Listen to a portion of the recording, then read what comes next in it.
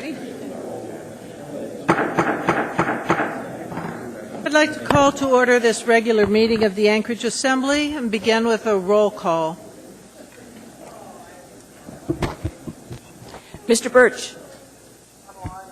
Mr. Birch is joining us by telephone. Mr. Flynn? Ms. Johnston? Here. Mr. Tromley? Here. Mr. Starr? On the phone. Mr. Starr is also joining us by phone. Mr. Hall? Present. Ms. Osiander? Present. Ms. Gray-Jackson? Honored to be here. Mr. Honeman? Here. Mr. Traney? Here. And Ms. Drummond will be joining us shortly, I believe. Yeah, I did get that notice. Very good. We have a quorum. If we could begin with the Pledge of Allegiance. Mr. Honeman, will you lead us? I pledge allegiance to the flag of the United States of America and to the republic for which it stands, one nation, under God, indivisible, with liberty and justice for all. Thank you. There are some minutes before us. The first one is of the regular meeting of December 6, 2011. Move to approve. Second. Is there any discussion? Is there any objection? Seeing none, those minutes are approved 10-0. The next item before us is the minutes of the regular meeting of December 13, 2011. Second. Is there any discussion? Is there any objection? Seeing none, those minutes are approved 11-0. I'm noting for the record that Ms. Drummond has now joined us. Next item is the minutes of the regular meeting of January 17, 2012. Second. Is there discussion? Is there objection? Hearing and seeing none, those minutes are approved unanimously. Mr. Mayor? Yes, thank you, Madam Chair. Just a couple of things. First, I think a number of us were able to attend the Alaska premiere and the second world premiere of the Big Miracle movie, which obviously generated an awful lot of interest in Alaska, but also certainly economic benefits for Anchorage. The number of room nights and the catering and all the other crafts that are involved, I think we saw quite the economic boost from it. So it's good to see yourself and others at that. And then we have a late on the table item that we're very, very excited about. I don't know if anyone wants to pull it particularly, but we can kind of explain it in advance, and then if somebody wants to pull it, great. But I think if, with your indulgence, we can maybe explain a little bit about what this late on the table item is, if that'd be all right. Madam Chair? Please. Okay. Lucinda, would you take the lead on explaining this good news that we've received? Yes, I'm really proud to tell the group that this morning we were awarded $13.2 million from the Federal Department of Treasury as a part of the Small Business Development Grant. And what it will do is it will provide seed capital for startup businesses and for angel investments in the city of Anchorage. It's really exciting because it's probably one of the first times that we've received a grant of this magnitude that will really help us spur economic development for our community and create jobs. We anticipate we'll probably have a work session to provide you with the details associated with the program. And just to augment that, we're the only city in the United States to receive this grant, the only city ever to receive it. Normally it's given to states, and we are fortunate to be the first city ever to receive a grant like this. Ms. Johnson has a question. Actually, the mayor, I was about to ask if there's been a city that has been awarded this, but I also would like to compliment the administration on this. I know that the opportunity came to the administration late in the day, and it might have interfered in a number of holidays or over the holidays, and I think it's quite an honor that we've gotten it. Thank you. Mr. Traney? Mr. Mayor, are we going to have to hire additional staff to administer this program? Is that built into it or what? There will be a coordinator for this program that will be added, yes. Okay. Thank you, Mr. Mayor. All right. Yeah. Thank you. Good news. And just as a final note, if I could, Lucinda and her team put in many, many extra hours to get this grant prepared in the form that was requested. A lot of hard work, and so I want to thank all the members of your team, Lucinda. Thank you very much. With that, I'd like to report that Mr. Hall and I are working on a revision to Title II with Ms. Grinstein and the Assembly Attorney and the Ombudsman. So if any Assembly members would like to participate in that, the meetings are going to be posted, and we'll be glad to have your input and help with that. I also would like to note a few things for the agenda this evening. Items 11E, F, and G, the Turnagain Heights luck rolls, are going to be, there will be a motion to move those to our next meeting. Our Assembly representatives have been working with the administration, and there's some changes that potentially are in the works, so a little more time is needed on that. Item 9 Delta 6, the contract on that is going to be a motion to refer that to the Enterprise Committee. There's some questions that have come up regarding scope of contract, and so we need a little more time with that. Item 14K, which is a Title 21 issue, I'm also hoping that that can be postponed until our next meeting, because there's some Title 21 issues and questions that have come up fairly recently with that one. With that, we are ready for committee reports. Ms. Drummond, would you like to start? I don't have a committee report, Madam Chair, but I was delayed because I had the pleasure of presenting the Alfred Hanisch Day resolution at the museum a few minutes ago, where there was a nice little reception, and on top of an already incredibly busy day getting ready for this meeting, it was kind of fun to dash down there and read the resolution and meet some of Mr. Hanisch's friends and relatives. Thank you very much. Well, thank you for doing that, Ms. Drummond. Mr. Trini? Nothing, ma'am. Mr. Hornman? Thank you, Madam Chair. We had a special referral, I guess, special Public Safety Committee meeting last Tuesday, and we took up the items that were referred last meeting. Happy to report that we found from the ABC board that one of the issues at Sullivan's Steakhouse was in compliance and is now in compliance, that there was an error that was corrected, and it was largely at ABC site, so they've taken care of it. We have that in writing. And at the other issue with Little Italy and Winter Dreams, I believe it is, and that the owners and some neighbors came down and gave a good presentation, and they're happy to report there are no objections to that issue either from the community or otherwise. So going to be a recommendation of the committee that we approve both items this time. Thank you for doing that work for us, Mr. Hornman. And just a note, thank you, Madam Chair, I appreciate the opportunity. February 8th, next Wednesday is our, or week from Wednesday, is our regular scheduled meeting for the Public Safety Committee of February. But due to the fact that we're on Northern Edge exercise, I believe, during that week, I think everybody's committed. So we're going to postpone that meeting till March, the second Wednesday in March. It looks like March 14th. All right. Next Public Safety Committee meeting, March 14th. Very good. Thank you. Ms. Gray-Jackson. Thank you, Madam Chair. The Audit Committee hasn't met since the last meeting, but at the last meeting, I reported on a meeting that we had on the Health Department billing and collection follow-up audit, and I just want to publicly thank the Director of Health and Human Services, Diane Engel, because this evening she told me that they're already implementing some of the changes and seeing more revenue already. And I just have to say that I don't think I've ever dealt with a department director who's had an audit who's so eager as she is to just make things right and learn from the findings. So I wanted to publicly thank her and her department. Thank you, Madam Chair. Thank you. Good to hear. Mr. Hall, do you have anything? No report. Mr. Starr? I have no report. All right. Mr. Trombley? No report. Ms. Johnston? Yes, Ms. Osand and I will be going down to Juneau next week for the Municipal League Board meeting, and also there will be an Enterprise Committee meeting on February 15th, where we'll be jointly meeting with the Port Commission. Thank you. Mr. Flynn? Oh, and that's at noon at the port. Mr. Flynn? Thank you, Madam Chair.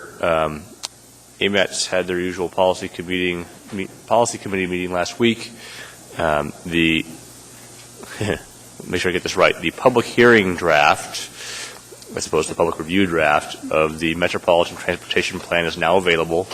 I believe Planning and Zoning had their crack at it last night and moved it on to us, the Assembly.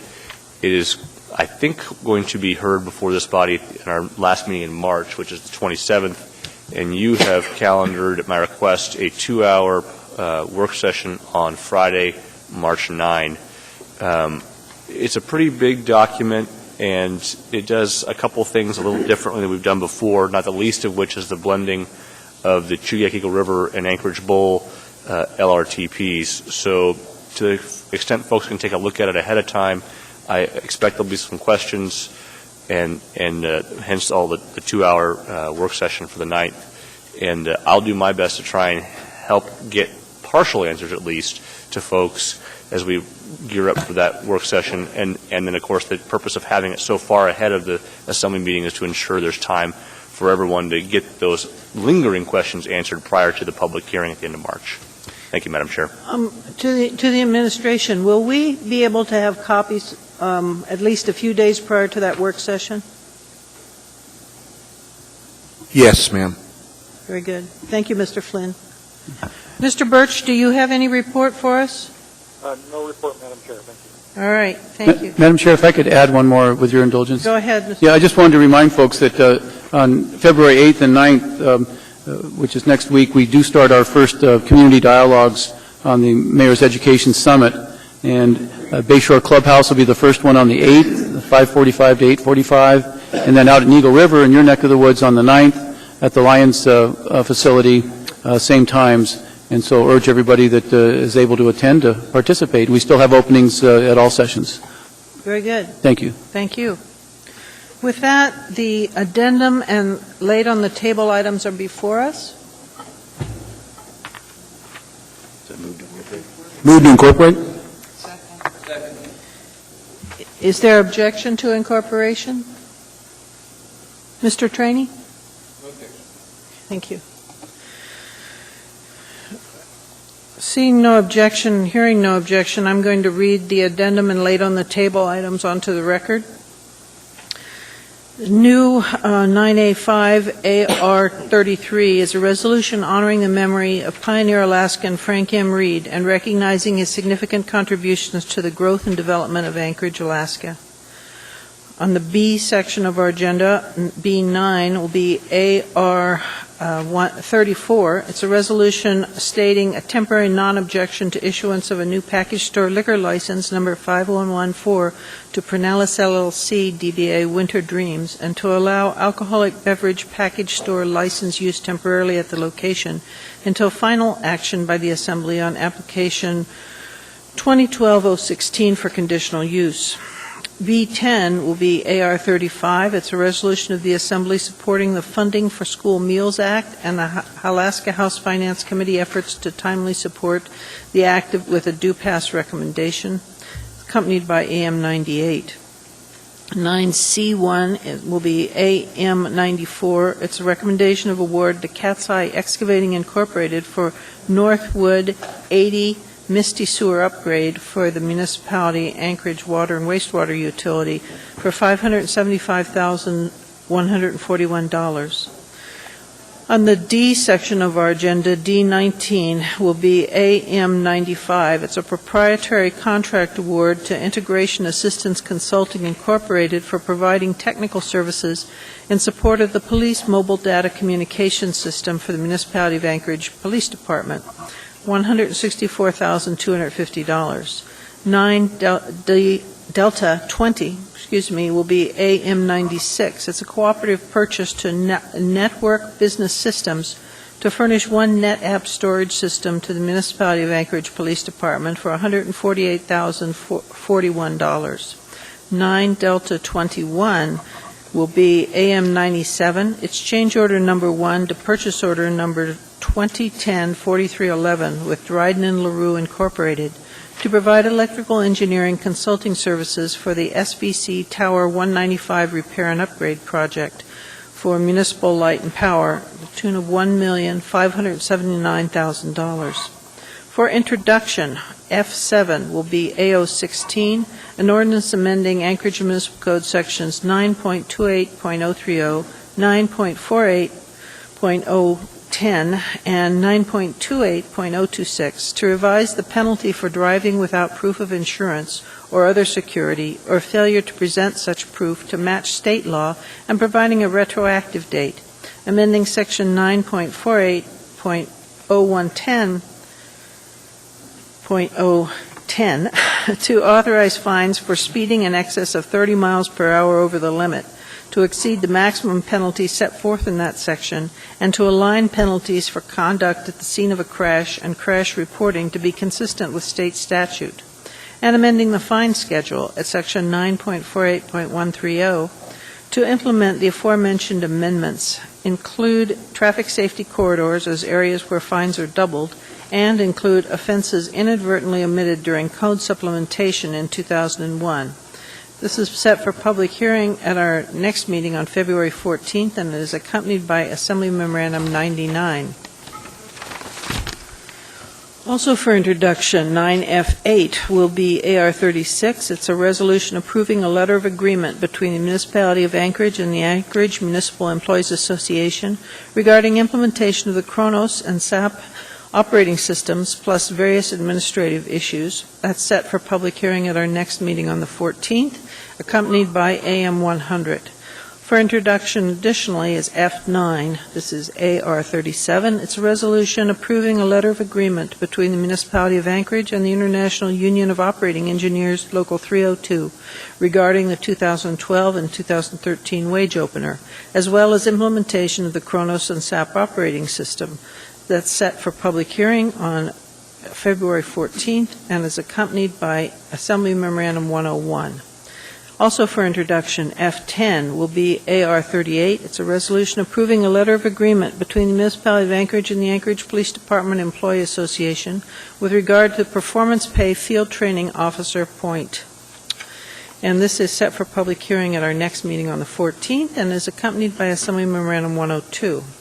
Also for introduction, F11 will be AR39, a resolution appropriating $211,667 to the area-wide general fund, Department of Law, for legal expenses related to the Alaska Center of the Performing Arts roof lawsuit and appropriating $423,333 to the area-wide general fund for repayment of a portion of a debt owed from the ACPA from a legal settlement received related to repairs on that roof.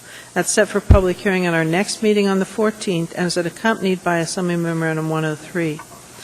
On 14D, under new public hearings, there's an S version of 2012-4, which is an ordinance provided for the submission to the qualified voters of Anchorage, the question of the issuance of not to exceed $2,750,000 of general obligation bonds of the municipality to pay the costs for constructing, renovating, and equipping park and trail improvements and recreational facilities, and the question of an increase in municipal tax cap limitations to pay associated operations and maintenance costs in the Anchorage Bowl Parks and Recreation Service Area without cost to Chugiak, Eagle River, Girdwood, and other taxpayers outside of that service area at the election to be held in the municipality on April 3, 2012.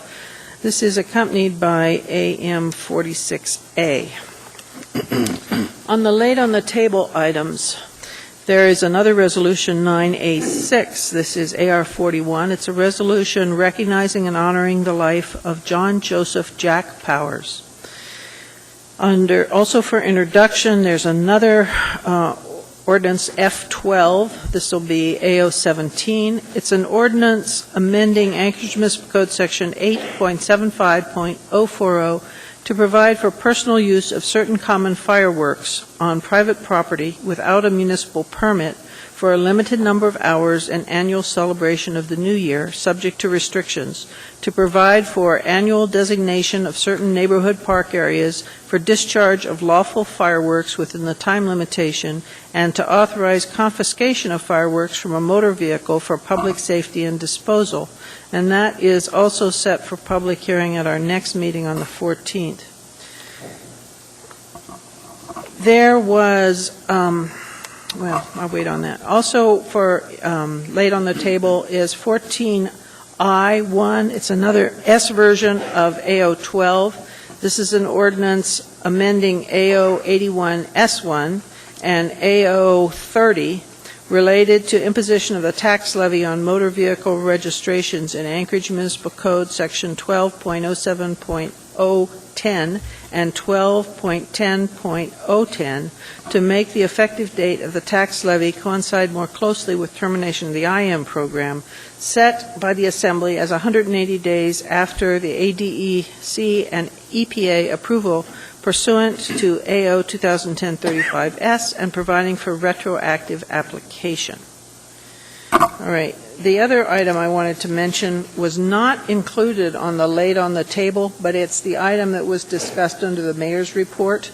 It's an unnumbered AR that should be in front of you.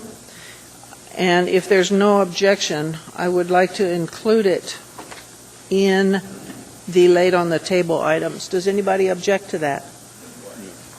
Including this item on laid on the table. At this point, it would be F13. Do we have a resolution number for it? You get it tomorrow. Well, Do you get one from Heidi? to the administration, did you get a number on this?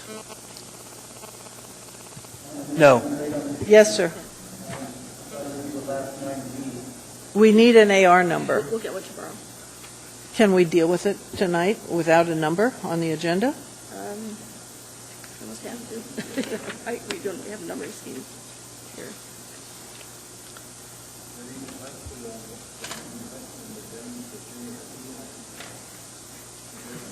But she's talking about the AR number at the top, the heading. I'm going to hold on this one, and maybe we can confer with attorneys on how best to deal with it without a number. Thank you, Madam Chair. In fact, this one actually is time sensitive too, so we have to report within 2 weeks the legislative authority to proceed. So if we can figure out a way to assign it a number, that would be Okay, we can, as soon as that's decided, then I will entertain a motion to add it to the agenda. very good. Mr. Wheeler? My recommendation would be give it a letter designation, and we'll give it a number tomorrow. So can we call it 2012A? Let's do it with the A's and B's. Call it Q. Q. All right. The clerk's recommendation is that we name it AR 2012Q, and with the understanding that it will get a number tomorrow. Thank you. Is there any objection to that? All right. Is there any objection to including it on the agenda as Q? Seeing none, then I will read it into the record and add it on the addendum. All right. This is ARQ.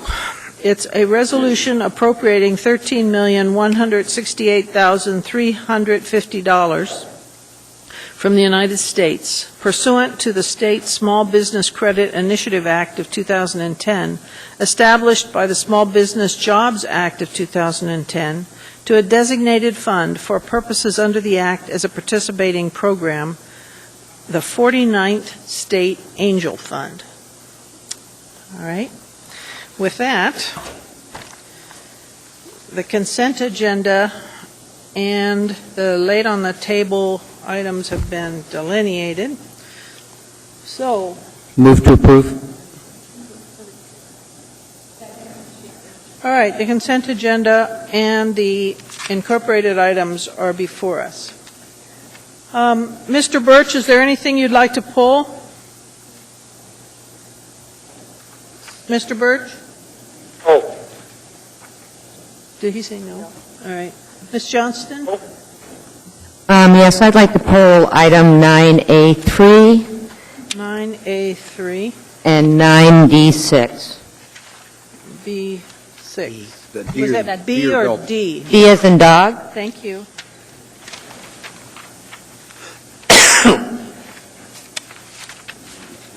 Mr. Trombley? 9 Bravo 7 9 Bravo. and 9 Delta 7. All right. 2? Mr. Starr, is there anything you'd like to pull? No items. Mr. Hall? I'm going to hold for now. All right. Ms. Gray Jackson? Thank you, Madam Chair. I'd like to pull item 9, Apple 4. Thank you, Madam Chair. All right. Mr. Honeman? Not at this time, Madam Chair. Thank you. Mr. Trainee? Nothing, ma'am. Ms. Drummond? Thank you, Madam Chair. I'd like to pull 9A2 for reading, and that's on the regular agenda, and 9A6 from the laid on the table items agenda. Ms. Drummond, I'm our understanding that there'll be nobody here on 9A2 to accept. Okay, I'm fine. Do you still want to pull it? No. All right. So Thank you. the second one you said was A6, ma'am? A6, yes, the Powers, the Jack Powers resolution. And there's also nobody here on that one. Is that correct? No, they're here. They are here on that one. All right. A6. I think, yeah. Anything else, Ms. Drummond? Not at this time. All right. A1? Yes, I would like to pull 9A1. And do we need to pull 9A5? No? No. Okay. 9A1. All right. All right. With that, I can't start the vote. Please vote on the remainder of the consent agenda. Mr. Starr? How do you vote? Yes. Mr. Birch, how do you vote? Mr. Birch? Yes. I'm having trouble hearing. He said yes, that was affirmative? Okay, thank you.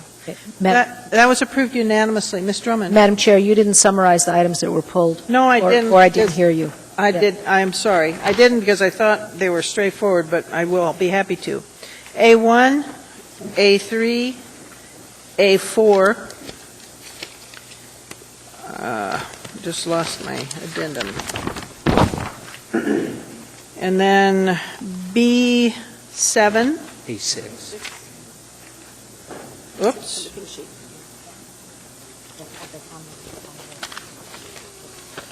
I'm sorry, A6 also. Right. And then I just have B7 and B7. And then on the D section, D6 and D7. All right? All right. With that, the first item before us is Resolution 31, a resolution honoring and thanking Morgan Christian for all of her public service to the Alaska Supreme and Superior Courts, congratulating her achievements, celebrating her appointment and confirmation to the United States Court of Appeals for the Ninth Circuit. Move it. Somebody Move to approve. Second. Is there objection? Hearing and seeing none, that's approved unanimously. Is there someone here to accept a resolution?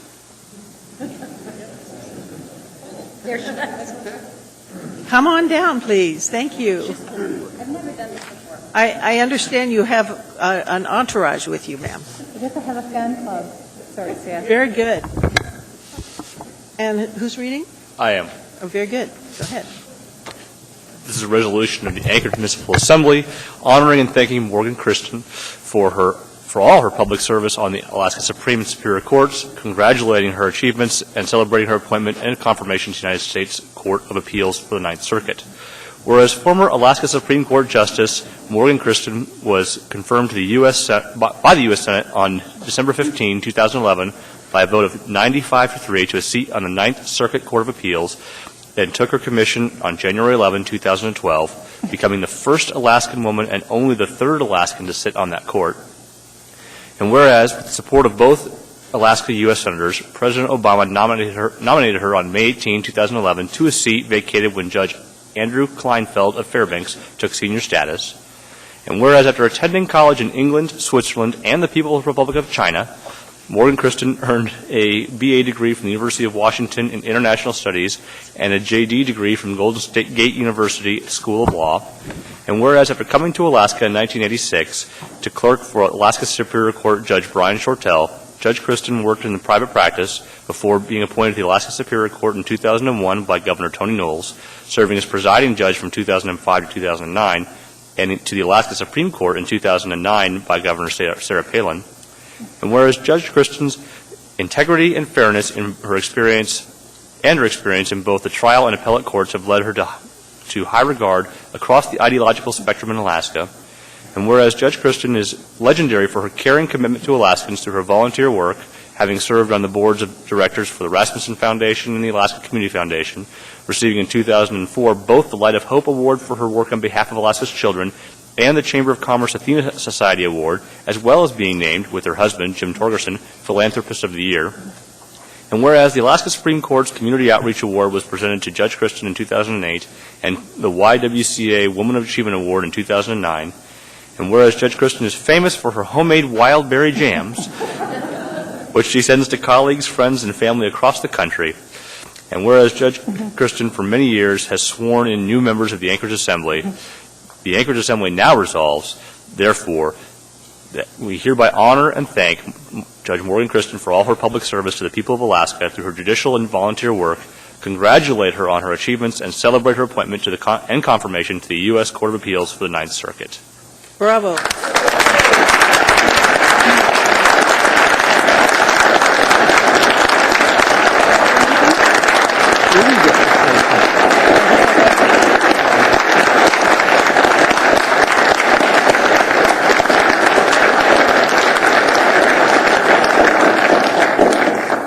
Before you there's a number of people snapping pictures in the back. You can come down up front and take a picture of her if you'd like. Go ahead, please. Well, I just want to thank you all very much. I'm not sure what one does on this occasion. I've never been resolved before, but I appreciate very, very much this acknowledgement. It means a great deal to me. Thank you. We're all proud of you. Thank you. Thank you. Mr. Honeman. Judge, it's a big honor to have someone from Alaska named to the federal bench, and having been the only third Alaskan and the first woman, I hope you can pave the trail and put her name on the map in judicial ways. So thank you very much for your service, and Godspeed. Thank you very much. Mr. Hall.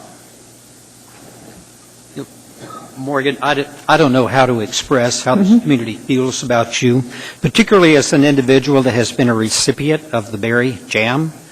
The best in the world, bar none. Yeah. Thank you for all you do. We just love you. Thank you. Again, congratulations and thank you. Thank you all so much.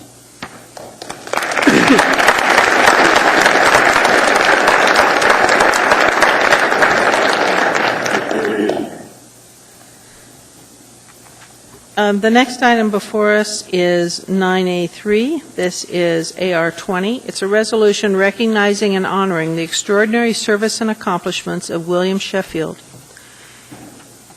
Motion? Is there any objection or discussion? Seeing none, that item is passed unanimously. Who's reading? All right. And Mr. Sheffield, could you come down here, please? We have something we'd like to give you.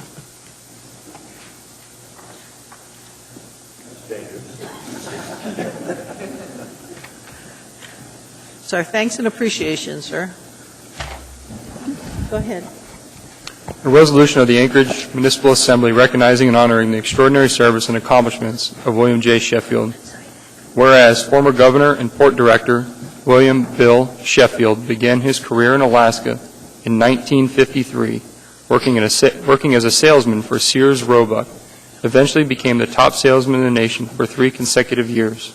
And whereas in 1958, Governor Sheffield opened his first hotel, the Anchorage Inn, the beginning of what would later become a chain of 19 hotels across Alaska and the Yukon Territory, employing more than 750 people. And whereas, with his business success, Governor Sheffield was actively involved in various community organizations, serving as president of the Alaska Visitors Association in 1968 and president of the Alaska State Chamber of Commerce in 1976. And whereas in 1975 he was a member of the Greater Anchorage Area Borough Charter Commission, which successfully developed the charter merging the Greater Anchorage Area Borough and the City of Anchorage into what is now the Municipality of Anchorage. And whereas he was elected 5th Governor of Alaska in 1982, and whereas his term included many different accomplishments and challenges, including a drastic cut in the state budget following a sharp decline in oil prices, the purchase of the Alaska Railroad, leading the way in opening the Red Dog Mine, and a variety of additional transportation and infrastructure projects. And whereas many of the transportation projects completed during his term continue to serve Anchorage residents today, including the expansion of Minnesota Drive, the construction of 100th Avenue, the extension of Diamond Boulevard, and construction of the AC Couplet. And whereas his experience in federal issues was recognized by President Clinton, who appointed him as chair of the Federal Salary Council in 1994, and whereas Governor Sheffield continued to pursue his commitment, passion, and knowledge of the transportation industry and was appointed chairman of the Alaska Railroad Corporation Board of Directors in 1995, becoming CEO and president of the railroad 2 years later. And whereas, in recognition of his decoration to the Alaska Railroad and the state at large, the Alaska Railroad Depot at the Ted Stevens Anchorage International Airport was named after him in 1999. And whereas Governor Sheffield came out of an early retirement when he was appointed Board of Director in 2001 by former Mayor George Wirch. And whereas during his tenure as Port Director, he has worked diligently to address the ongoing challenge of deteriorated infrastructure while continuing to see an increase in tonnage, business, and profits at the Alaska port. And whereas Governor Sheffield advocates to state and federal leaders, along with Alaska residents, of the critical importance of infrastructure investments as a path for economic growth and security. And whereas he continues to use his experience to provide leadership and perspective for many Anchorage-based organizations and is a board member of the Alaska Railroad Corporation, NSTAR, Alaska Pacific University, Charter College, and is a founding member of the Commonwealth North. And whereas Governor Sheffield is widely recognized for his genius contributions to a variety of nonprofit organizations, including the March of Dimes, Special Olympics Alaska, Alaska Public Radio, the Anchorage Museum at Rasmussen Center, Providence Alaska Medical Center, and Alaska Pacific University. Now, therefore, the Anchorage Municipal Assembly resolves that the Anchorage Municipal Assembly and Mayor Sullivan recognize Governor Sheffield's decade of service to the municipality of Anchorage and his many accomplishments and achievements benefiting both citizens of the state of Alaska and the municipality of Anchorage during his 60 years of service, passed and approved by the Anchorage Assembly this 31st day of January 2012.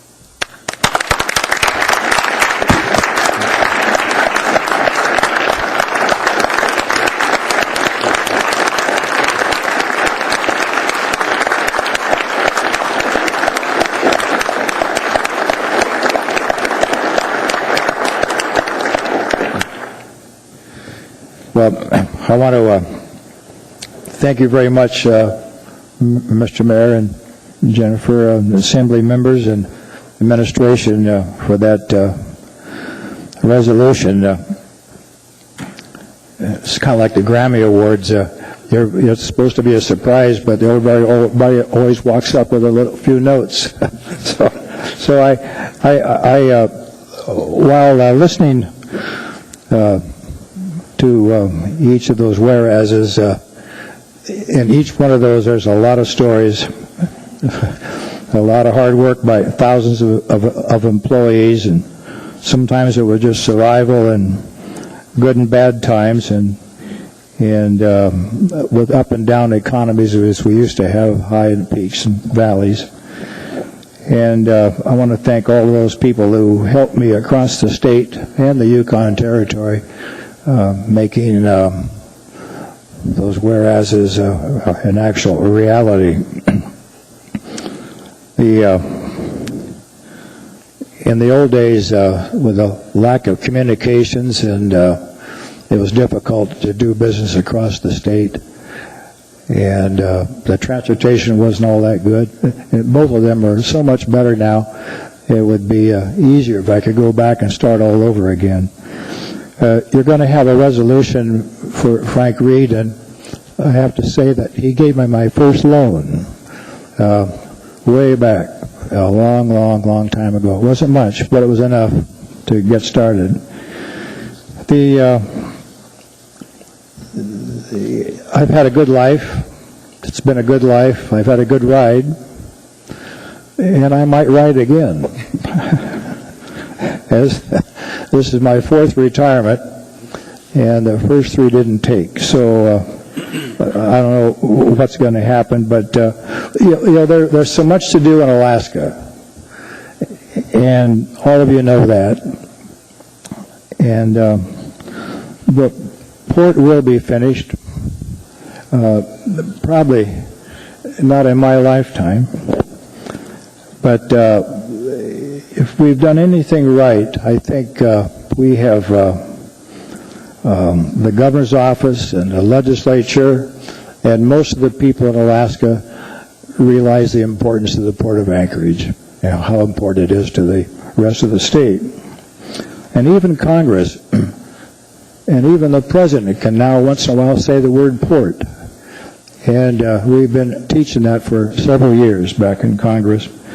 And I think they understand the importance of it. So thank you again, and all the people from the 50s up to now of helping to make Alaska a better place, and as well as Anchorage. And I plan on doing all I can in my own way to help continue to have the federal government help the infrastructure projects in Alaska as well as the Port of Anchorage. And I thank you all very much. Appreciate it, and I'll remember this for a long time. Bye. Thank you.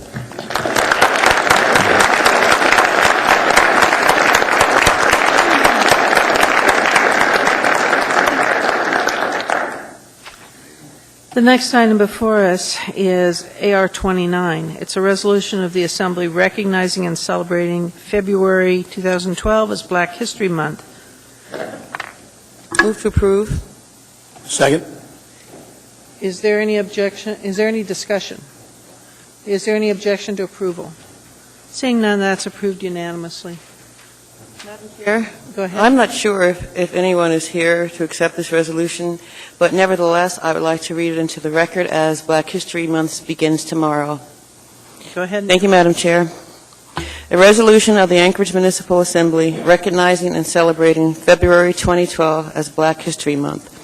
Whereas Black History Month was begun as Negro History Week by historian Dr. Carter G. Woodson in 1926 as an initiative to bring national attention to the contributions of African American people throughout American history. And whereas Dr. Carter G. Woodson initially chose the second week of February for Negro History Week because it marks the birthdays of two great Americans who each played a prominent role in shaping Black history, Frederick Douglass and Abraham Lincoln. And whereas the month of February has much more to show for its significance in Black American history, including February 23, 1868, W.E.B. Du Bois, important civil rights leader and co-founder of the NAACP, was born. February 3, 1870, the 15th Amendment was passed, granting blacks the right to vote. February 25, 1870, the first black U.S. Senator, Hiram R. Revels, took his oath of office. February 12, 1909, the National Association for the Advancement of Colored People was founded by a group of concerned black and white citizens in New York City.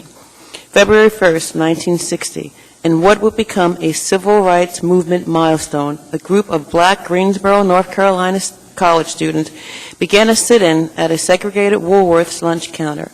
February 21, 1965, Malcolm X, the militant leader who promoted black nationalism, was shot to death by 3 black Muslims. And whereas black history is an important part of American history, and as a result of the continued observance of Black History Month and the promotion of black history awareness, thousands of students at the elementary, high school, and university levels are now taught black history during the month of February. And whereas the annual celebration of Alaska Civil Rights Month, coordinated through the University of Alaska Anchorage campus diversity and compliance, will include a variety of events and activities with a Black History Month kickoff beginning February 1st, 2012. And whereas, sponsored by Wells Fargo, the Anchorage Museum invites residents to Black History Family Day on February 12th from 2 p.m. to 4 p.m. to learn about expressions of love and African culture through such activities as card making, quilting, and beading using traditional African designs, and to enjoy a gospel performance by the Greater Friendship Baptist Church Choir. And whereas the Anchorage Municipal Assembly joins in reflecting upon the contributions of African Americans to our state, nation, and the world, including those in American history who have made important discoveries and contributions to science, education, law, politics, music, art, sports, and the presidency of the United States of America. Now, therefore, be it resolved by the Anchorage Assembly that February 2012 shall be recognized and celebrated in the municipality of Anchorage as Black History Month. Anchorage residents and visitors are encouraged to participate in local Black History Month events in the spirit of love of country, respect for democratic principles, and commitment to solidarity and equal opportunity for all Americans.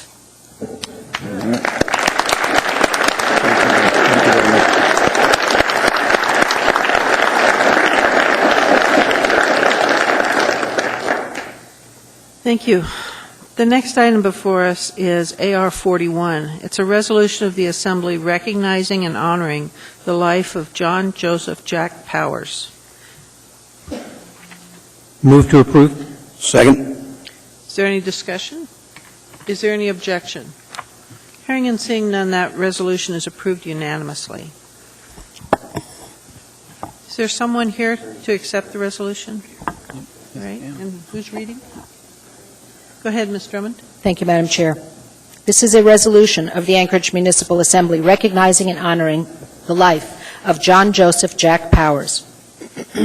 Whereas Anchorage resident John Joseph Jack Powers was born in Pittsburgh, Pennsylvania in 1942, and whereas Jack Powers relocated to Alaska in 1962 with the United States Army and was stationed at Fort Richardson before being honorably discharged in 1964.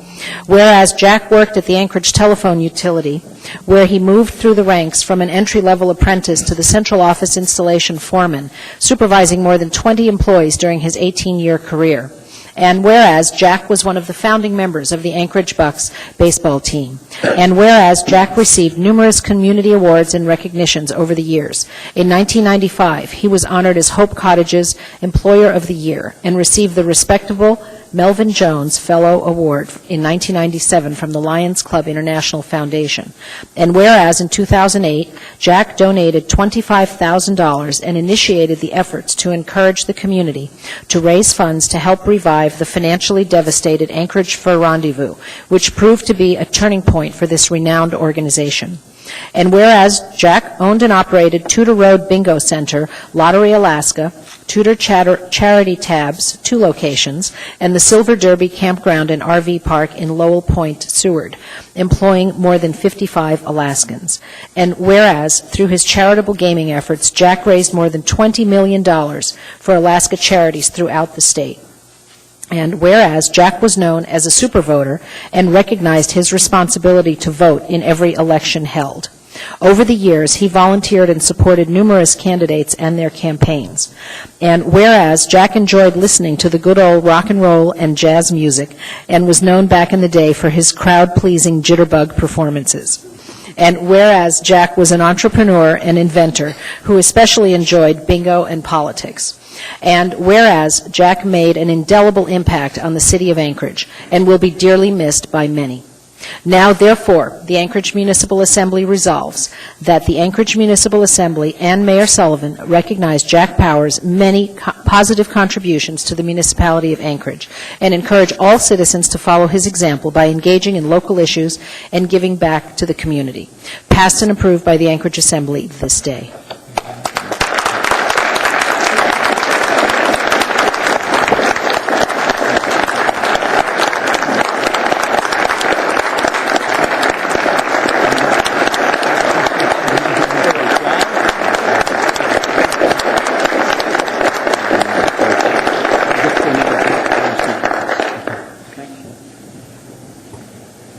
Ms. Drummond? Thank you, Madam Chair. If I'm not mistaken, not only was Mr. Powers a super voter and supported numerous candidates in their campaigns, but I'm pretty sure he ran for office himself at least once. Yes, Lieutenant Governor in the Assembly in his district. Thank you. Is there a way to amend this resolution? If we could get that history, that would be a super thing to do because, in addition to voting, participating, as we all know, is just critical to democracy because it's not a spectator sport. Thank you so much. Your family member was an amazing guy, and he will be missed.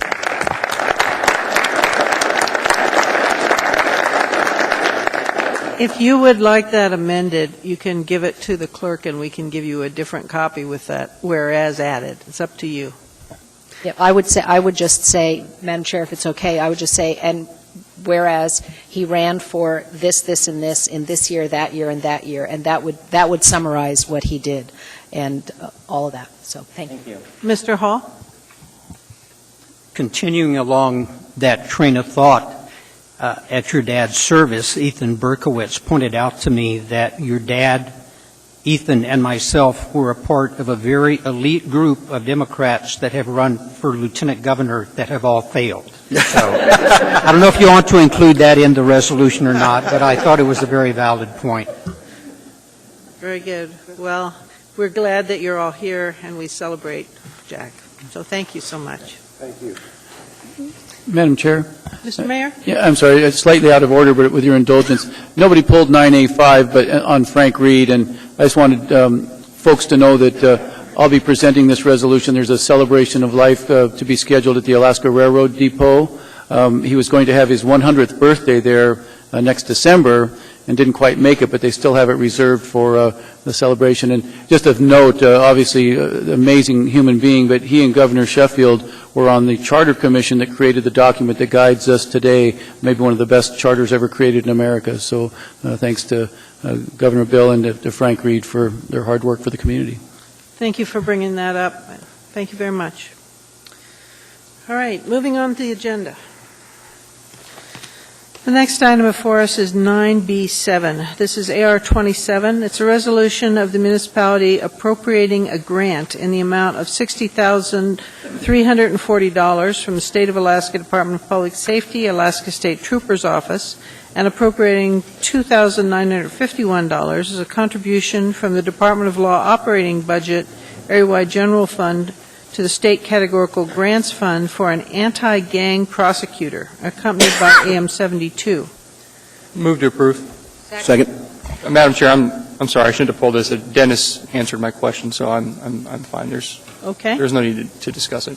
Is there any further discussion on this matter? Seeing none, please vote. Mr. Starr? Yes. Mr. Birch? Yes. That item passes unanimously. All right, we're now at 9 Delta 6. This is a sole source purchase for professional services from William Sheffield for the municipality of Anchorage. Mayor's office, $60,000. It's AM 80. Ms. Johnston? Move to refer to the Enterprise Committee. Second. Is there any discussion? Is there any objection? Seeing none, that matter is referred. The next item before us is 9 Delta 7. This is AM 81. It's a proprietary purchase with legislative consultants in Alaska for professional lobbying services for the municipality of Anchorage, MLNP, AWWU, and the port. It's not to exceed $100,000. Move to approve. Second. The question I have is, and not to question the integrity of Mr. Michaelis or Mr. Baker, one of the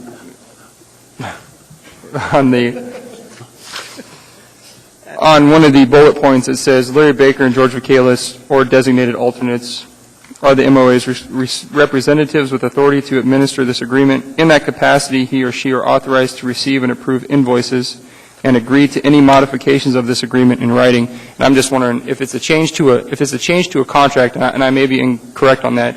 Why doesn't that constitute assembly approval?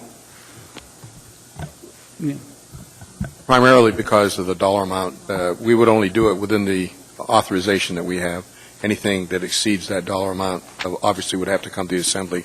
We do not anticipate any addendums to this contract unless it's something that will certainly enhance their ability to be able to get the job done. So what is that dollar amount? It's 100,000, I believe, for the contract, but the dollar amount, I believe, is 20%. So anything over 20% would require Assembly approval? That's correct, yes. Okay, all right. Thank you.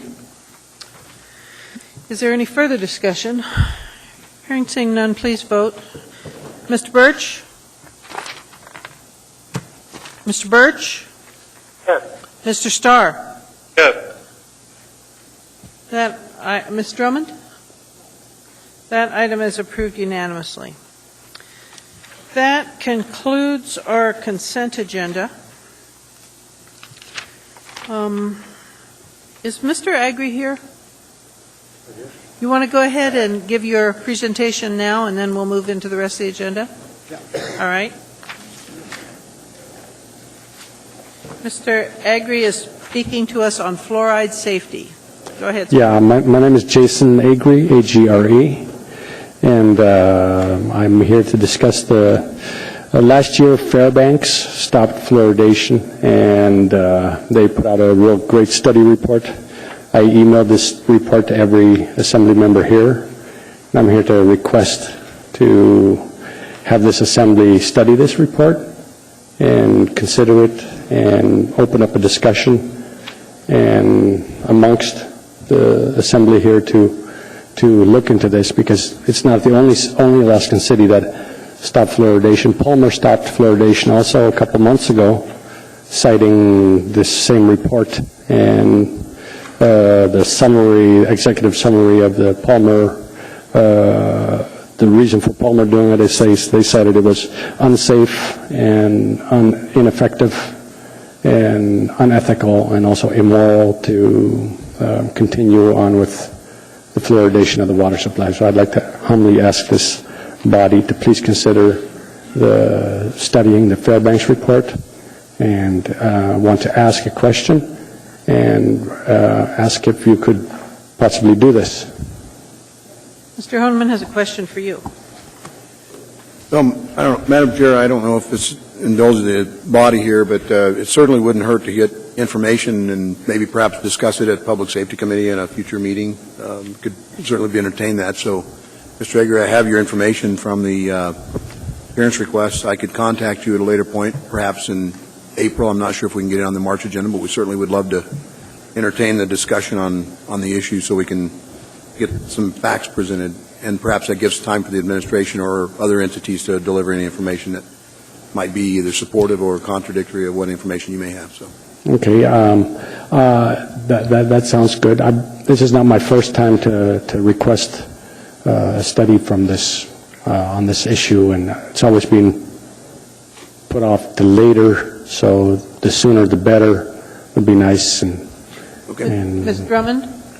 Thank you, Madam Chair. Thank you, Jason, for coming. I know you're being very persistent on this issue, and I really appreciate what you're doing. I have read almost all the material that you have directed us to, and I am getting increasingly concerned about the issue of fluoride, so I appreciate you keeping after us. I support what Mr. Hahnemann wants to do, as the Public Safety Committee does include the Health and Human Services Department, which I think is where this issue needs to begin. So stay in touch in terms of when it's going to be on the Public Safety Committee's agenda, and we will begin to look at this process, I assure you. Thank you for coming. That sounds good, because Juneau also stopped, Kodiak also stopped, Ketchikan also stopped fluoridation, and also after the 1992 Hooper Bay accidents, 115 villages on the west coast of Alaska stopped fluoridation too, because it's citing safety. So. Thank you very much, sir. All right, thank you. Thank you. We are now at, excuse me? Yeah. I was trying to find it in my documents here. We're now at 11A on the agenda. And the first item before us is AM 52. It's the Urban Design Commission appointments of Douglas Gassick and Laura Minsky. And at this point, there is no motion pending.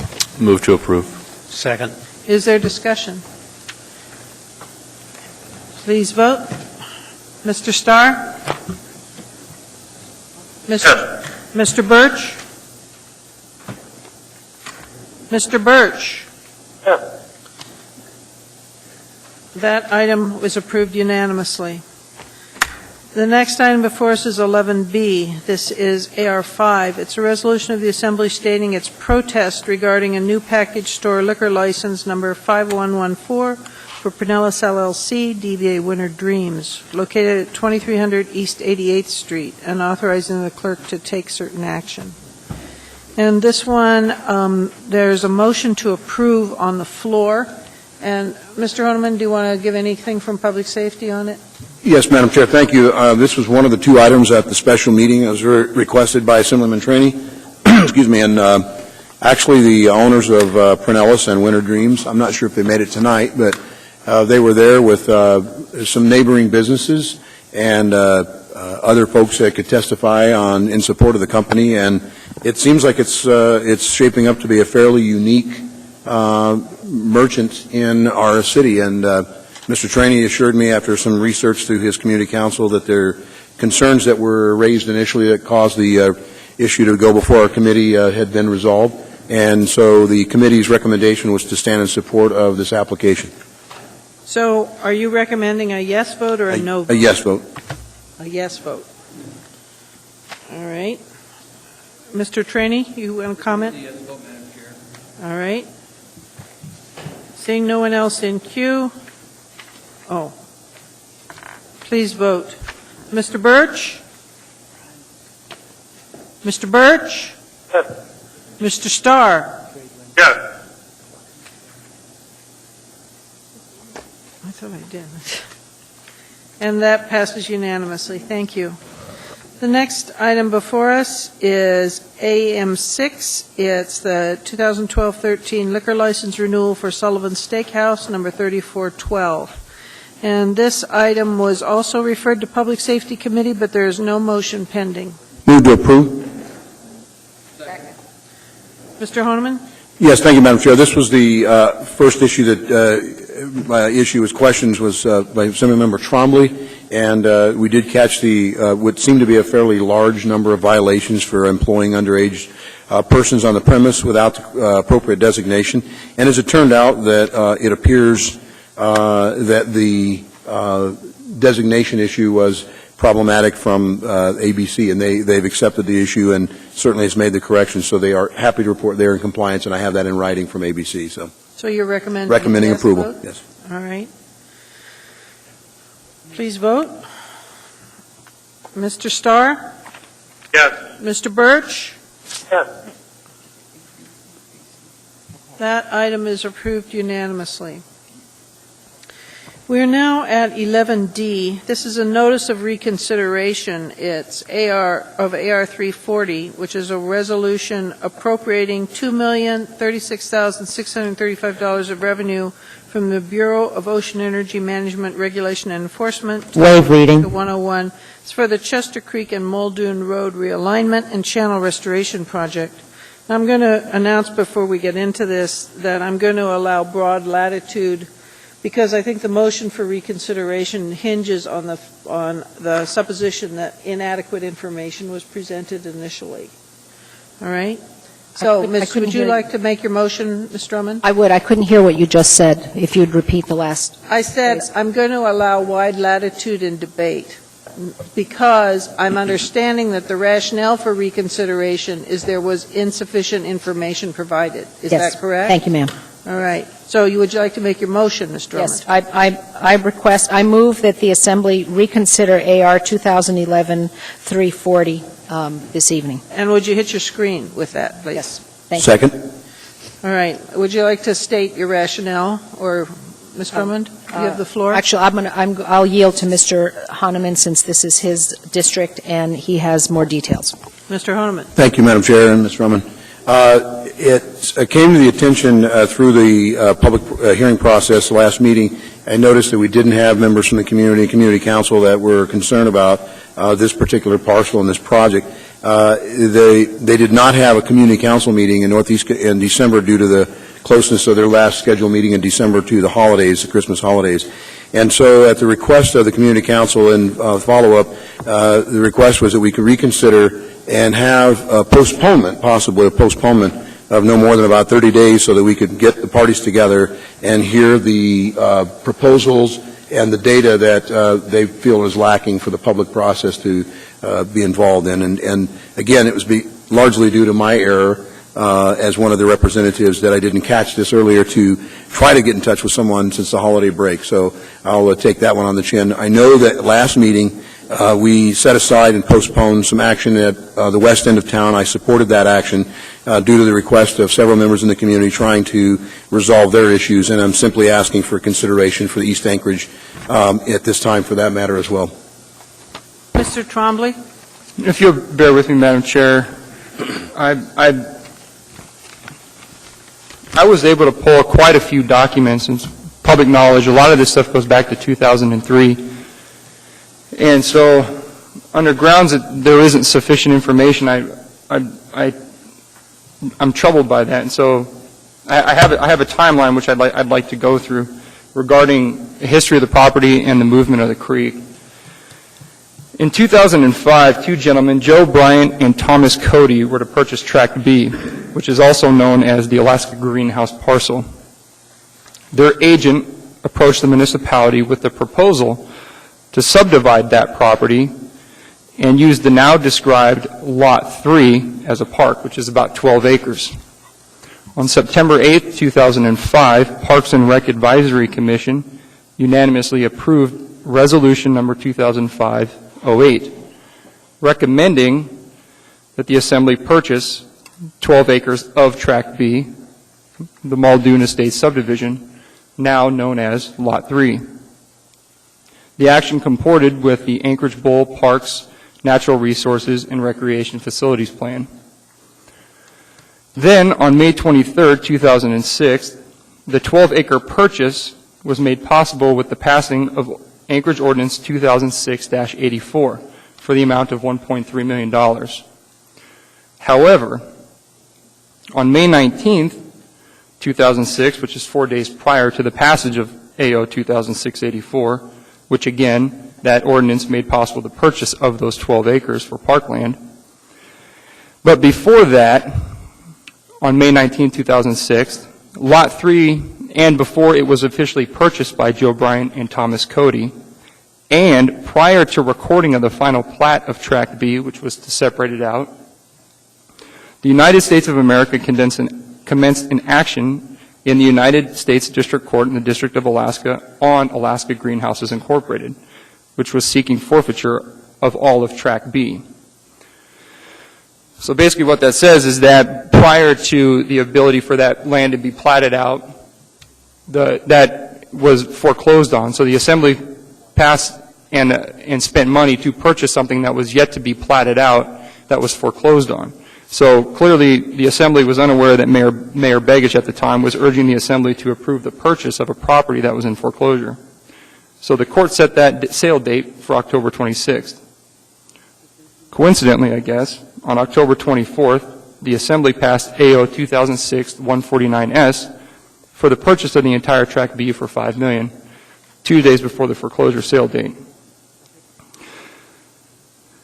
However, with the purchase of that 29.2 acres, also known as Tract B, it was understood, and here's where the public should be aware of this, is that when that AO was signed or approved, the attached Assembly Memorandum 799-2006 stated, quote, gaining site control of the entire parcel allows the front 7 acres to accommodate the moving and restoration of the creek to the south boundary of the property. Muni site control also provides for the extension of DeBar Road from Muldoon to Boston without right-of-way purchase from a private owner, reducing the project cost. Any surplus property after creek relocation and right-of-way extension will be platted out and recommended for disposal. Tract B was currently zoned R2, M, and B3. And so everyone knows what that means. It was zoned as multifamily residential and general business. This provided the community the first and second opportunity to oppose moving Chester Creek. the first being the meeting when the AOM was introduced and when it was voted upon.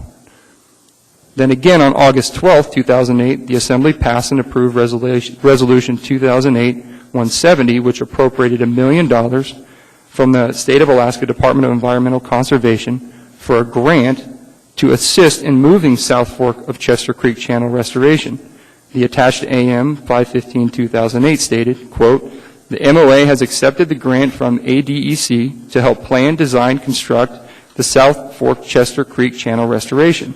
This restoration will help prevent further water quality impacts by relocating the creek crossing at Muldoon and DeBar, approximately 1,500 feet of Chester Creek. This provided the third opportunity for the community to speak against moving of the creek. On January 14, 2011, the resolution which we're dealing with right now appropriated roughly $2 million from the Bureau of Ocean Energy Management Regulation for Chester Creek realignment. In the attached Assembly memorandum, quote, "Objectives of this project are to install a new stream crossing under Muldoon Road, restore creek channel, improve drainage, fix current icing and flooding problems, dedicate riparian corridors, improve stream habitat, and enhance overall water quality protection for the stream. This provided the fourth and fifth opportunity for the opportunity for the community to oppose moving of the creek. Furthermore, from the grant states that it's for restoration from the Bureau of Ocean Energy Management. The project says in the grant that it's for mitigation to fish habitat. It's helping with creek channel restoration to mitigate impacts or fish habitat, and, quote, "to protect and mitigate the impacts of development and creek channelization by restoring the ecological function of Chester Creek at the site of the old Alaska greenhouse." Furthermore, the Anchorage Watershed Catalog Series Chester Creek, which is dated October 2003, it states in there, and again, this is all public information, it states a new crossing at Muldoon should be considered and designed to minimize generation of capture of fragile ice in upstream reaches. The reaches above Muldoon Road are deeply shallow during the winter months. Channel and riparian zones reconstruction and any crossing should be carefully designed to minimize fragile ice generation, heat loss from winter streams, and low flows. So it talked about changing Chester Creek at that time in 2003. In 2005, the U.S.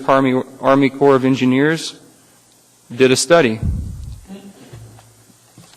In that study, they talk about replacing culverts, moving the creek, increasing zones around the creek, shifting the Chester Creek at upstream end of Muldoon Road. So the the Army Corps of Engineers did a study. And also, public knowledge, the Chester Creek Watershed Plan, June 2005. It recommends in that plan that, quote, "Flooding problems are prevalent through the South Fork drainage. In particular, flooding occurs east of Muldoon Road and is associated with beaver dams in the area." So I appreciate you bearing with me on all that, but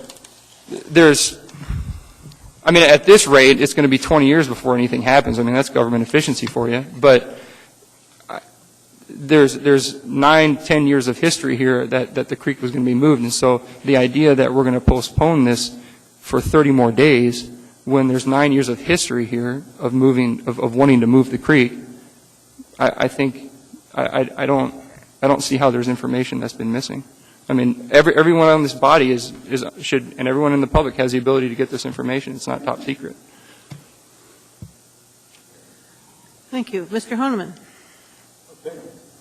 Thank you, Mr. Trombley. And, again, all this information, particularly the purchase, I know the community has been pretty much presented and briefed on several purchase agreements, and certainly there have been lots of discussion. I know I've been present when some of the discussions were there as to what the intent of the community is on for this parcel. But again, I don't believe the municipality or BOMA or anybody else, any contractors, are going to be out in the next 30 days digging up the area and trying to redirect this creek. So I don't believe it's a problem. I just fail to see the problem with getting the public involved, getting briefed up with the information that you were able to bring tonight. I certainly didn't have that information, so I'll be the first one to admit that again, the meeting that was scheduled for December was postponed due to the holidays, and I think it's a fair request of the community to ask for the postponement so that we can have them meet with the folks that have the data and information and have them get their say. Ms. Drummond. Thank you, Madam Chair. Thanks to the previous couple of speakers. As I recall from 2 weeks ago, we hardly had any public testimony on this issue that apparently is so important that it has 8 or 10 years of history. This doesn't usually happen, but last meeting was unique in that it was 5 weeks after the prior meeting, and I don't think anybody in the community had any idea that this was even on the agenda. That refers to our issues with public notice. Since we've gone totally electronic, it is difficult for people to keep up with what this body and this administration are doing because our public notice is rather inadequate at this time. But that's another issue. Right now, there are a number of people in the audience, Madam Chair, who I think would have testified 2 weeks ago if they had known that this was before us. And I would appreciate knowing by a raising of hands how many people are in the audience who could testify to this issue right now. To me, Madam Chair, that looks like too many to allow testimony tonight, but as previous speaker said, if this issue has been going on for 8 or 10 years, a couple of more weeks is not going to make a difference, and I would respectfully request that the Assembly reconsider this issue and reopen the public hearing to allow that several dozen people to testify and let us know what's happening. As you know, your email inbox is, besides being full of IM test stuff and fireworks stuff, is also full of stuff on this Chester Creek realignment that we didn't get 2 weeks ago. So I know that the community was not prepared for us to make this decision, and I respectfully request that my colleagues allow the community to weigh in as they should have 2 weeks ago. That wasn't anybody's fault except, I think, our scheduling and our public notice process. Thank you. I just want to remind everybody this was on the consent agenda, so there wouldn't have been a public hearing anyway. But Mr. Trombley. It was on the public. Wasn't it? I thought it was. It was not. Okay, my apologies. I thought it was consent. Okay, go ahead, Ms. Trombley. You have the floor. Well, the emails that I've gotten about this issue is that there's a tremendous amount of fear that somehow realigning the creek is being done for the sole purpose of development of that front lot.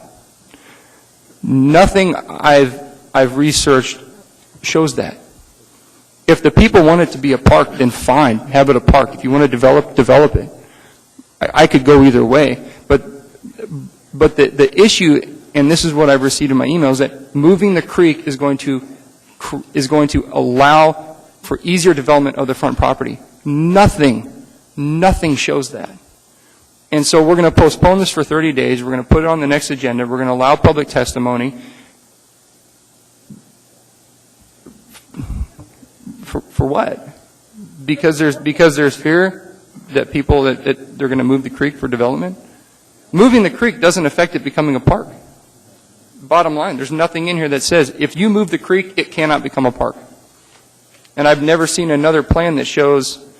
I've received multiple phone calls about this, and people have said, well, there's a better way to move the creek. Okay, well, show it to me. Well, I don't have one. Well, who does have one? Well, a junior high class presented something.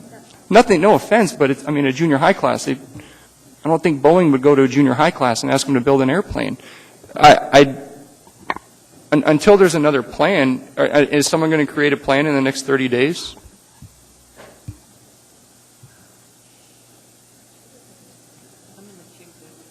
Are you through? Okay, Mr. Hillman, this is your third time speaking. Last. Right. I think the public wants to be heard on the matter, Madam Chair. Ms. Drummond spoke eloquently and I'll be the first one to admit, I don't know if my colleague will, but neither one of us were able to contact the Community Council ahead of time to have this matter heard before them or for them to have a chance to be heard here.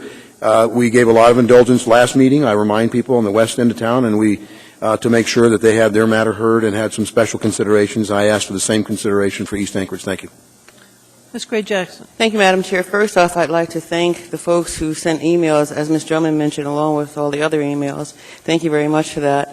And I also like to thank my colleague for presenting the history to us that weren't aware of how things went. But I also want to say that my colleague made a comment that we should postpone it, and for what? Well, to my colleague and the rest of my colleagues, for what? For the people who are out there who simply want to be heard. And we don't need to be wasting any more time on this subject other than postponing it and letting them have their say. Thank you, Madam Chair. Thank you. Ms. Johnston.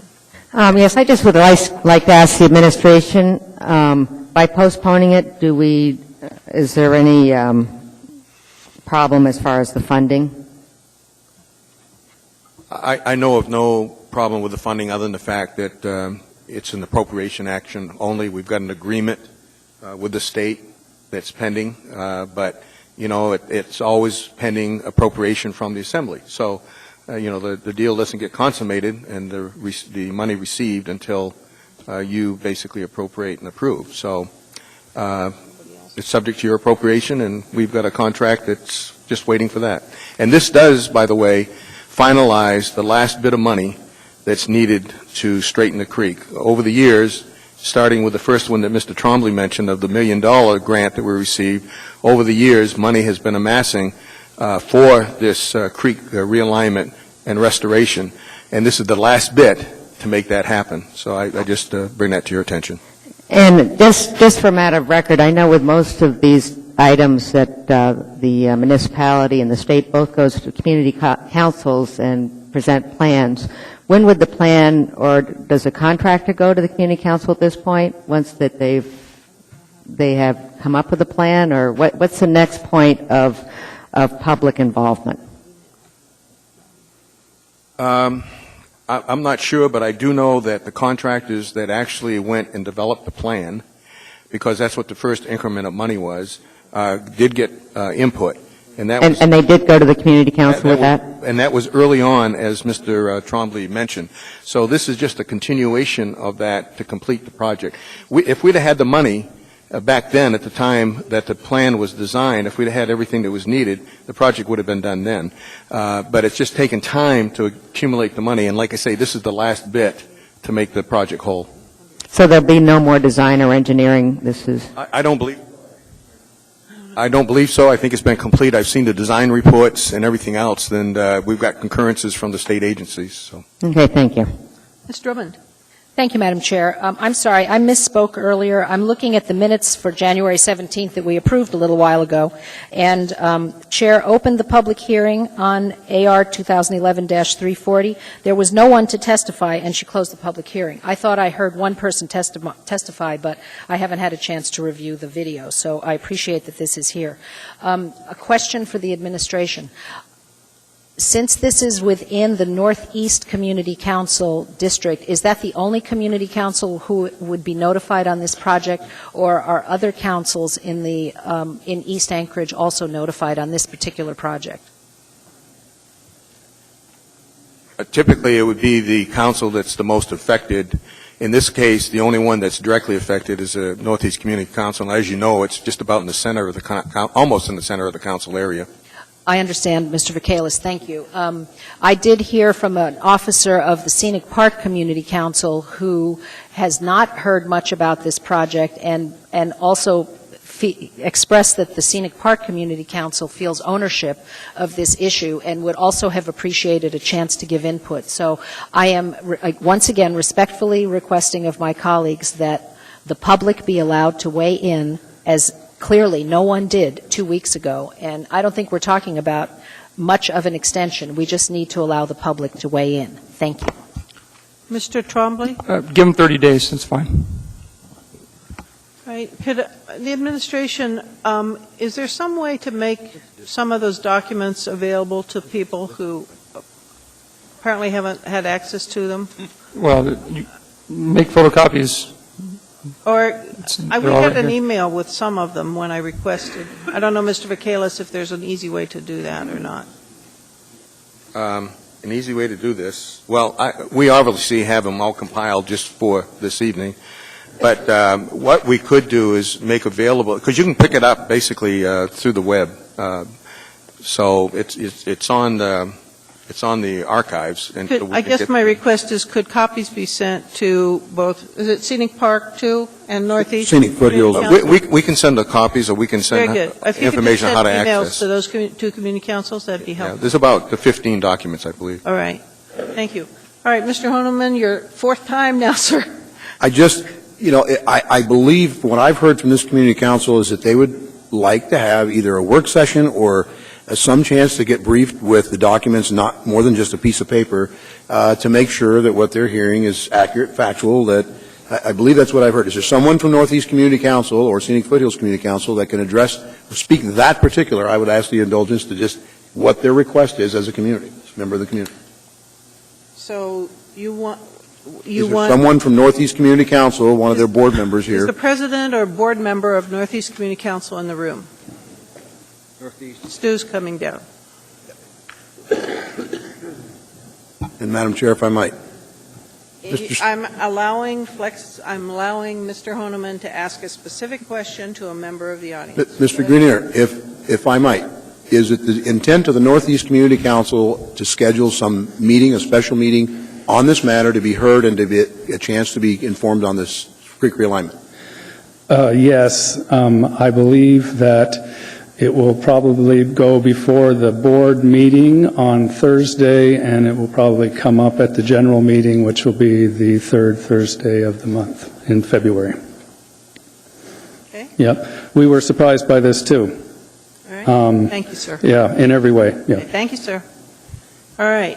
Mr. Trombley again. I apologize for speaking again. I'll tell you what I'll do. Mr. Vaqueros, you don't have to provide those documents. I'll just photocopy this, and I'll just send them to the community council presidents. So I'll take care of it. Thank you. Mr. Traney, and then I'd like to vote. Madam Chair, we need to get the vote going. I think we've all established where we're going to go on Madam Chair, I this. have a question.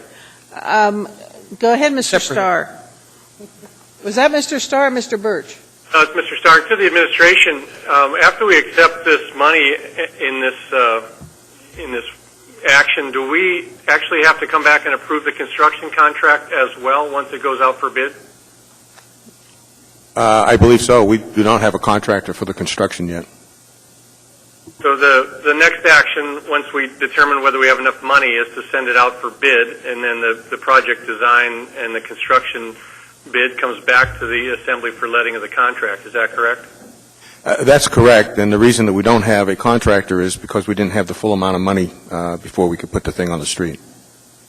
How long will a bid like this typically take to be generated? I would hope, without talking to and the Public Works Director, you can nod your head as I speak, yes or no, but I believe that part of the contract with the design team was to prepare the documents for the bid. That's typically what we do. Is that correct? Yes, he's nodding yes, that's correct. So, Because I can't see him, unfortunately, online, but does the fact that we may delay the letting of that bid award limit the number of contractors that sometimes bid on that because their summer work gets busy? well, in the bidding climate, you usually get better bids the earlier in the year that you bid it. So this is a good time to bid a project for the summer. Usually the January, February timeframe is your best months because people are trying to line up their work for the summer, and this is the people that get the bids out on the street first will usually get the better bids. And I maybe missed the answer to that, but if the bid is let, when will it come back to the assembly for approval approximately? I'll have to ask the purchasing director, but usually 45 days. 45 days would make an award, and that would come to the assembly about that time. About 45 days, sir. Thank you. I have no questions. Thank you. All right. There's no one else in queue. At this time, let's see, there was a motion to postpone for 30 days. Continue? Oh, I'm sorry. I appreciate everybody's help here. All right. The motion before us is to reconsider. So a yes vote will bring the whole matter back to us. Please vote. Mr. Birch? No. Mr. Starr? No. That the reconsideration was approved by a vote of 9-2. So the main matter is back before us. Madam Chair, make a motion to postpone till the meeting of February 28th. All right, what's before us now is postpone, what meeting, sir? I'm sorry. It looks like February 28th. Is that our next meeting? That'll meet the 30 days. Oh, that's 30 days, all right. Do you want to speak to that, sir? I think we've had enough information, Madam Chair. I just urge the yes vote. And there's no, okay, Mr. Trombley seconded that. Please vote. Mr. Starr? Yes. Mr. Birch? Mr. Birch? Yes.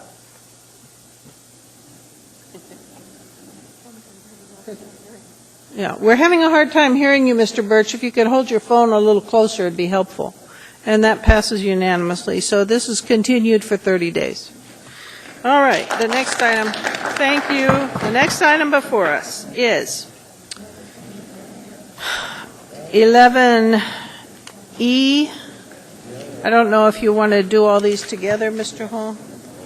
All right, this is 11E, 11F, and 11G. These are AR 321, 322, and 323 regarding the Turnagain Heights district. I move to postpone this to February the 14th. Second. Do you want to hit your screen? Could you hit your screen, please? I'm sorry. I remove my second respectfully. Second. All right. Is Mr. Wheeler? Madam Chair, Assembly members, I just wanted to give a brief update. We received a call today from an attorney indicating representation of some of the property owners. The attorney was advising us of his intention to file litigation regarding the assessment districts on their behalf. And so I'm anticipating that either happened today and we just haven't seen it yet, or will happen in short order. So I just want to make sure the Assembly was aware of that and all the rules regarding pending litigation would apply. Mr. Wheeler, it might behoove us if you could summarize basically what those rules are for the body. Well, essentially, No talking. right, conversations with the property owners may be problematic. You may find yourself more involved in the litigation than you would want. So I just would recommend you exercise caution, and feel free to contact our office if you have any questions. Go talk to them. All right. Thank you, sir. And is the date all right then, Mr. Wheeler? Yes, as I indicated to Mr. Hall, we need a chance to sort of digest this new information, and the postponement was actually going to be premised on a different issue, but now that this has become an issue, we need an opportunity to figure out what we're going to do next. All right. See. Sorry, have we voted on that? Madam Chair, All right. what was the date it's being postponed to? Just our next meeting. Okay, thank you. All right. The motion for all three of those was to continue. So is there any objection to doing that? Do you want to go ahead, Ms. Drummond? I just want to be sure that that's enough time to begin the process that we talked about, Mr. Hall, on the AWU payback schedule and that sort of thing. Is that sufficient, or do we need another two meet? We can continue to postpone action if the other steps have not yet been taken that will help clarify this issue. Mr. Hall and I are just trying to keep this out of the hair of the rest of our colleagues so that we can get clarity on it before we bring it back to you for action. So I hope you will indulge us with the postponement on action. We Madam Chair? appreciate it being out of our hair. Go ahead, Mr. Starr. Yeah, I'd be real happy if they would start to establish an alternative precedent to the luck roll calculations. Our constituent body, as you know, Ms. Osiander, faces this optimally. So any more research that they can bring to the table, I'd be happy to have a couple more weeks. Thank you. I understand. Go ahead. In responding to you, Ms. Drummond, yes, I'm following the direction of Mr. Wheeler with that date. Okay, good. Thank you. All right. And I heard and saw no objection to that continuation. So at this point, I think we will take our regular dinner break, and we will be back in about 20 to 30 minutes, beginning with new public hearings at that point. Thank you.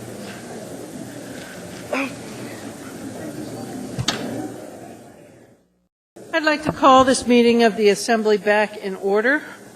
The first item before us is 14A, AO1. Just a minute.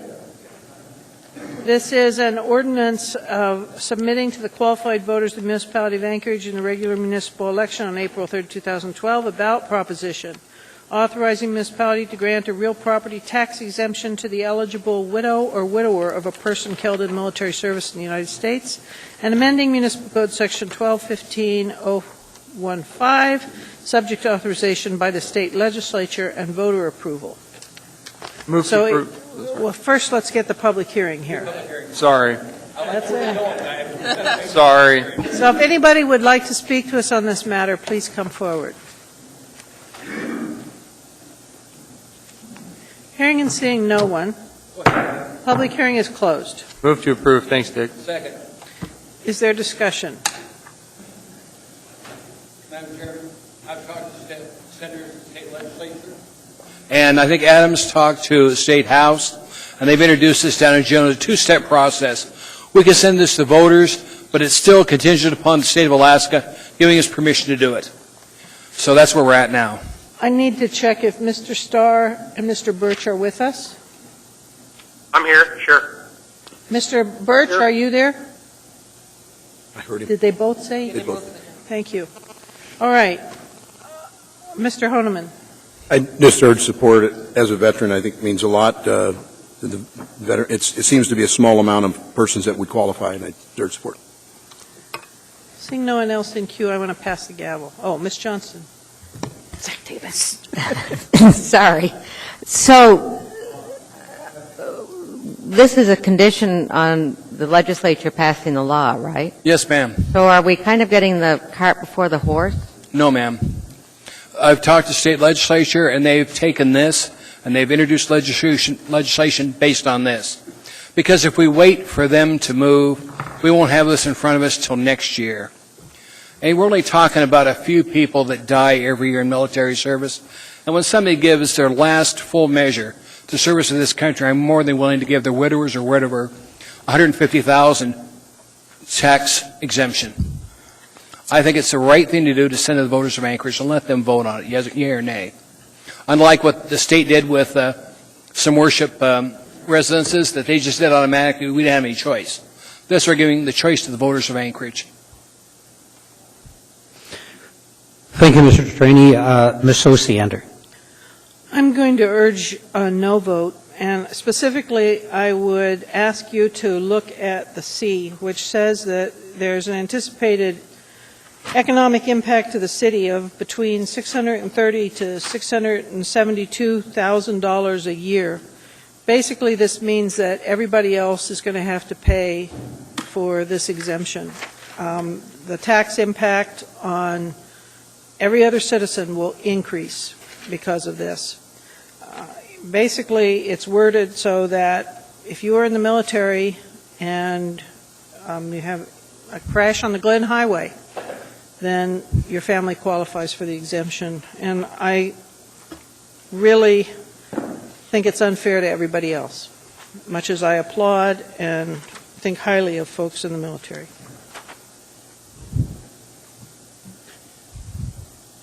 See no one else in the queue, please vote. Oh, Mr. Trombley? Need to get Bill Starr and You have to ask Birch's Bill. vote. Mr. Starr. Yes. Mr. Birch. Yes.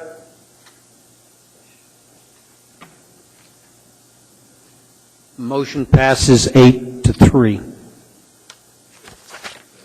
Thank you. 9-3. Mr. Trombley, is there anything else you wanted to say? No, Madam Chair, I apologize. All right. The next item before us is 14B.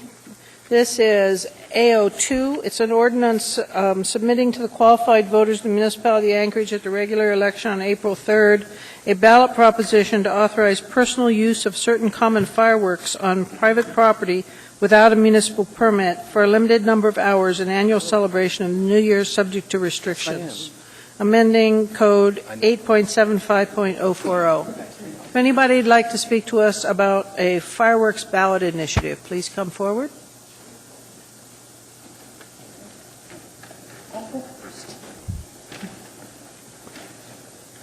Good evening, ladies and gentlemen. I have a small petition here, and I would just choose to just read. Could you start with your name, please? Oh, I'm sorry. My name is Kathy Suby. We, as members of the Anchorage community and as pet owners and animal lovers, wish to respectfully implore the Anchorage Assembly to reconsider the proposed fireworks ordinance currently being considered by the Assembly. This proposed ordinance has serious impact on the members of our community who have pets and infants, as well as the wildlife within our community. The impact of the noise and smell can have a lasting effect on our pets. Trying to calm a beloved family pet who is terrified by the excessive noise and smell of fireworks is an impossible task. Trying to calm an infant who has been startled out of a sound sleep by the extreme noise is stressful to both the infant and the parents. Allowing the uncontrolled explosion of fireworks, some of which are extremely powerful, is a hazard to all involved, including those who are using these explosives and are untrained and inexperienced in the use of them. Passing this ordinance as a waiver of the municipality of Anchorage current no fireworks law is unwanted, unnecessary, and hazardous to a large portion of Anchorage population.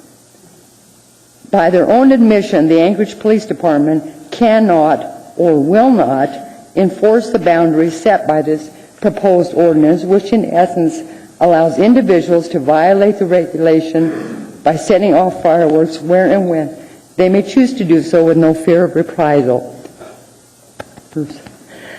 Passing this proposed ordinance is simply a license for a free-for-all of noise by individuals, many who will have been drinking alcoholic beverages before lighting these explosive devices. By signature below, we hereby wish to submit our name to the Anchorage Assembly as being in opposition to the passing of the proposed fireworks ordinance and encourage our Assembly members to vote against this proposal. And on a personal note, as a dog owner, it has occurred to me that if the municipality allows this, we need to request that they also consider a waiver of the animal ordinance, which only allows my dogs to bark for a certain amount of time before a neighbor can complain. With fireworks going off 5 hours a night, we know that people don't go by the regulation. They start early, they end late. I don't need my neighbors complaining about my dogs barking when it's a direct result of this. May I give this to you? To the clerk. And if you could first spell your name for the record. Kathy with a K, K-A-T-H-Y. Last name is Subi, S as in Sam, E-U-B-E. Thank you. And the clerk is right here. Do you want to tell us how many names you have on your petition? Thank you. Go ahead, ma'am. Hello, my name is Casey Wilson. Hold on, I'm sorry. Mr. Trombley had a question for you. I apologize. Could you come back? Yes, sir. My question is I just want to clarify because I think there might be a little bit of confusion. Where you speak, what this does is if we vote this, it goes on the ballot for the people to vote on it. And you want us to vote no on this so it doesn't go on the ballot. Yes, sir, that's correct. Okay. I got it. Thanks. And if you could start with your name and spelling your last name, that would help. All right, my name is Casey Wilson, letters K-C Wilson, W-I-L-S-O-N. I would like to see this measure not go to vote. I'd like to see fireworks illegal again like it used to be. It's really hard when you do have an animal that is terrified of fireworks. It's really hard to plan for 5 or 6 nights of this going on, and that's what happens when it's legal. I heard fireworks going off 4 or 5 days before and 4 or 5 days after the event. I can plan if it's just for the one night. I can go to a special room. I can turn up all the TV really loud. I can sedate my animal. I can put them in a kennel, I can do things like that, but I can't plan for 5 days after or 5 days before with random fireworks going off. So I'm opposed to fireworks, and I would like to see them become illegal again. Thank you. Thank you.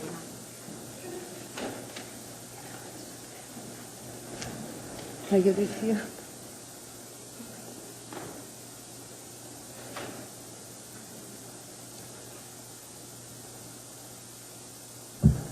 Okay, my name is Margaret, last name Weber, M-A-R-G-A-R-E-T-W-E-B-B-E-R.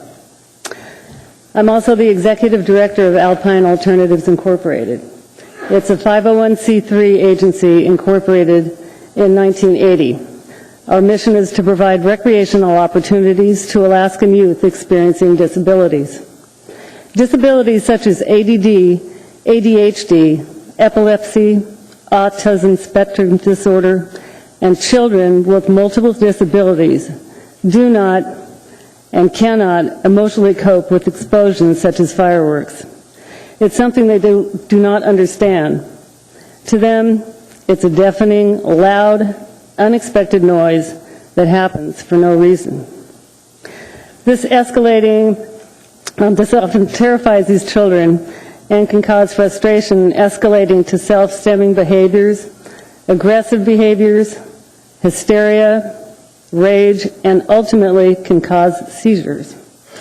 Children and adults experiencing disabilities are part of our community. Can we not be respectful of all the citizens' needs? There is nowhere to go in the Anchorage Bowl to escape the bombardment of noise. The personal citywide fireworks are not supervised. I feel they're unsafe, and it affects us all. The members of the Anchorage community, as well as wildlife, has literally no place to go. In my neighborhood on the west side, off of Wisconsin, the bombing began at 6 p.m. and lasted until 3:30 a.m. It wasn't a 3 or 4 hours, it was 9.5 hours. If you must shoot off fireworks, leave it to the experts and pyrotechs to provide a safe venue away from homes and businesses and people who could be hurt or places damaged. I also have a sound-sensitive Australian Shepherd. Where do my disabled children and dog go? Apparently my home is not my castle of refuge. Where do we go? Please stop the insanity now, and thank you very much for your time.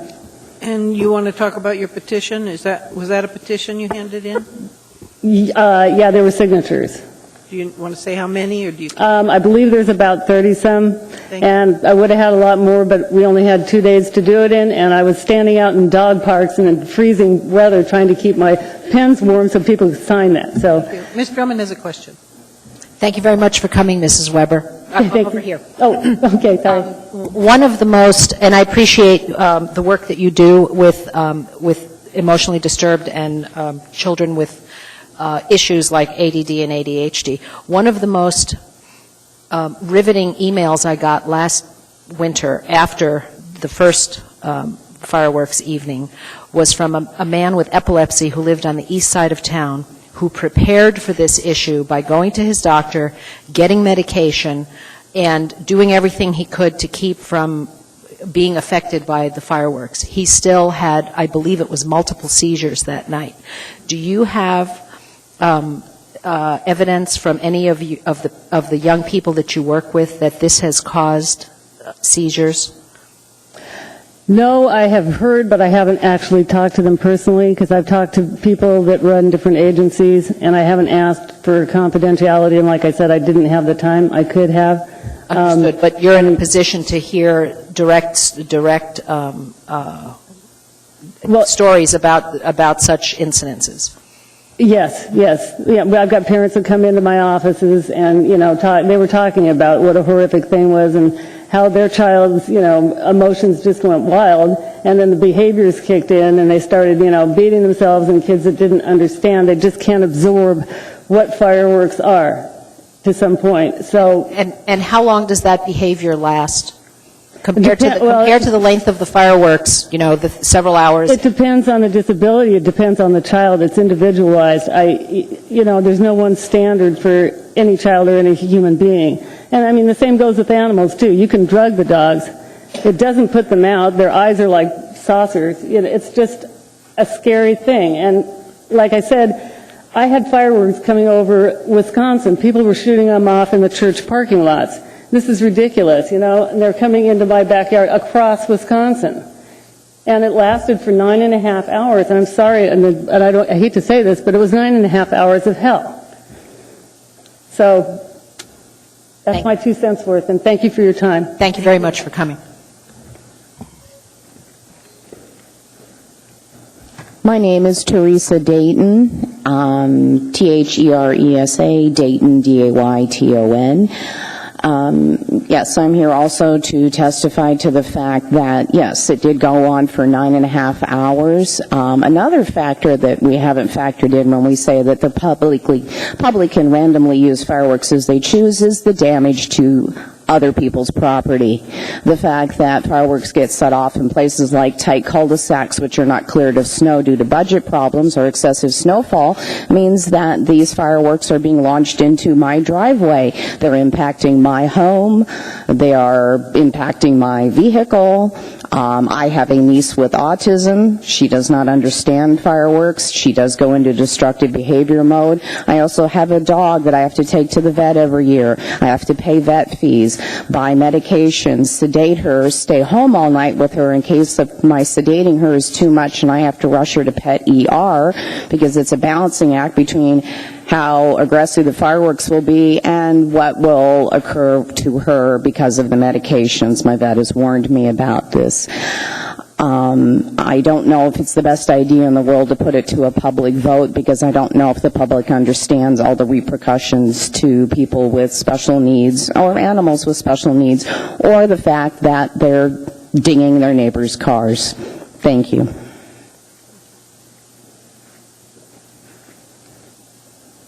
Hello, thank you for indulging me. My name is Lucinda Edlund, Lucinda Edlund. And I would just like to bring my personal experience from the last 2 New Year's Eves.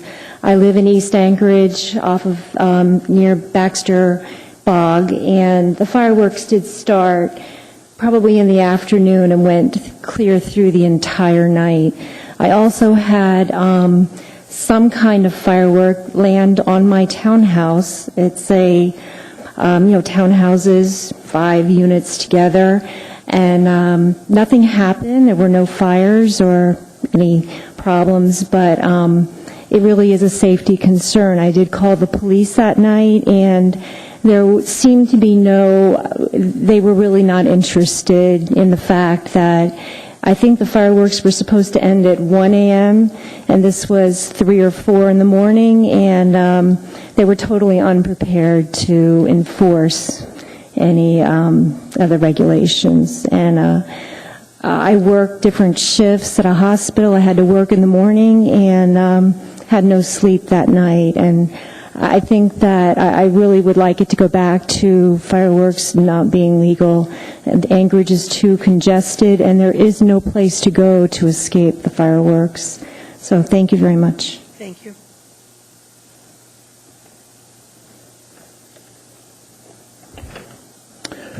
Members of Assembly, my name is Wayne Hall, H-A-L-L, and I've lived in Anchorage since 1978 and owned a home in Midtown since about 1981. I obviously like living in Anchorage, but the one complaint I have about life in Anchorage is noise. Loud cars and trucks, loud boom boxes, and public address noise, among others. And now this ordinance seeks to officially sanction even more noise. On top of that, I don't understand why the muni should be encouraging irresponsibility in blowing up money and annoying neighbors. And we who do not want this near our homes are expected to reason with that kind of irresponsibility with the added ingredient of alcohol. This is really a recipe for turning good neighbors into bad ones. Here, personal use fireworks are somehow traditional. My response to that is since when? Besides, there are good traditions and bad traditions, and personal use fireworks is an example of a bad one. Regarding enforceability, the easiest thing to enforce is what we had up through 2010. No personal fireworks, period. If this is allowed to continue, let's have a property line distance minimum that is easily recognized. And I think we all have a pretty good idea of a football field. So let's say 300 feet. Anything less than that does not protect neighboring properties from the overhead explosions of these aerial fireworks.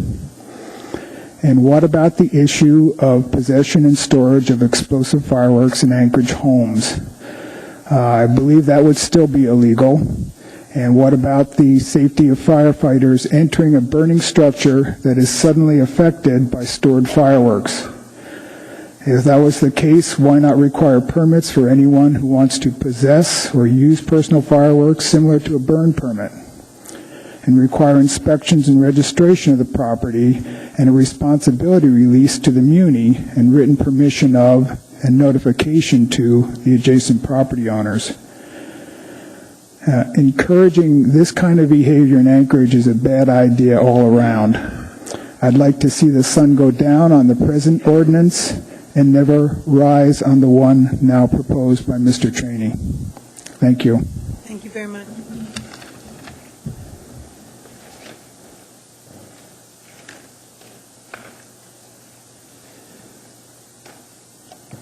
Thank you. My name is John Wenger. It's W-E-N-G-E-R. I've been in Alaska. When people say how long, I say 2. That means too long. But one of the reasons I've been here in Anchorage for probably 20 of those 35 years.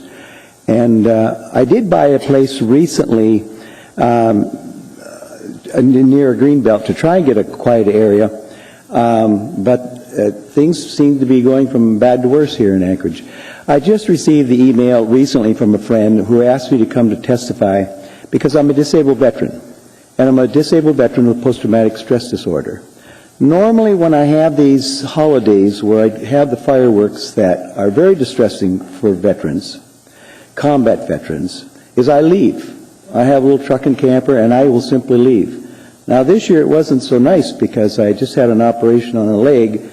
I wasn't going anywhere, so I was housebound and stuck. So I have certain ways that I can cope with it, but it's difficult. And I don't want to speak for myself because Anchorage has a tremendous amount of disabled veterans, especially now with the Iraq war, the Afghanistan war, people coming out of that country. I'm from the Vietnam era. But I can tell you, there is a person who, if you haven't got testimony from Bob Nelson is the VA rep. He's also a liaison with the police department, with the Anchorage Police Department. He works with the vets that have post-traumatic stress. And when I used to go to the meetings, which was for many years, one of our common complaints was noise. It's very obvious how a backfiring of a car could set off a person who's been through attack. It takes drugs. It takes coping abilities. But you got to remember, a lot of these young guys that are coming back from recent wars, they cannot cope. When a firecracker, big one, goes off overhead, and they do not know that it's coming, they can go and take their drugs, but those drugs aren't going to kick in for 15 minutes, sometimes a half hour. You're working with a lot of them here, hundreds of them in Anchorage. So I invite you to contact people like Bob Nelson with the VA at the Vet Center, and he will tell you exactly what I'm telling you about all the problems that you're having. You have a very dangerous situation when you have young vets who just came out of combat, and they get stressed by something like this. You now are going to have conflicts with the police department, police coming, with neighbor problems. These, as you know, can escalate into serious consequences. That I'm not kidding, because there was a time when I was very dangerous.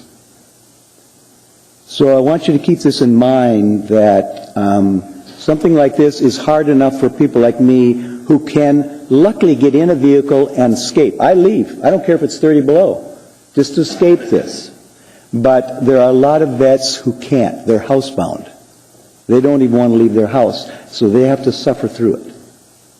So I appreciate this opportunity. I hope others have spoke for the disabled vets, especially those that have post-traumatic stress disorder. Thank you. Thank you, sir.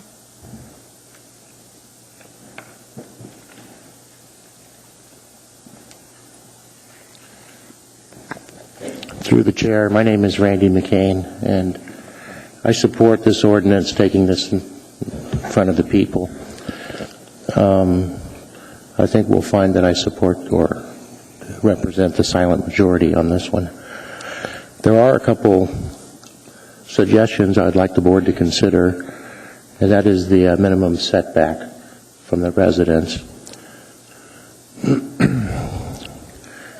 I have dogs and cats.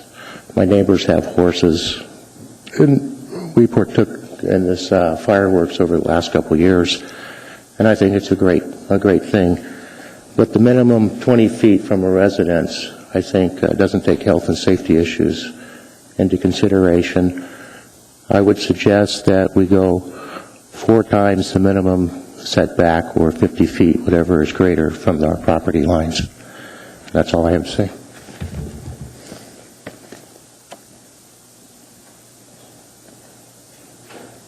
Good evening. I'm Pamela Lloyd, L-L-O-Y-D, and I really enjoy the fireworks. I was really happy to see them happen.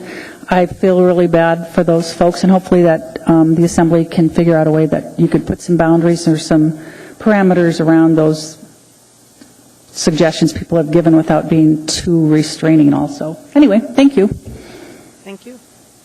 Is there anyone else who'd like to testify?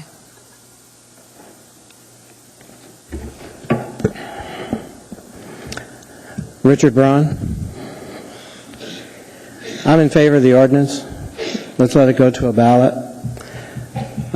Methinks some people protested too much, compare it for 3 hours, 4 hours. If it is 9 hours, which it wasn't in my neighborhood, and I was near Baxter Bog, I guess that means people like it. So let's let it go to a vote, and we'll find out. I think it was President Adams who, back in the 1700s, to celebrate Independence Day, said to ring the church bells, light bonfires, and I'm sure they shot off a few rifles here and there, or some fireworks if they had them, to celebrate the freedom in the United States. And that's kind of what it all represents. We have a hard time in July doing that, so we have to kind of slide it, time shift it on our DVRs or whatever. And New Year's Eve is a good time to do the same thing, and for basically the same reason. Everybody in the 1700s, I think, owned a horse, rode a horse, had a horse, knew a horse, whatever. They had dogs and pets. They had babies. There was maybe a few 100,000 people back then. I think we're up to 300 million plus. I think we're doing just fine. I don't think fireworks has interrupted anything, in that line. So I think we can handle it. I think as humans, we can handle it. I always enjoyed as a kid. It was a good bonding event with my dad. He taught us how to use fireworks. You don't need a whole lot of training for fireworks. You don't hang on to it, you don't touch it when it's hot, and you don't step on it when it's hot. And then you're pretty good. I think we can handle it. If I recall right, the roofs, at least my roof, had an ample layer of snow on it this New Year's. I don't think any fireworks that came my way were any hazard, and I don't think it will be in the future, because usually we have a pretty good amount of white stuff out there. So the fire hazard is pretty nil. I think that's about it. Let's pass this, let's let the people vote, and then you'll know, and we can stop all this. Thank you. Thank you very much. Anyone else?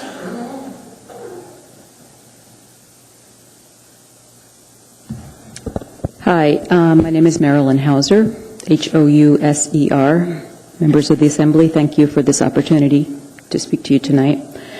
I've lived in Anchorage for almost 34 years. I honestly do not remember a time when personal use or consumer they're called personal use or consumer fireworks. I don't recall a time when they have been legal in the 34 years I've lived in town. Perhaps someone on the Assembly could address that when indeed they've been legal in our community. I am unaware of a hue and cry to make them legal, yet you have before you tonight an ordinance that would put the question on the ballot. I think that would be a bad idea. Why would we want to open that can of worms for our city? There are so many negatives that would come with the legalization of consumer fireworks, including an exponential increase in their use. Some residents of our town do abide by the current prohibition. There would be calls to expand the hours or days of permitted use once we open the door to allow fireworks. Certainly, illegal use would creep beyond the permitted times. Some are already talking about the sale of fireworks in Anchorage. This would not be budget neutral for our city. APD would find itself having to be involved, as would the Anchorage Fire Department and EMTs. Even animal care and control would be affected, taking in more frightened stray animals. Let me reiterate the negatives with personal use fireworks. We're not talking sparklers and firecrackers. The sought-after consumer fireworks of today are mortars, rockets, artillery shells, and helicopters, among other things. They launch 150 to 200 feet into the air and cascade out 200 feet, accompanied by loud explosions. That description, by the way, is taken from the Guerrilla Fireworks website. The website also says, for safety, under their safety section, not to launch fireworks near buildings, yet the language in the ordinance reads, allowing the discharge of fireworks within 20 feet of a dwelling. That would not be even safe, according to the Guerrilla Fireworks website information. The explosions and crackling sounds are distressing to many people, including but not limited to war veterans and those afflicted with Alzheimer's, Parkinson's, and autism. And yes, people's dogs, cats, horses, chickens, and whatever other creatures are out there, including moose. A friend of mine was nearly trampled by a terrified moose that happened to be near a hail of fireworks on the hillside on New Year's Eve. Personal use fireworks are considered explosives, are dangerous, and serious injury can occur. To sanction their use on New Year's Eve when many people are also consuming alcohol to excess is just nonsensical to me. Why would we want to let the voters decide this issue? It doesn't make sense. Why not ask the voters to weigh in on allowing drunk driving for a couple of hours on New Year's Eve? Or maybe we should have the voters decide on whether marijuana should be legal for a couple of hours on New Year's Eve. Please vote no on 2012-2. Thank you. Thank you. Anyone else?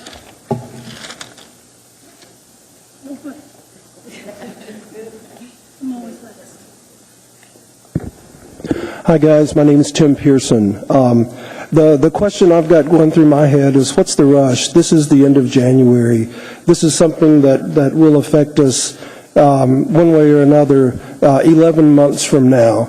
If it has to be voted upon by the people, I just remind you there's a little election coming up in November that will probably get a lot of people out to vote. My recommendation would be that you guys, the people we elect to run our city, to make important decisions, consult with healthcare professionals, with animal care professionals, with the various community councils, and get their input. And you guys do what's appropriate based on that expert information that you as a body can easily obtain. That's all I've got. Thank you. Thank you.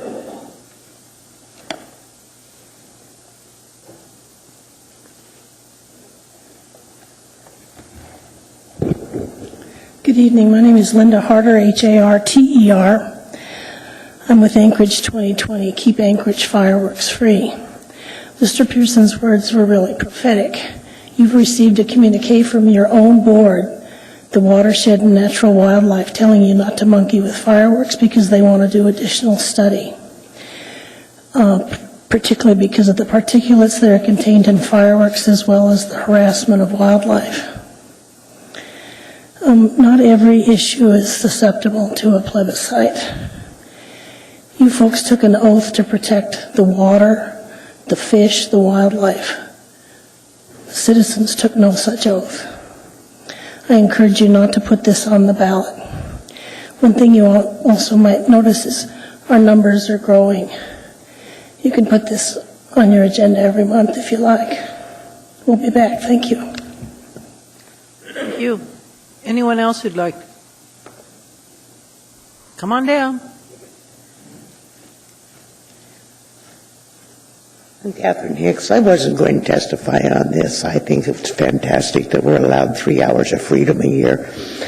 And I would like it to be put up before people on a public vote. But I don't understand if as long as I've lived in Anchorage, which is from the early 70s, firecrackers have gone off on the 4th of July and they've gone off on New Year's. It scares my dog to death.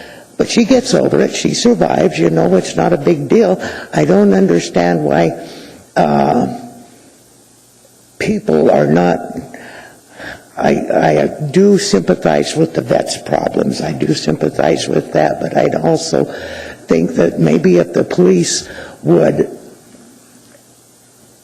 fine people when they're setting fireworks off outside of this 3-hour limit or something like that, if they would start enforcing that. There's been fireworks up here all the time, and I don't see why we can't have 3 hours that it's legitimate to do it, and then you go ahead and enforce it when they're doing it, when they're setting off firecrackers at unauthorized times. That'd be fine with me. But 3 hours, it was just fantastic. My dog was scared to death. I tried to take her out and show her all the fireworks and thought that didn't work, but she was fine the next day. What the heck, let her go. It's just, let the people vote and we'll decide. Anyone else? Anyone else? Come on down.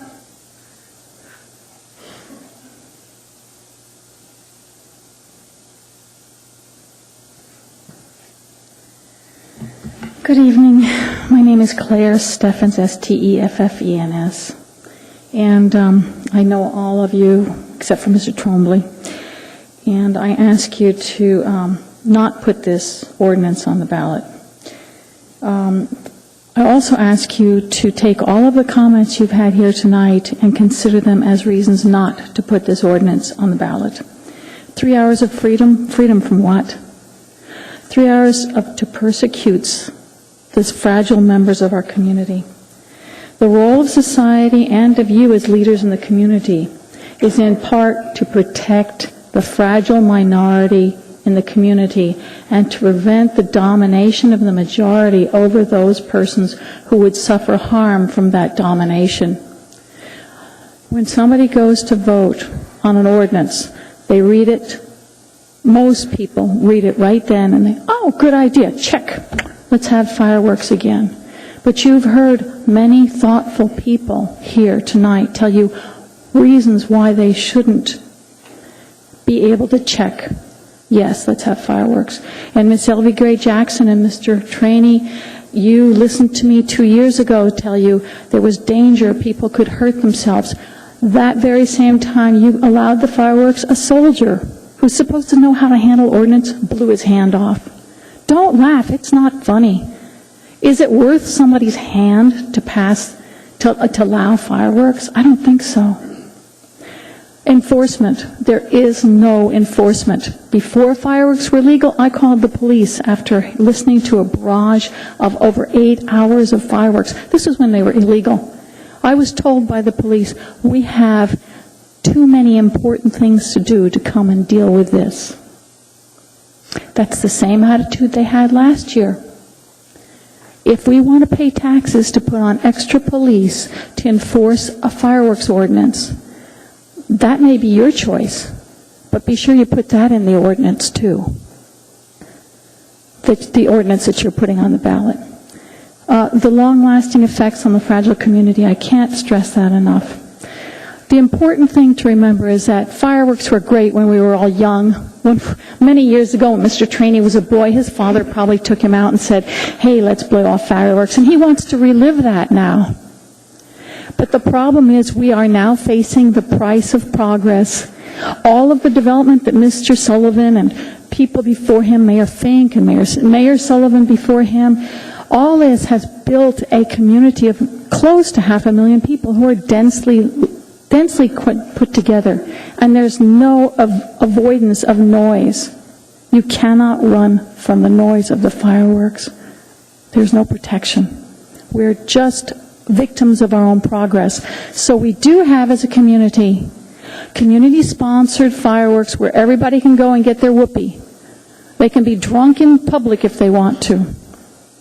Last thing I want to mention is that there are alternatives. If people have to have with fireworks, allow only those that do not go into the air, that make no sound louder than a cap gun blast. So for limited hours, this is home-style fireworks, and I'm wrapping up.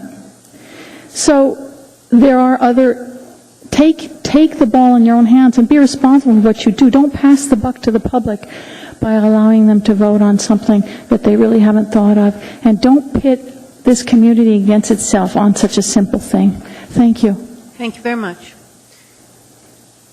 Barbara. Anyone else? Last chance here. Anybody else want to testify? Hearing and seeing no one, public hearing is closed. Mr. Trainey? Move to approve 2011-2. Did you hit your screen, sir? Sorry, there. You want to speak to it, Mr. Trainey? Yes, I've got one change. On Amendment number 1, Section 2, pages 3 and 4, lines 10 through 26 are deleted. Hold on a second. Let's get there. I'll send it down to you. Okay.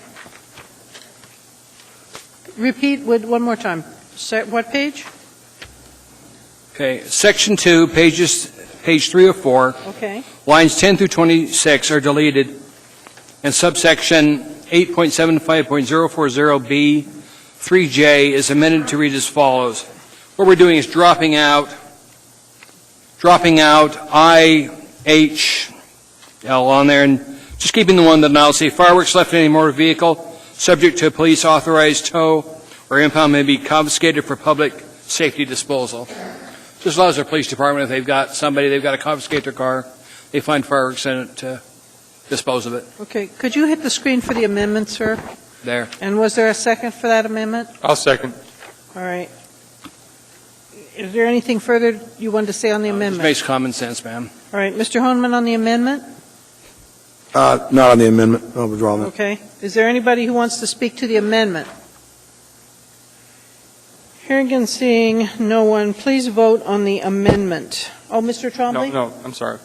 I Okay. hit the wrong button. All right. Mr. Starr on the amendment? Yes. Mr. Birch on the amendment? Yes.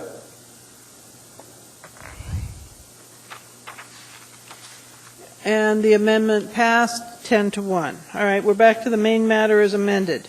Mr. Trombley? I just wanted to answer a gentleman's question. He said, why do we have to take it up now? Is because if it's going to go on the ballot, it has to be dealt with now. We can't deal with it at a later time. I just wanted to clarify that. Mr. Trainey? Ma'am, this is the 2-year test demonstration project, and there was a lot of apprehension when we first did this. I think it was pretty successful. The gentleman that blew his hand off the first year was drunk at the time he did it. So this last year we had no incidents at all. It was extremely successful in this town. And people come to Alaska to be free. And what this does, we send this to voters and ask them how they feel about it. This is not an advisory vote. If this passes by the voters, it becomes law. And like I said, people always come to Alaska to be free. Let's let them be free. And the question we have to ask ourselves before we vote on this, what are we afraid of? I can live with it either way, quite frankly. If the public votes no, fine. But we need to let the public decide how they feel about it. Now, we've had probably 13 people come here that say, I hate fireworks. You had 25 emails that hated it. We had hundreds of people in Anchorage using fireworks. If you saw this town on New Year's Eve, it lit up. Those are the people that aren't here that enjoyed fireworks. Let's let them vote on this issue. What are you afraid of letting go of the voters? They're smart enough to elect us. And sometimes that's questionable. But we ask them about everything except things affecting them. So let's ask them how they feel about it. Thank you, Madam Chair. Mr. Honeman. Yeah, I see the chief still here. Chief, at the last Public Safety Committee meeting, there was a question we had. You were going to have the Department of Research to call for service for fireworks calls. I don't know if that's been done yet. Chief Mew or Fire Chief, either one. I think do you want both of them? I think, I know that there was no incidents of injury according to the fire department. Is that correct? That's correct. And so the Chief of Police was at the Public Safety Committee, and he said he was going. I don't know if that's been done. I'm sorry to put you on the spot, Chief. That's okay. Through the chair, Mr. Hahnemann. I left town. I forgot about it. I have not run those numbers. No worries. I understand, Chief. Thank you. I apologize. With Mr. Traney, I too thought that a 2-year experiment was worth trying, and we certainly knew that after the first year, I heard a whole lot of information from folks, particularly in the mobile home parks, and we did discuss, in fact, through a lot of attempts to get Public Safety Committee hearings, to get people's representatives to bring some ideas, and it wasn't until just before, again, the eve of New Year's that we passed some amendments to the current fireworks ordinance that allowed it. And I, too, lived in the city for about 40 years, and yes, working in law enforcement for 25 years, I saw a lot of folks that just didn't really pay attention to what the ordinance said. So I do know that having responded, I know that people aren't going to, there are some people that are not going to follow the law no matter what we put into place. I'm sure there's people that lived here longer than me that have witnessed and seen the same thing. But Mr. Traney's right. It was a 2-year experiment, and I've heard loud and clear, and I think tonight is just one more time I've heard that there are a lot of folks, really in particular, that probably wouldn't mind public locations away from homes where they've made major purchases to have fireworks displayed or shot off next door to them. I mean, if it were just a matter of putting it in law, that common decency and common courtesy, that your neighbor would come to you and say, hey, do you have any problems with me firing off fireworks?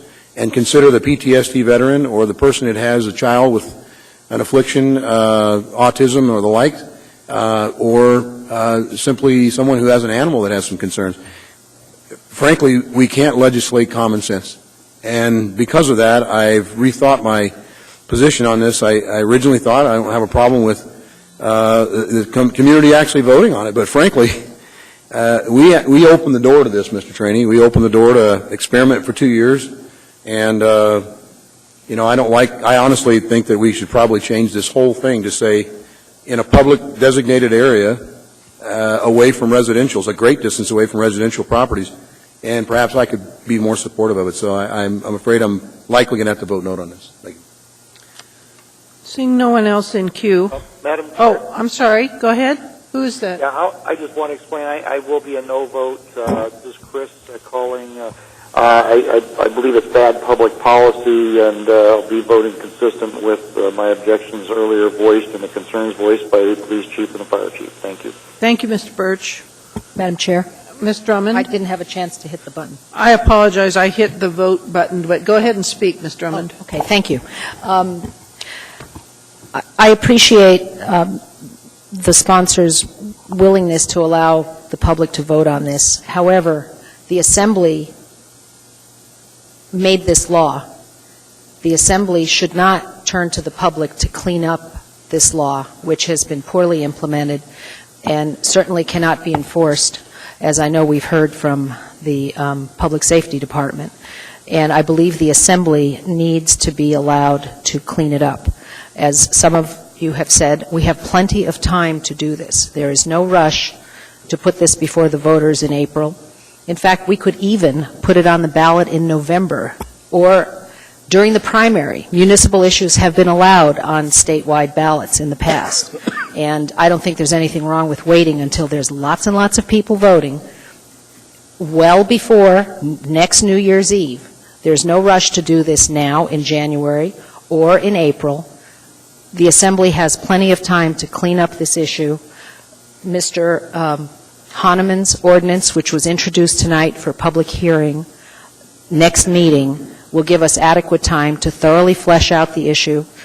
This ordinance, as it will appear before the voters, does not allow fireworks in public spaces.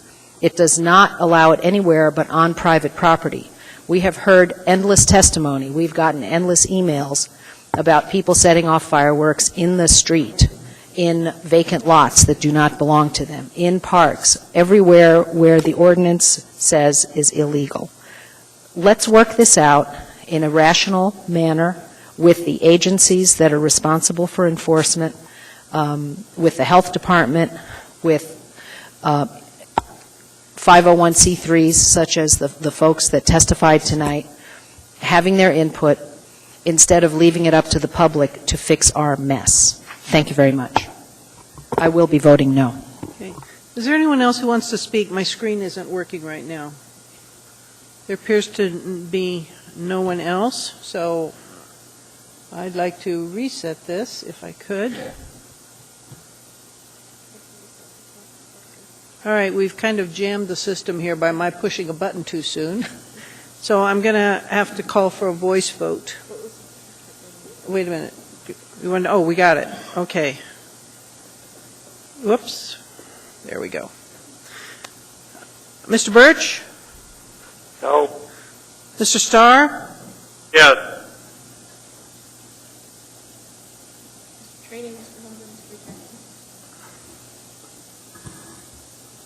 Me first?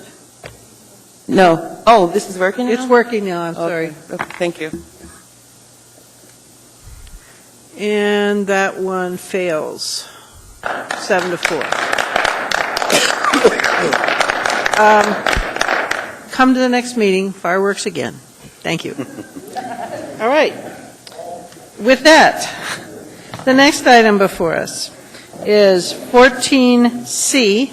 This is A03. It's an ordinance providing for submission of qualified voters of Anchorage, Alaska, the question of the issuance of not to exceed $27,472,000 of general obligation bonds to the municipality of Anchorage to pay the costs of road, storm drainage, and related capital improvements, and the question of increasing the municipal tax cap limitations to pay associated operations and maintenance costs within ARDSA at the election to be held on April 3rd.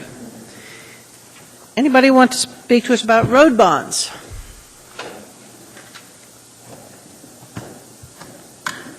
Hearing and seeing no one. Public hearing is closed. Move approval. That item is before us. Is there any discussion? Seeing none, please vote. Mr. Birch? Yes. Mr. Starr? Yes. Mr. Flynn is out of the room. That item passes 9-0. All right. The next item before us is 14D. This is AO number 4. It's an ordinance providing for submission of qualified voters of Anchorage the question of the issuance of not to exceed $2,750,000 of general obligation bonds, municipality of Anchorage to pay the cost for constructing, renovating, and equipping park and trail improvements. Is there anybody who'd like to speak to us on this matter?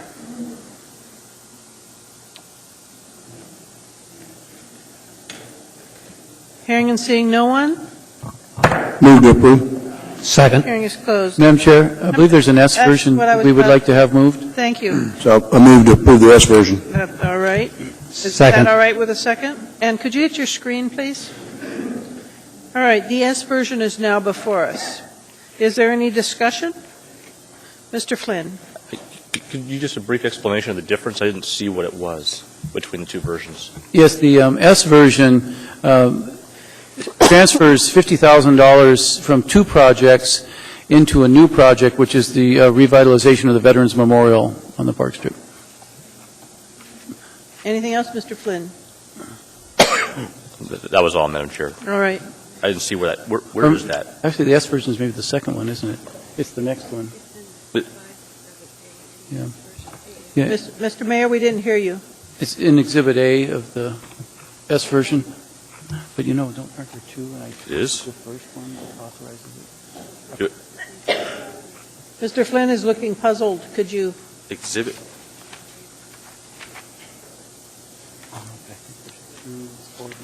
No, I'm back. Okay.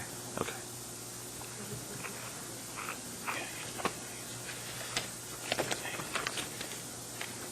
Mr. Mayor, I'm looking for, it's at the very last page, the very end. Mr. Flynn, did you find it there?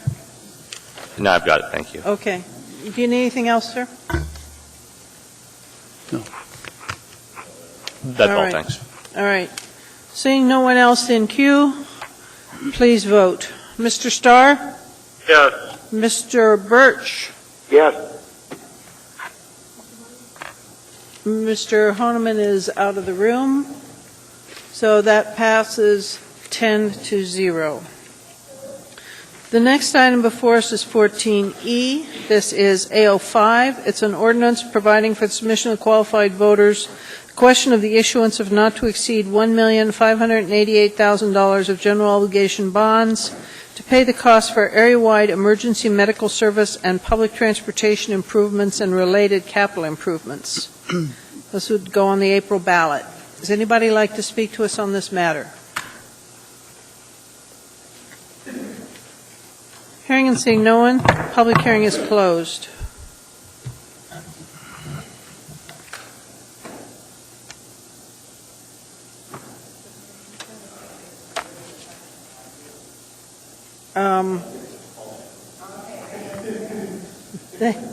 All right, Ms. Johnston has moved it. Mr. Hall, were you the second on that? I will be. All right, the matter is now before us. Is there any discussion? Seeing no discussion, please vote. Mr. Birch? Yes. Mr. Starr? Yes. That item passes 10-0. Mr. Honeman is out of the room. The next item before us is 14F, AO 2012-9. It's an ordinance submitting the qualified voters residing in the South Golden View Rural Road Service Area and the Loma State Subdivision, Block 1, Lot 6A. There's a, I don't know if it's necessary to read all these blocks. Thank you. Basically, this is to annex the Loma Estate subdivision, a series of separate properties to the South Golden View Rural Road Service Area. Is there anybody here who'd like to speak to us on this matter? Hearing and seeing no one, public hearing is closed. Move approval. Mr. Flynn.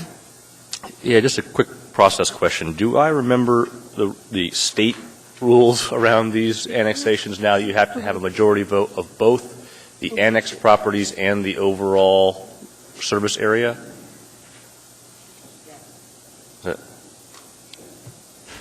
Yeah. I'm sorry, could we get an answer to that? The answer is yes. Okay. Thank you. All right. Is there any further discussion? Seeing none, please vote. Mr. Starr? Yes. Mr. Birch? Yes. That item is approved, 10-0. Mr. Honeman is out of the room. The next item before us is 14G. This is AO11. It's an ordinance submitting to qualified voters in the municipality of Anchorage at the next regular election about proposition amending Anchorage Municipal Charter, Section 1713, for the definition of the word publish to allow electronic publication instead of newspaper publication. Is there anybody here who'd like to speak to this?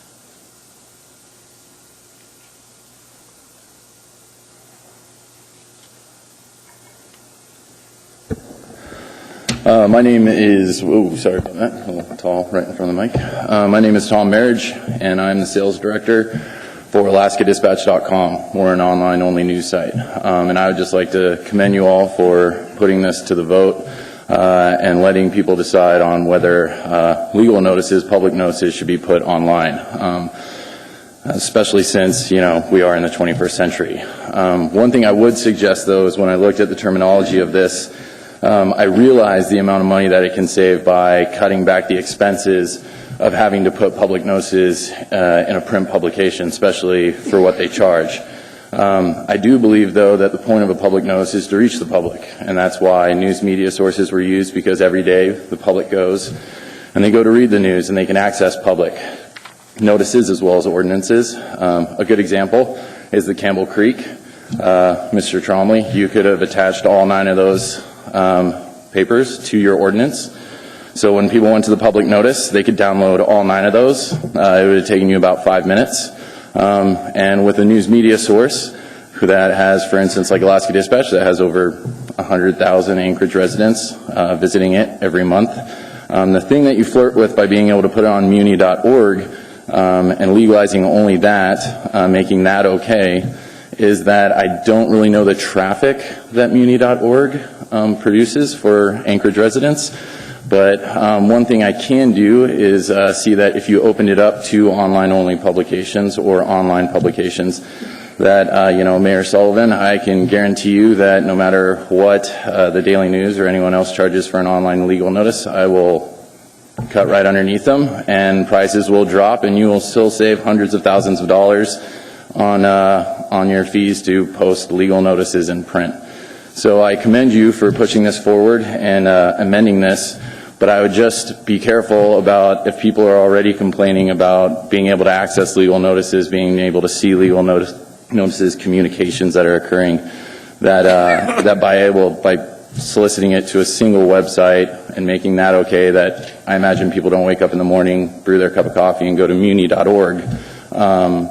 You would still be able to reach those people and have a fully searchable engine where they can look up any notice that they want anytime. So, thank you. Thank you very much. We do have questions, sir. Oh, yes, please. Mr. Trainee. What do we tell people that don't have electronic media services in their homes?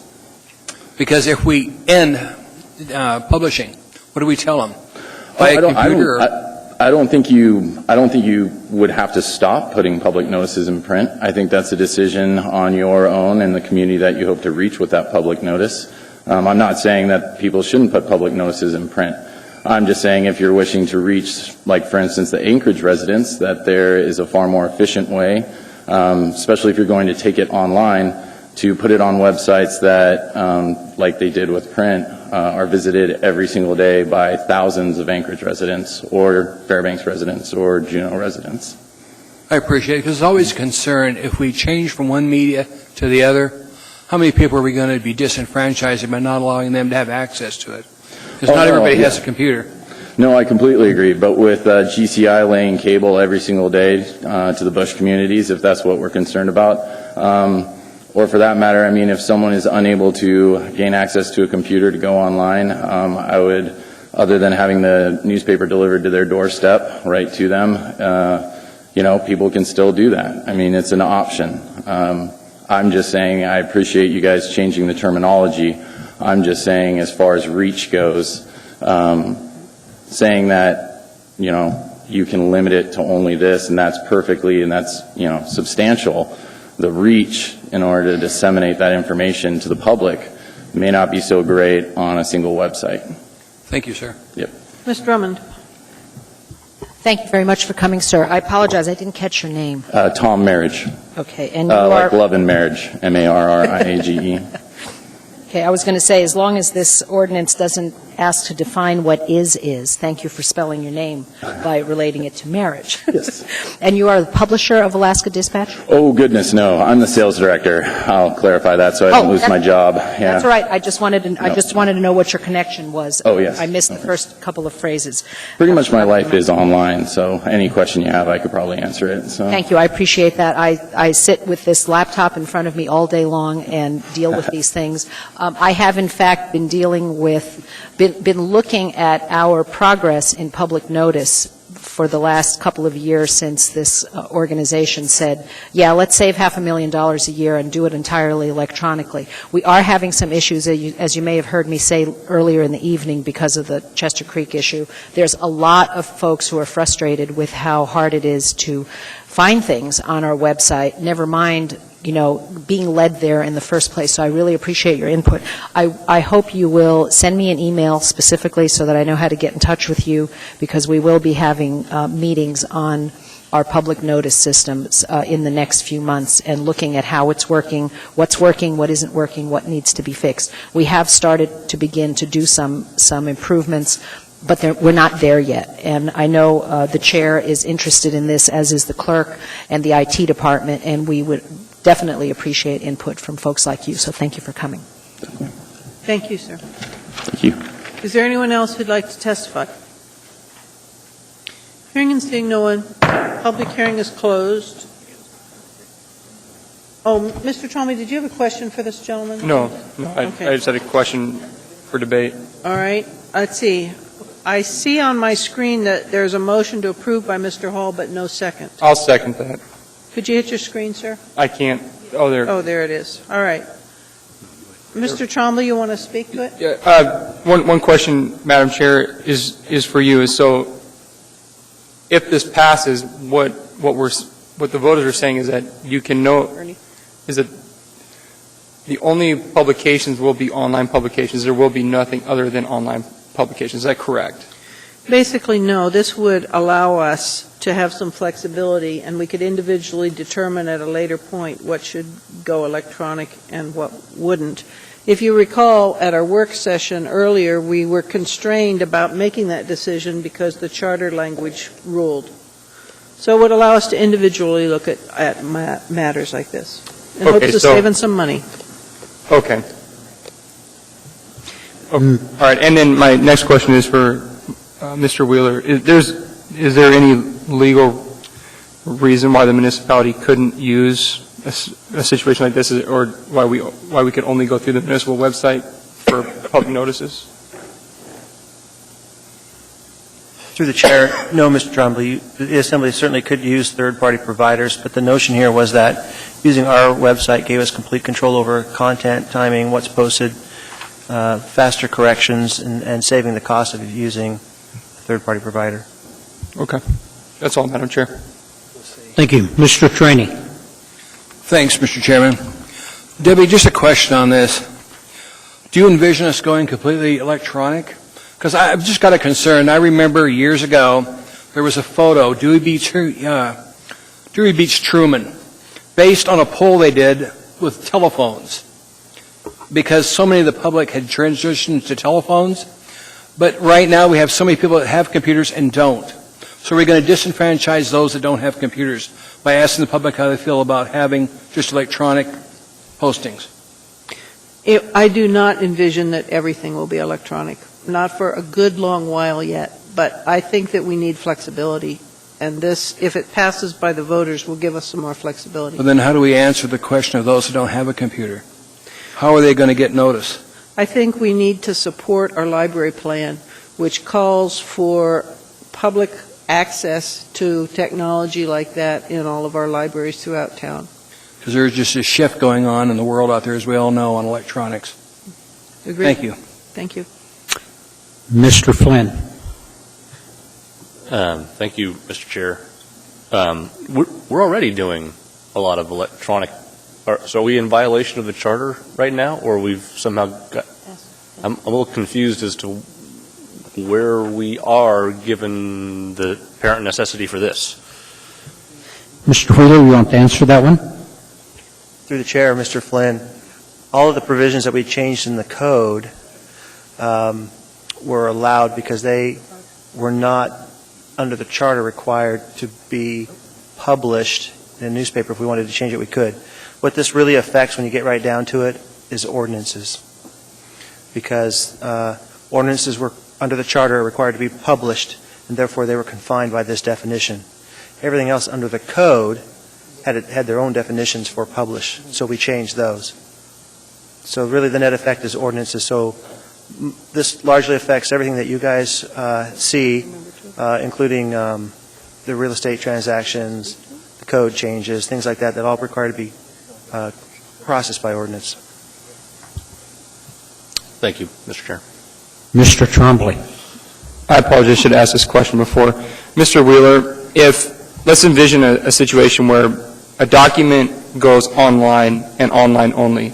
If we assume Mr. Trainey's position is that not everybody has online access. So let's just say that something we voted on earlier today went online, and that someone who would normally see it in print didn't see it in print. Would the city then be in some violation of a federal act of notification or Voting Rights Act? I don't know if that's the right act, but I'm sure there's some federal issue possibly. Through the chair, Mr. Trombley, any federal or state law requirement that requires publication by newspaper, we will still do that. This only allows us to do things that are subject to local code. So, for example, real property tax foreclosure requires publication in a newspaper by state statute. Okay. We don't change that process right now. So as long as state law requires a newspaper publication, we'll do that. Same thing with any federal law requirement. Okay, thank you. Ms. Sylvia Gray Jackson. Thank you, Mr. Chair. I was in the queue, but I took myself out. But since you recognize me, I think I need to talk. So anyway, my concern is, as Mr. Trainey mentioned, that this would disenfranchise some of the members of the public, and that's the last thing I want to see happen. So I guess my question is to you, Mr. Chairman, is this does not limit us to just advertising on the municipal website. If the body decided that, well, we're hearing, from the public and we need to do something different, we'll still be able to do that, correct? Mr. Chair? That's correct. Thank you, Mr. Chair. Seeing no one else in the queue, please vote. Mr. Starr. Yes.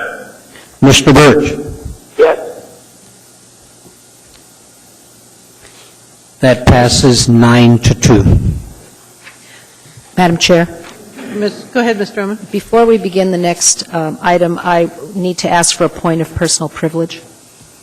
State your point. Thank you. The item 14I, which follows the IM termination, is my and Ms. Gray Jackson's ordinance, and I have been told that there is a problem with the title of the ordinance, and I need to respectfully request to reopen the agenda so that I can add the introduction of a new ordinance with the proper title that would be publicly heard at our next meeting of February 14th. It will address the issues that we have brought up in Ordinance 2012-10. Thank you. And I have copies right here for my colleagues. Wait, just a question. So the one that's on the table is not sufficient? You wanted one to go instead of that one? Yes, the laid on the table item revised the body of the ordinance, but the title does not match. And Mr. Wheeler and Ms. Tucker conferred, and we don't want to risk having an unenforceable ordinance because the title and the ordinance body language do not match. I don't know if I've explained this correctly. Attorneys weigh in if I need your help. Madam Chair, I just wanted to make one note. Ms. Tucker and I don't necessarily agree on that issue. We have a difference of opinion on the necessity to change the title. It was my concern that the title was not broad enough, not Ms. Tucker's. All right, but regardless, it's the Assembly member's desire to introduce an item. So I'm going to ask if there's any objection from the body for changing the agenda at this point to allow for introduction of an ordinance. Does anybody object to that? Seeing none, I'm going to allow a change in the agenda and go ahead and introduce, and if you have two members, to second it, we'll be on. Thank you, Madam Chair. It's coming your way. I also need you to know that I intend to postpone AO 2012-12 indefinitely once we amend the ordinance and adopt it. One thing at a time. If you could read the title into the record. Yes, ma'am. That would be helpful. An ordinance of the Anchorage Municipal Assembly amending Anchorage Municipal Code 12.07.010, tax levy on motor vehicle registration, to provide for a limited refund program and providing for retroactive application. All right. Is there a second? Second. Is there a third? Third. All right. Since we don't have a number for this one, Madam Clerk, should we call this a letter P, following our Q. Am I earlier? Okay, this is Q, and this is P, excuse me, and this has been introduced. Anything else, Ms. Drummond? Thank you very much, Madam Chair. I appreciate it. For now, so this is introduced, and it will be up for public hearing. I'm sorry, we need to specify. You want the public hearing at the next meeting? As soon as legally possible. Okay, then that would be our next meeting.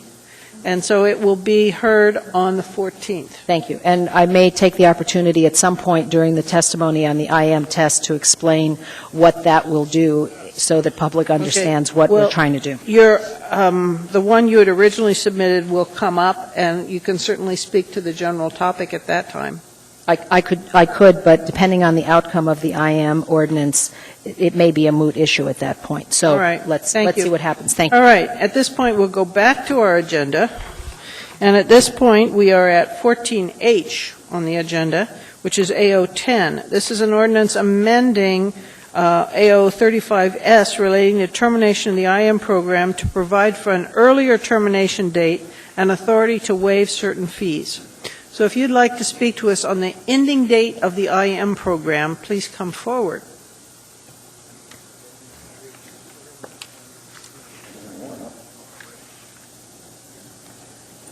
Well, my name's Rich Klein. I'm the owner of Klein's Sorrel. Could you speak to the mic, sir? Pardon? It's hard to hear you. If you could speak right in the My mic. name's Richard Klein. There you go. And I'm the owner of Klein's Sorrel. And I have, emailed every one of you, and I only got about half of them back. So I assume we got about a 50-50 chance of getting this continued. We were told that we had 6 months after the EPA made their answer to Anchorage to end the program. We were told that. And I would like to start off that, you promised us, the IM industry, that we would have the 6 months. You should honor your vote. You should honor what you told us. We're business people. We have to make decisions ahead of time. We had to go out and get a service contract for our machines that cost us $890 for a 6-month deal. And if you stop this program, there is no refund on that. I have emailed each one of you, and you probably already understand that. I give you a phone number to call to verify what I'm telling you, the worldwide environmental product, to tell you that there's no refund on that. And so if you would stick with your first vote and continue the IM program until the service contract, because we had to go out and spend more money for other things too. I didn't get into a lot of details, but we had to make business decisions. And most of you, some of you have been in business, you know how you have to make business decisions. And if you don't make those on time, it costs you more money. So I am asking you to honor your vote. Honor what you have told us. The mayor made a news conference, and he's got the people so confused out here. We had people come in, and they say they stood in line at the DMV to get their IMs, to get their registration done, and the DMV says, you have to go get the IM, and it was a big confusion because Mr. Mayor made the news announcement that the IM program they thought was ended. Okay, there's a lot of misunderstanding out here, and I don't think anybody's aware of it. I know Mr. Mayor's not, and so you need to be aware of that. You need to put out something to say, the IM program is either dead or it continued on until you promised us, and I think that's what we need to do. There's a lot of other problems out there that is happening, and one of the things I find very amusing is that the next thing on the agenda is that we're going to talk about the raising the taxes, vehicle taxes now. The next thing on the so if we stop the IM program, the city wants to go ahead and start charging vehicle registration fees so they can make more money. I mean, is that all planned out? If we stop the IM program, I suspect it is. So again, I ask you to honor your vote. Honor your vote that you've already voted for for the 6 months extension, and that we can continue on. we have expenses out here. We've spent money out here. And if you guys want to write me a check, or Mr. Mayor, you want to write me a check for my expenses, I'll take it and I'll sit down. Sure. Okay, because it's not easy being in business at this time. Sir, your time is up. Okay, very good. That's all I have to say. But I'd like to talk to Mr. Trainee there. Have you got your gas cap on now? You got your gas cap on? Yeah, your gas cap. Yeah, I remember you. Yeah, okay. Wait a minute, sir. Ms. Drummond, go ahead. Thank you for coming, Mr. Klein. I appreciate it. I did respond to your email, although I've been flooded with emails in the last 24 to 48 hours. Is your IM station one of the ones that also does the registrations? No, we do not. No, we do not at that time, no. Are you aware of the fact that the vehicle registration tax went up on January 1st? Are you aware of the fact that the vehicle registration tax went up on January 1st? Yes, I did. The vehicle. So now the city is going to be making X more amount of money. They're going to drop the IM. They was making $18 for every IM certificate. Now they're going to be making hundreds of dollars. $70 minimum on an 8-year-old car or older, and sliding scale up to $150 for a new car every 2 years. This is on top of the IM test. Which goes to the city, right? That's right. The state collects it and gives it to the city. Eventually, I think we get it. Yes. Thank you. I just wanted to see if you were one of the stations that also provided registration for DMV, and if you had heard about that. this. I did not do that, and that's all. Thank you. I appreciate your concerns, and I intend to honor my promise. Okay. Thank you. Yeah, just honor your vote. That's all I'm asking. Thank you. Just a minute, sir. Just a minute. Mr. Trainee. Sorry, it doesn't work sometimes unless I push it. So what day do you envision this program ending? What day? What day? When I count 6 months from January 10th. Should be 6 months after the EPA had indicated what the EPA give out January 6th. Their date is January 10th, so that would be the 10th of July. Right, exactly. You're comfortable with that date? I'm up for that, yeah. I mean, I'm going to, so we can get our deal, because there's no refund on our money, and the only way you could get refund on it if the mayor or the city had sent a letter to Worldwide Environmental and ahead of time and said, it takes 6 months to get any refund, and they won't refund any money, so. Thank you very much. Yeah. There are no other questions. Thank you. Okay, thank you. Is there anybody else who'd like to testify on the IM?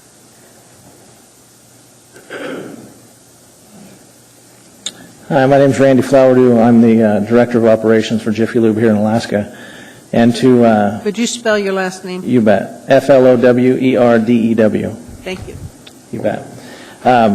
To reflect what Mr. Klein was saying, I mean, we've incurred all those same costs as well. And I mean, that's certainly part of the problem. But the reason that this was voted on in the first place still makes sense. And why that, why some of you anyway have brought up the point that you want to change it doesn't make any sense in terms of, we've got 40 employees that this is going to impact negatively. And I don't know which one of those 40 employees is in your districts, but I mean, they're all citizens here that, are relying on a paycheck.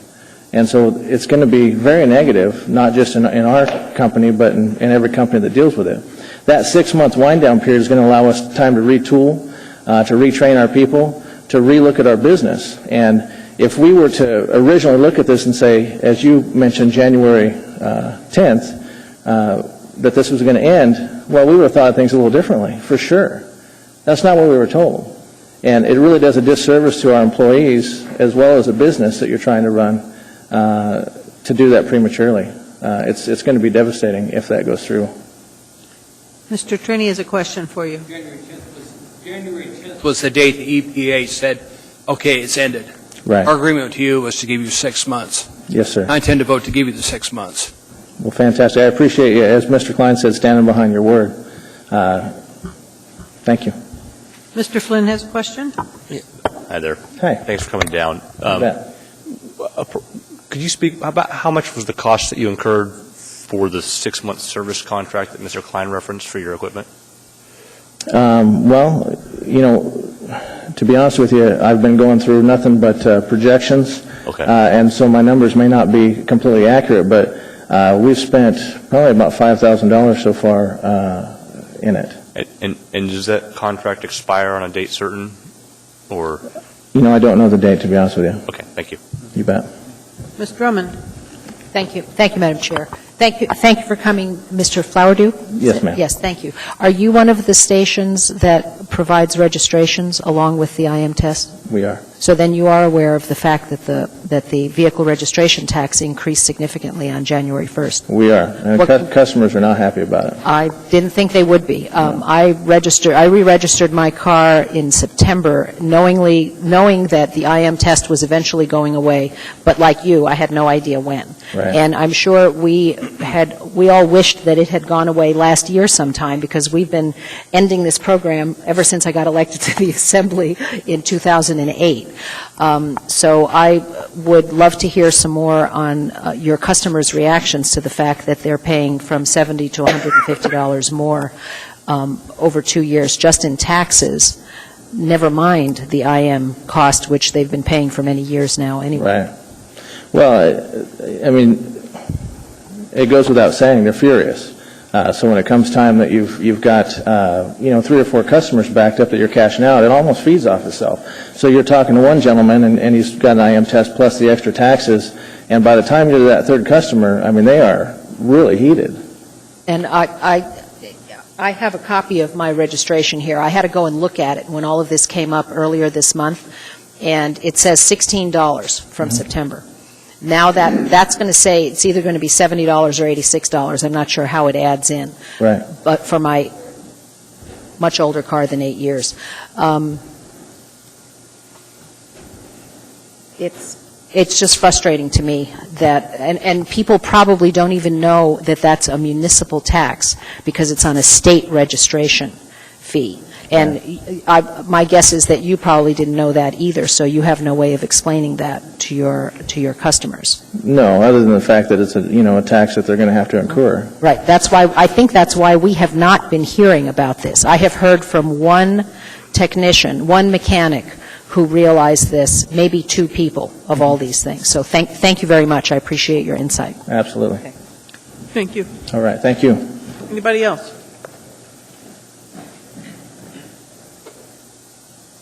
Hi, I'm Vicki Clausen, it's Klassen, and I'm with Alaska Quick Lube and the Emission Test Center.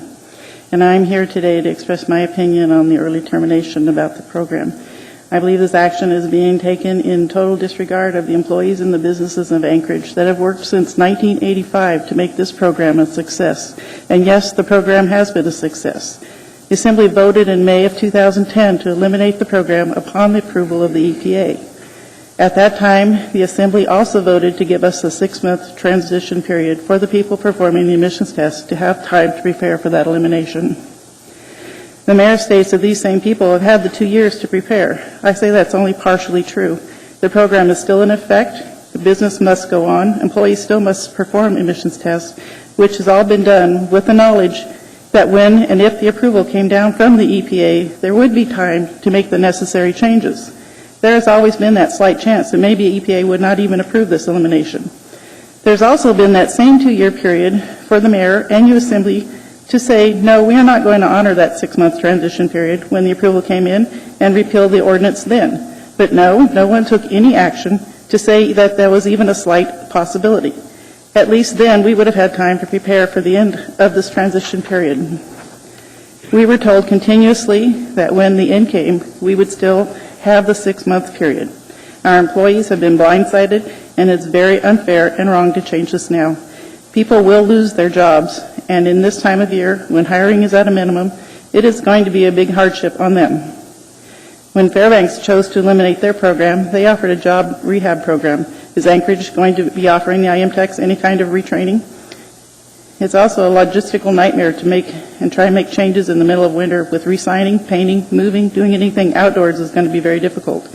When the Assembly makes an ordinance, as they did 2 years ago, they should be held accountable to the people and stand by their decision. This is basically a breach of contract to the people who have worked the last 27 years to make this program a success. People's lives and families are going to be impacted greatly in a very short period of time if this ordinance is passed. Please consider not terminating our 6-month grace period and honor the decision that was made, as it is the right thing to do. Our employees and families depend upon your decision. Thank you. Thank you.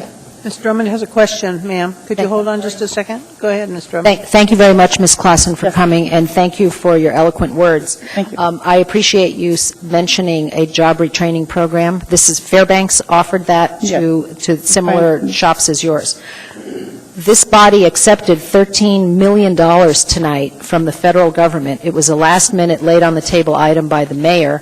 The Small Business Jobs Act. Here, my fellow assembly members, is a perfect application for some of that $13 million to help these folks through their transition period. I hope we take it under consideration. Thank you very much, ma'am. Thank you. Thank you.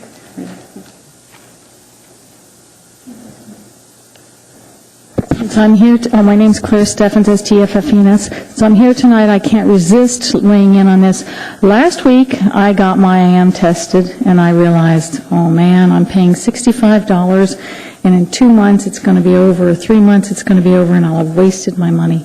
But the real shocker, and in answer to Ms. Drummond's question, is I have to pay $172 to register my 1996 Subaru? Whoa! How did this happen? When I was told that, I really didn't believe the fellow, and I went home and I looked at my little slip. So I think you folks ought to keep your word. If you told the small businesses here 6 months, 6 months is what you should do. You know, you give your word. You represent the community. You're supposed to be leaders. You're supposed to be high in the integrity level. You're supposed to be somebody that we rely on. People vote for you because they believe in you. Keep your word. Thank you. Ms. Drummond has a question, ma'am. Could you come back? Go ahead, Ms. Drummond. Thank you, Ms. Steffen. I've been struggling with this ever since the EPA came down with this decision earlier this month. And what you heard me do just before we took up this item tonight, my ordinance will, if the Assembly chooses to take it up and to pass it, will find a way to refund or credit you for at least the equivalent of the IM test, part of that new tax. The new tax has now been in the works since the fall of 2010. It could not be implemented until this January because of state rules for implementation and for arranging to collect the money on behalf of the muni, et cetera, et cetera, et cetera. Huge, huge bureaucracy that we can't even change it until January of 2014. So I'm incredibly frustrated, and you just hit the nail on the head. There are all these people that are being hit with this $70 to $150 additional tax on top of the IM fee, and they don't even know where it's coming from because it's on their registration under state. Thank you very much. I appreciate it. Thank you. You know what that money? Anyone else? You know what that money's being used for? Hi, guys. I'm still Tim Pearson. Upon my first reading of this proposed ordinance, it hit me, wow, I've finally run across something that I actually agree with Mr. Sullivan on. But then I thought about it a little more, and this kind of affects me in a weird way because the 6-month period is 2 weeks after my renewal is due. So I'm getting an IM test for 2 weeks. But you know what? Duty and honor trumps whatever those 2 IM tests are going to cost me for my 2 cars. You've got to honor your promise to these guys and give them the 6 months. That's just the right thing to do. Thank you.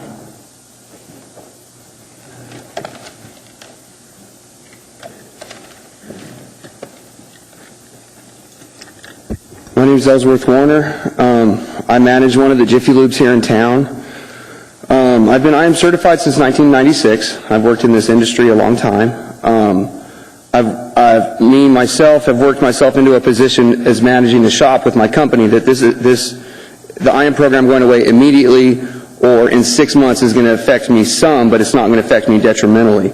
I came here today to talk to you guys because I employ 10 people work under me.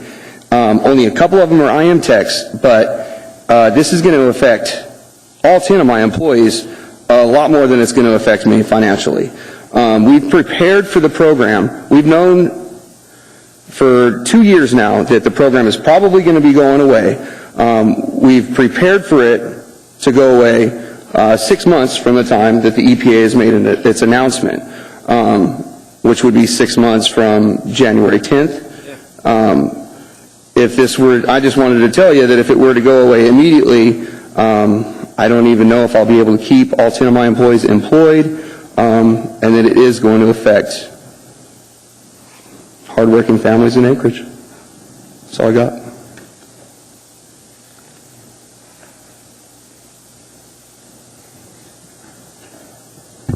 Members of the Assembly, Mayor, wow, it's been a long time since I've stood here. My name is Tim Schrage. I'm president of Express Lube in Anchorage, Express Lube and Tire now, as we call it.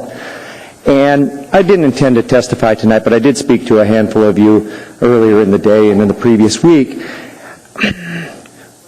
What I would call my competitors and my peers who have been up here tonight to talk to you about the impact to their employees, I think the piece that we're missing here is as a business, we're planning for change all the time. Just like the Assembly is a fluid body, we expect change, but our employees, they don't expect this type of change. And the real impact in our company is if you pass this tonight, Friday morning, I will lay off $280,000 in payroll. That's what we have to do as a business in order to survive. And for me, it's a very hard decision because the folks that I'm laying off are the ones that I haven't retooled yet. They're the folks that are out there on the front line doing IM tests, working every day for what I asked them to do. We've retrained a tremendous number of our employees to do other services besides lube oil, filter, IM tests, things like that, or prepping those. But our actual frontline IM techs, we're anticipating a 6-month period for us to wind this thing down and move them to their new skills. So it might not seem like a big decision, but it is. As a business, am I going to survive? Absolutely, I'm going to survive. We've been planning for this for 2 years. We've known this was coming down the pipe in some fashion, form, or other. But our employees don't understand the political process. They don't understand that, a promise isn't always a promise when it's at the Anchorage Assembly level. So what I'm asking you to do is, whether it's 6 months or whether it's 5 months, this is the worst time of year that we could possibly lay off our employees. They're going to get laid off. But geez, let's lay them off when we've got summer jobs coming online, when they can get seasonal jobs with the municipality, they can get seasonal jobs with construction firms, they can buy themselves some more time beyond the 6 months. So that's my 2 cents, and I appreciate your time this evening. Would you spell your last name, please? Schrage, S-C-H-R-A-G-E. Thank you. There are questions. Mr. Trainee, you're first. Tim, you showed up here. I didn't think you were going to come down here. Well, you know me. I like to know what's going on. Do you remember when you testified in front of us in 2010 when we decided to get rid of this program? Yes. We told you 6 months. Yes, sir, you did. I intend to keep that commitment tonight for the 6 months. I appreciate that, Mr. Trainee. Thank you, Tim. Ms. Drummond. Thank you for coming, Mr. Schrage. I appreciate it. You too are one of the larger operations, and you also do registrations on the spot. Yes. What have the responses been like, and did you know that additional tax was going to the municipality and not the state? I did know that, yes. I didn't realize as onerous as it was going to be, but I did realize that there was a new tax that went into effect in January. The average age of the vehicle that we see is about 6 years old, and so those are what we're seeing. They're usually around the $70 number. Is that correct? I haven't seen any. It's $70 for 8-year-old cars and older. Yeah. So for 6-year-old cars, it's probably $90 or $100. Okay. Yeah. Yeah. So that's a big shock. Up from $16, big shock. Absolutely, it is. Thank you. Ms. Johnston. Hi. I'm not sure if it was from you or one of the other owners, but I got an email suggesting that once it goes out in public that the IM is being discontinued, that people start winding down anyways. The email was not from me, but you're absolutely correct. We've already seen, this month we saw a decrease in testing. Obviously, it's picked up at the end of the month here. But what we're really talking about is training our folks. And you're right, people do postpone, and we do see that that they're not going to test up to the very end. That's why when I tell you that Friday morning, if you pass this, $280,000 is going to evaporate out of my payroll, it's because people aren't going to test. Effectively, if you pass this tonight is the last night that we'll be doing IM tests in any large manner. And people aren't going to come and do it. They're going to wait it out. So my employees are literally, it's a 5-day notice. I hope they're not watching me on TV right now because they don't know who most of them are. So if this was extended for 6 months, what would be the elasticity then of that same phenomena? 5 months. Really? You think it would be 5 months? Because one of my, my understanding is just enforceability of the state. It's I don't know all the details of that, but my understanding is that if this is a local election to choose to do IM, the DMV will do what the city asks them to do. If we tell them to do it, they will. Okay. Thank you. Mr. Honeman. Mr. Schrage, and I've known you for many years in different businesses, and I know you are very successful. So I believe I've spoken with your wife, your partner in business, and she had told me that you guys were actually trying to remodel and retool your business process and perhaps try to maintain, if not retain, all of your employees in different processes or services that you could, but it would take time and that it could take some money, some capital investment on your part. Is that still your intent? Given the time? You're absolutely right, and I didn't want to be redundant on some of the folks that were testifying ahead of us. For our business, we are rebranding. Our rebranding is scheduled this spring. Why do we choose spring to rebrand? We choose the spring because that's when the sign companies can do it. Yes, and it's expensive. And it's onerous because, as many of you were sitting up there when we passed the new signage ordinance, we've got to jump through some hoops to get our signage done and get it approved. So, yeah, no, it's a big deal, and it's very expensive. But that's, again, I'm not here to complain that, we aren't in business and business doesn't change. What we're here to say is that, this is the worst time of year for this to happen. Well, let me ask you this, follow up, Madam Chair, and that is, what's your preference? For us to keep the 6 months honored commitment that was given back in May of 2010? Or not? That's my preference, yes, sir. Thank you. Ms. Gray-Jackson. Thank you, Madam Chair. Thank you, Mr. Schrage, for being here this evening. When anybody loses their job, it troubles me. And I know people do lose their jobs, but it troubles me. And it especially troubles me when there was a promise to ease the pain, if you will. How many employees do you have? We have roughly 30 on that side of the business. Total employees, 30 total? No, we have upwards of 50 employees between our businesses. That's what I want to know. Yeah. How many total employees? 50? Yeah. Okay. Thank you, Madam Chair. Thank you very much, sir. Thank you. No other question. Anyone else like to testify? Hi, my name is Michelle Lancaster, Lancaster. Good evening, Assembly members. I am here tonight to urge you to please stand by your original decision and keep the 6-month waiting period to end the IM program. As an employee and manager at Quick Lube, an emission testing station, we believed you when you said we had a 6-month waiting period. There was no indication that would be completely disregarded when the EPA finally made its decision. No one knew when that decision would be made, or even what that decision would be. As a business, we could only go on as if there would be a program for the immediate future. We took your word that when the time came, we would have a 6-month time period to phase that out. Yes, there will be layoffs and cut hours, not just at our locations, but businesses across town, including at the city's IM office. These employees all believed that they had 6 months to prepare for this, not the couple of weeks or days that the mayor is proposing. As a business, we have done everything the city has asked from us since the program was established 27 years ago. We, as a business, as well as others, have made this program a success. To basically be stabbed in the back by this administration is really hard to swallow. Once again, I ask you to honor your decision and provide the 6-month waiting period. As a voter and a taxpayer in the municipality, I'm counting on you. 6 months is 6 months. Thank you. Mr. Honeman has a question.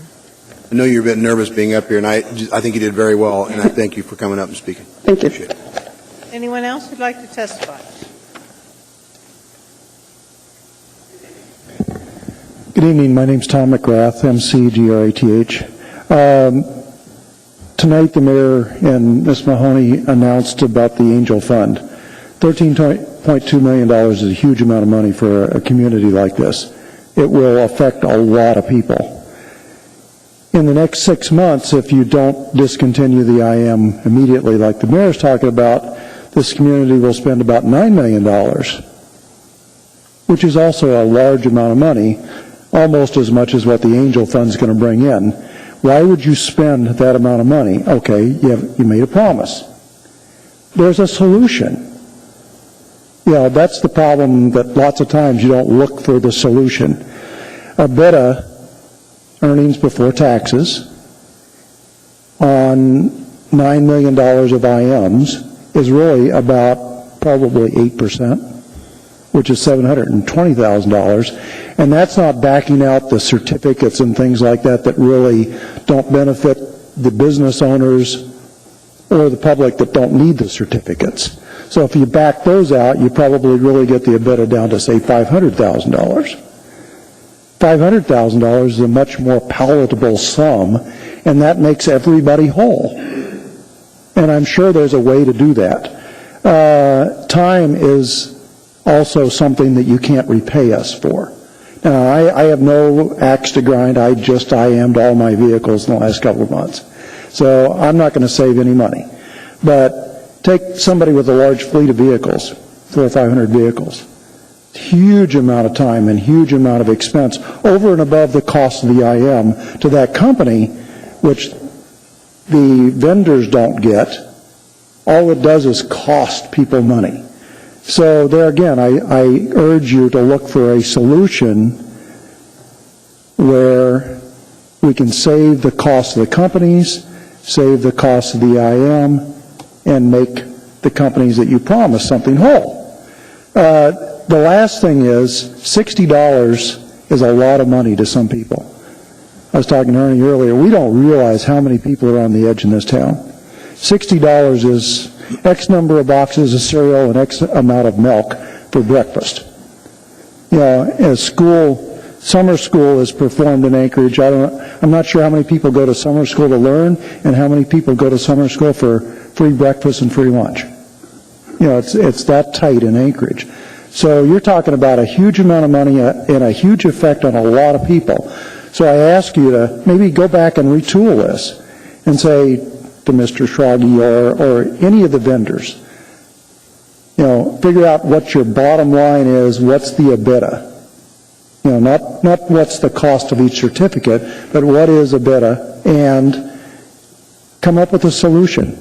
I applaud the mayor.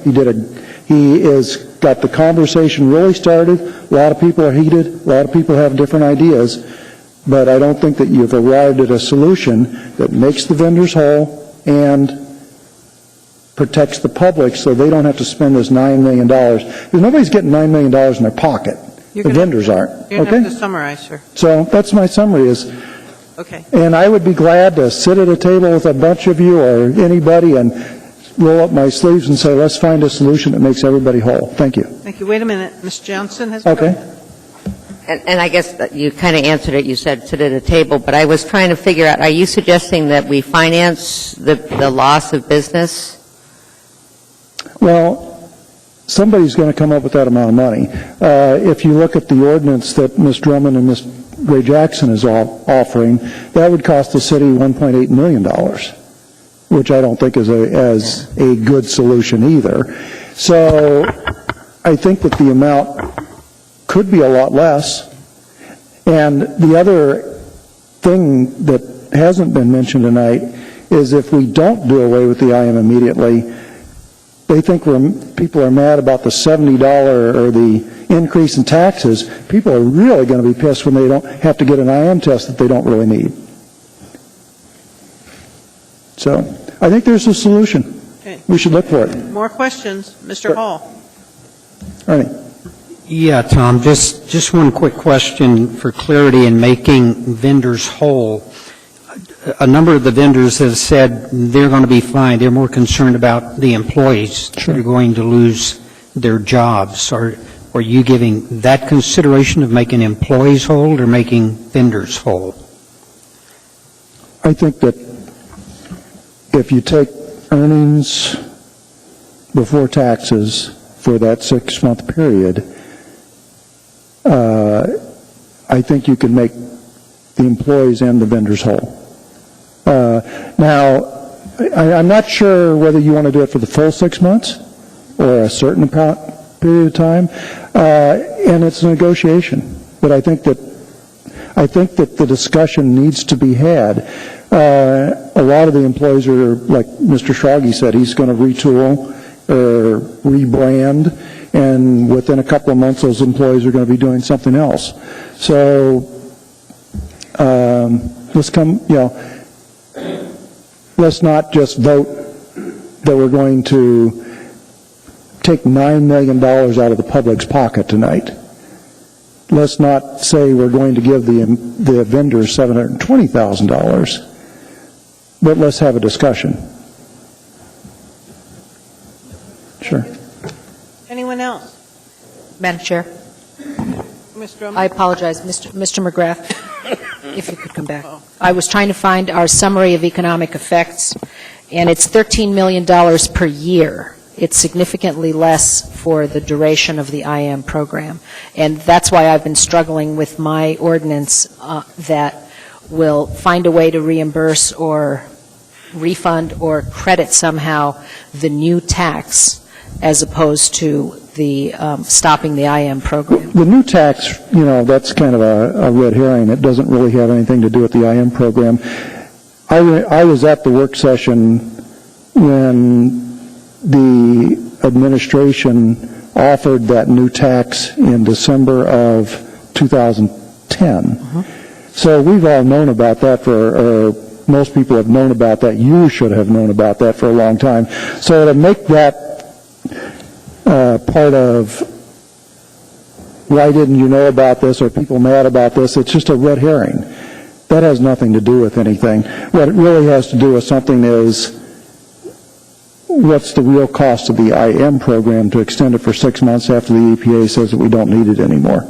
So instead of $13 million, you're really looking at probably $300,000 or $400,000. That could be, but $70 to $150 every 2 years is not a red herring, in my opinion, and it's going to affect low-income people significantly. You voted for it, and this is not ma'am. the time for debate, so I'll stop right now. Okay. And go ahead, sir. I don't know if I want to. Yeah. Is it safe? Richard Braun again.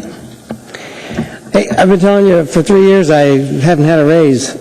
I finally got one this month, but it's only $31.50 a month. That dollar a day isn't going to cover this, let alone inflation and my new property tax bill and God knows what else comes up. So have mercy. You've heard from all the people except Tom. He's a payer. I'm a payer. You've heard from all the people that receive money, and I understand their position real well. Now, here's our position. We don't want to pay this. This is a dead program. AEDC, EPA all said finito. It's done. We don't need it. The state, what are we doing? Promises? Yeah, promises my foot. If Tom remembers, there's a couple, last year, you didn't get some promises in triplicate writing, and they changed things on you. What's one more thing? That's a red herring, too. It wasn't a promise, it was a proposal. My green card just came. The city plans every 12 months for the changes that occur in property taxes and send out green cards to let everybody know. And we kind of plan for it and know that it's going to go up. These guys have had 2 years. If they haven't planned by now, they're not going to plan. They're just going to roll with the dough. This is obviously nothing but a fight over money. Who gets it and who doesn't. You have a fiduciary responsibility that when you receive taxes from us, you're supposed to do the best job you can to make sure it's used for the best benefit of all the people in the city. You're only going to benefit all of this money for a handful of people in those IM stations. What makes them so special? What about us? We're the ones that have to foot the bill again. Let's not do it. Let's cancel this program. I told you 2 years ago to put a stake in its heart and kill it. Well, let's put another stake in its heart and make sure it stays dead. I'm sure the many people who send in extra property tax, the ones that testify here that they're being taxed too little, and they're sending extra money, I'm sure they'll go get IM tests from these stations and keep them busy too, because they're just that kind of people and want to help out. So I don't think we have that big a problem. Let's do your fiduciary responsibility. Let's not be a corrupt body and give away money to people you kind of like and take it from everybody else. That's not your job. It's for the benefit of the city. Kill it, please, or veto it. Mr. Trainee has a question.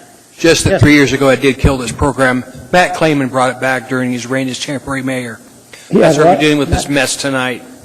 Matt Clayman brought this thing back. We had killed it off. Jennifer and myself Yes, you did. Debbie, years ago. And it won't Now stay we can dead. do it again. We need better stakes. I don't know what. Anybody else?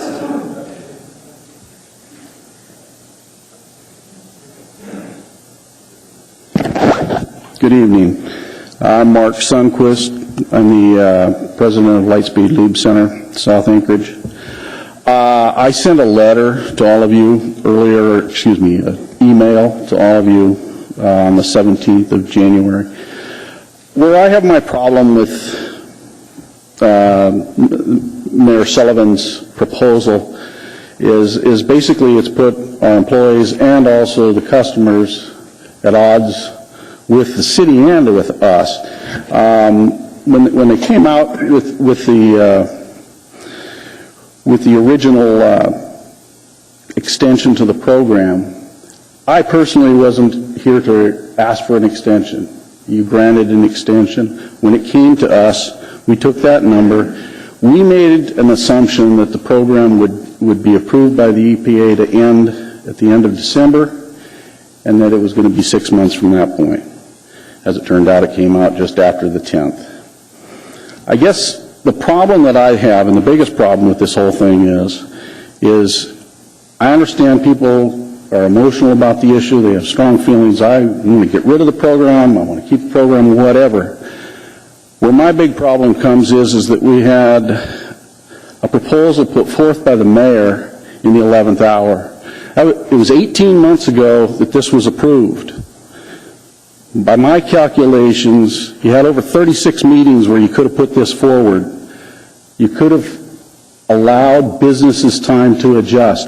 When people say that we had 2 years to adjust to the demise of this program, that's partially true, but on the other side of the case, not one of you sitting up there can do an IM test because you're not certified. We have to maintain certification. We have to maintain the equipment. So it's not just anybody that can do and run the program. We understand the program's over. Sometimes I don't think some of you understand the program is actually over. You act like we're trying to resurrect the program. We're not. What we're trying to do is, at this stage, my concern, as Mr. Schrage mentioned, is take care of my employees. He's going to be around, I'm going to be around, the other owners will be around. But my employees, we basically based our plan on the demise of the program sometime in June. We figured that basically it would end in May because that final month is basically a dead month. People are going to hold off and they'll wait until that day after. So I appreciate that, and like I said, the problem is now the consumer is confused too, because Mr. Mayor, when you made your statement, that confused people, and all of a sudden we had people stop. They were coming in asking us, "Well, when's it over? When's it over?" You're going to have to summarize. I guess the summary comes back to is how can a business, and I'm not just talking IM, but a business in general, trust what the Assembly is saying. If you set a date out there, we have to have time to work around that date. You can't change at the last moment. When you make the assumption that we can have had 2 years, yes, you've had 2 years, but there's always been uncertainty in that 2 years, even waiting for the okays to come back from different organizations. So that's where I have my problem. Thank you, sir. You have Thank you. questions? Mr. Honeman is Yes. first. Mr. Sundquist, thanks for, I think I did speak with you the other day, and I appreciate that. Was there anything else specifically you needed to address with what, we had to summarize you? Was there anything you missing on, what are you? No, like I said, you had 18 months, in my opinion, 36 meetings to do something about this, and nothing was done during that time. Are you, like Mr. Schrage earlier said, he's trying to retool his business to perform different services other than the IM with the IM testers? Is that something you're intending to do at your company? Would that 6 months benefit you from doing that? Yes. Okay, because, I don't know, I've been in business myself, but it's really small business, and I know it takes me time to put capital aside to do that. Is that 6 months would benefit you? Well, as I indicated in the letter, we've already talked to our employees and indicated that potentially it could end March 1st, which makes it effective basically February 6th. We've told them that we're going to be cutting back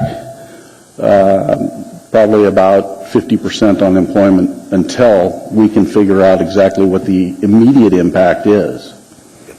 Thank you. Thank you. Ms. Johnston has a question. Yes. And I'm not sure if you're the one to ask on this. I'm not sure who to ask, to be honest with you. And when you're talking about employees and employees' lives, do you know the process for unemployment insurance and how long, if you did lay them off, is it 6 months of unemployment? Well, with the new federal programs, it's different, but I believe it's 6 months. I'd be lying to you if I said that I know the exact number. But it could get them through to the summer months. Possibly. Yeah. Okay, thank you. It takes time to process. Yeah, thank you. Ms. Drummond has a question. Thank you. Thank you for coming, Mr. Sundquist. Do you know how much money Lightspeed is out for the extended contracts for equipment and software and so on that you had to extend without having a date certain for termination? The amount of money for the equipment? I have heard from a number of your fellow IM providers that have said they had to renew contracts for equipment and software and permits, other stuff that you need to do the program. We're probably somewhere in the neighborhood of around 4,000. Okay, it was a similar number to the others. Okay, thank you. I appreciate that. Ms. Gray-Jackson has a question. Thank you, Madam Chair. Thank you very much for being out here this evening. My question is, do you think that it's fair to this community to continue the program just because the Assembly made a promise that we would give you 6 months? I understand your question. You're putting the You don't really have to answer that. No, you're putting the onus of the problem on the IM stations. Like I said, there were 18 months that we had to do something about this. Right, right. And actually, you don't have to answer that question because what I have to say is this, okay? AO 2010-35S made a promise to the community and to the industry. And the promise to the community was that we would end the program, and the promise to the industry was that we would give you 6 months to get your act together. And I intend to honor the promise to both the community and the industry. Thank you, Madam Chair.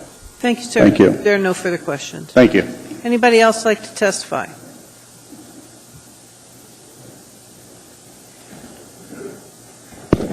Hi, Bethany Markham, M-A-R-C-U-M. There's been a lot of talk about the jobs that are going to be impacted by this, and I commend those businesses that are working to retrain the employees that are going to lose their jobs. The reality is, though, that they're going to retrain their employees later, or they're going to retrain their employees now. We know that one way or another, they're going to be impacted, and as we've mentioned, they've known this for 2 years, and I appreciate the fact that they've been trying to make accommodations for that. But I just want to remind the Assembly that their obligation is to the greater good of all of the citizens of Anchorage.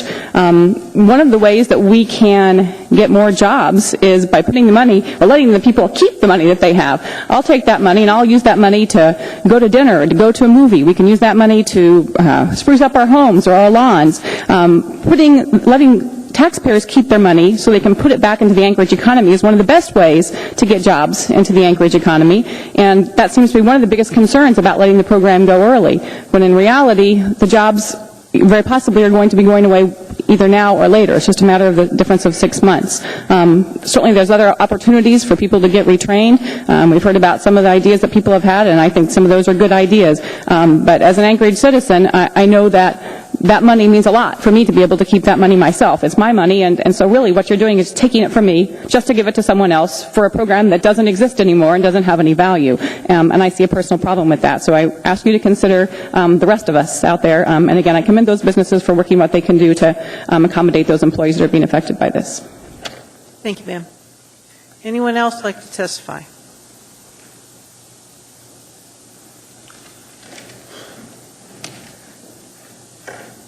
Catherine Hicks, I admire you, Mr. Trainee, for stepping up and saying what caused this whole problem to begin with. We had rid of it, and we had a little play there. Temporary mayor.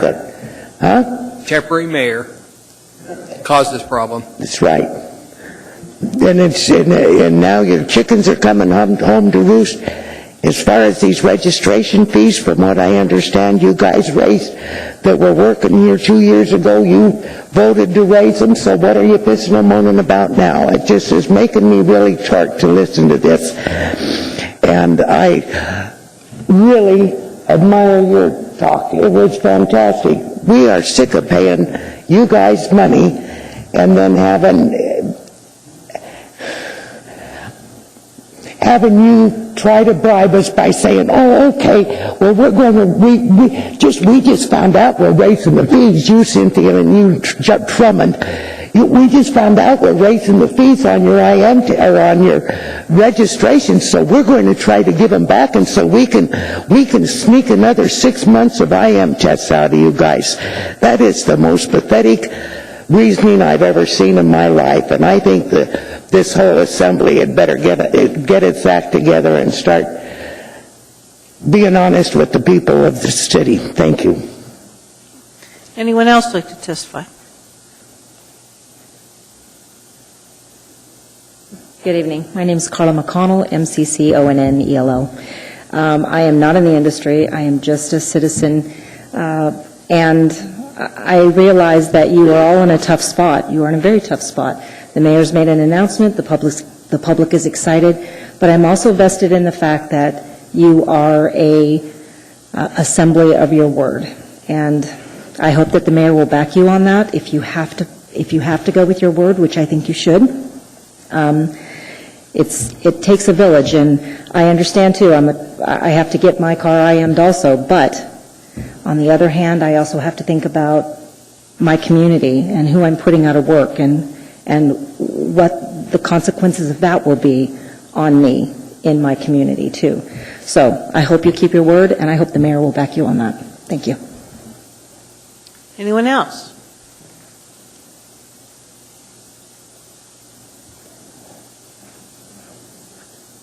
Hi, I'm Bryant DeHusson, DEHUSSON, and I'm highly entertained by all of the business owners here who are surprised that the Assembly apparently doesn't keep their projections about what they're going to do with this program, etc. But I would like to say I have great empathy for their workers and all of the workers in Anchorage, and that's why I just want to talk about the regressive nature of this whole tax system that we have with this IM program.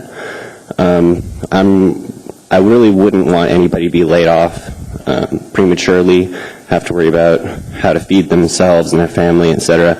But people have to worry about that now all the time. I just read a report that half of Americans can't raise $2,000 in 30 days. Now, we also know how many people are increasingly living paycheck to paycheck, especially in places with high cost of living like Alaska. And when, as we all know, it's wintertime and you can't use the sidewalks because they're covered in ice and snow, and you have to get to your job, which requires transportation because you can't walk the streets because there are cars there, and your registration's expired, and now you have to pay an extra $70 on top of the $70, and then another $70 for a program that doesn't even exist anymore. I mean, I don't know how I would deal with this issue with you if I were you guys. But if I were the great dictator of Anchorage, I would probably want to issue a refund to people for IM testing. Let them have their 6 months, but give people money that they need to feed themselves and their families. Thanks. Wait a minute. Mr. Drummond has a question. Thank you for coming to speak to us. Mr. Hewson, then you will be in support of my ordinance, which will be taken up after this IM issue, which tries to do exactly that. I appreciate your testimony. Thank you. Awesome. Thanks. Wait a minute. Mr. Trombley has a question. I have a question for you. You said that the city should compensate people, extend it, and the city should compensate people for the IM test. Where do you think the money that we get to pay those people back comes from? I think that the people who require transportation to get to work and who drive to work with expired registration because they have no other choice, who are afraid of getting pulled over and having their car impounded and paying even more money that they don't have just so they can meet their basic necessities, also are going to wonder where they're going to come up with the money to pay for IM testing. But, you know, not everyone in the city is poor. We do have people who, for example, own businesses who have dollars that they can spend. People who can afford IM testing, even though IM is not a program that exists. Right, but you suggested that the city compensate people who get an IM test that no longer need that. Is that correct?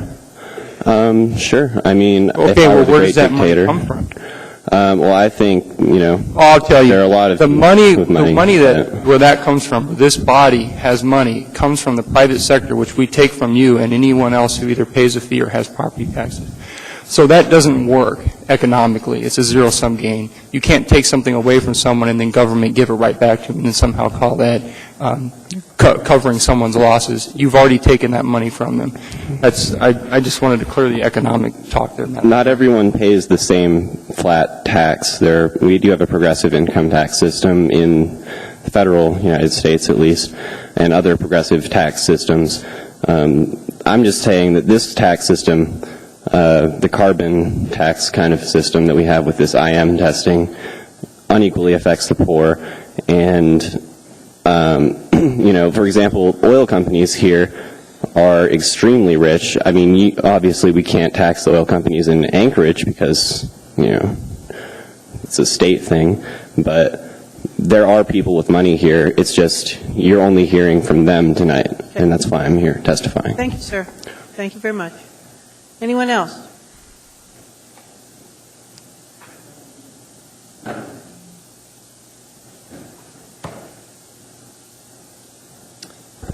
My name's Linda Kellen Beagle, B-I-E-G-E-L, and I will be uncharacteristically short. Thank you for letting me testify. I just want to be very clear. I think Mr. Trainey was very clear on why this issue came back up. Let's just be very clear on what started all of this tonight. It wasn't that the Assembly just figured out that they were taxing people at the same time that they were charging them an IM. It's that Mayor Sullivan, who's running for re-election, figured it out, that people were going to realize that they were being taxed at the same time they were paying the IM fees. And nobody figured that it was going to go this long. You guys made that commitment to the the folks that provide the IM services, but I don't think anyone realized when you passed that bill, which was also Mayor Sullivan's idea to increase the taxes in the municipality of Anchorage, no one realized that the IM program would be continuing on so long because we all knew it was going to end. And that's where all of this came from tonight. Mayor Sullivan figured out that it would be bad for his re-election if everybody was being charged twice when they were going in to get their IM test because we had to have that 6 months. So he put out this email to everybody and to make this a huge deal and to turn everybody against the IM people. And then the second point I want to make is I want to ask every single business owner in this room, no matter what your business is, if you had this same understanding with the Assembly, would you be asking them to go ahead and forget it? Would you be doing that? If anyone who testified up here, if you ever had a business of your own and you had this same agreement, understanding with the Assembly, and if it wasn't honored, you were going to have to lay your people off, would you expect the Assembly to honor it? or would you go ahead and let it go so that your business was in trouble? And that's all I want to say. Thank you. Thank you. Anyone else who'd like to testify, please come forward.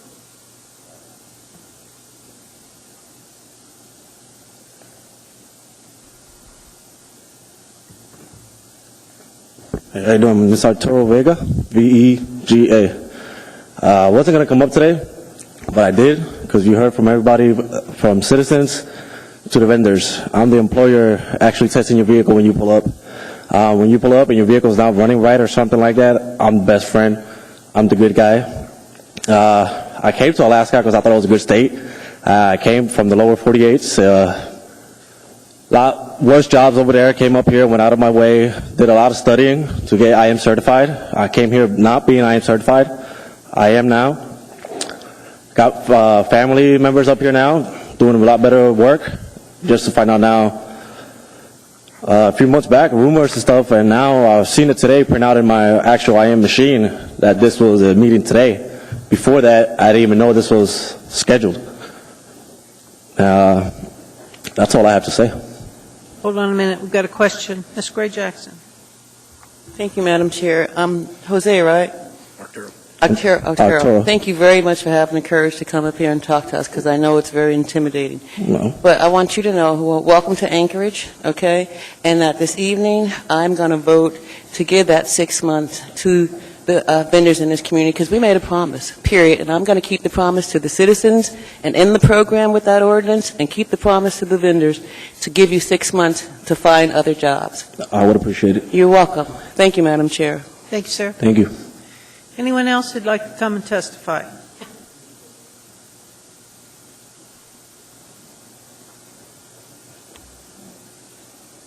My name's David Sunton, S-O-U-N-T-H-O-N-E. I'm just an employee at Jiffy Lube. And all I got to really say is it took me 4 years to get where I'm at. And if you guys take it away now, I get less than a month. What they're going to take, I'm going back to minimum wage, most likely, or close to it. And I'm going to have to find another job if I have to. If I can't stay with the company, I would. It's just that if you guys take this away now, it's not giving me time to prepare, because I have 4 kids. I mean, it took me so long to get where I'm at now. And if you take it away, I'm going to be screwed, then I'll probably have to go on assistance, which will cost you guys even more money. And that's pretty much all I got to say. Wait a minute. Mr. Honeman has a question. I comment, really. I just wanted to thank you for coming in tonight and sharing us, your position and story on it. But I'm hoping that your company, if successful, and the program ends 6 months as was directed in the ordinance that was approved in May of 2010, unanimously, I might add, that your company can retool and maybe keep you on in employment, as well as your Arturo, your fellow coworker. That's it. Thank you for coming out. I know it takes some courage to do this thing. Thank you. Anybody else who'd like to testify?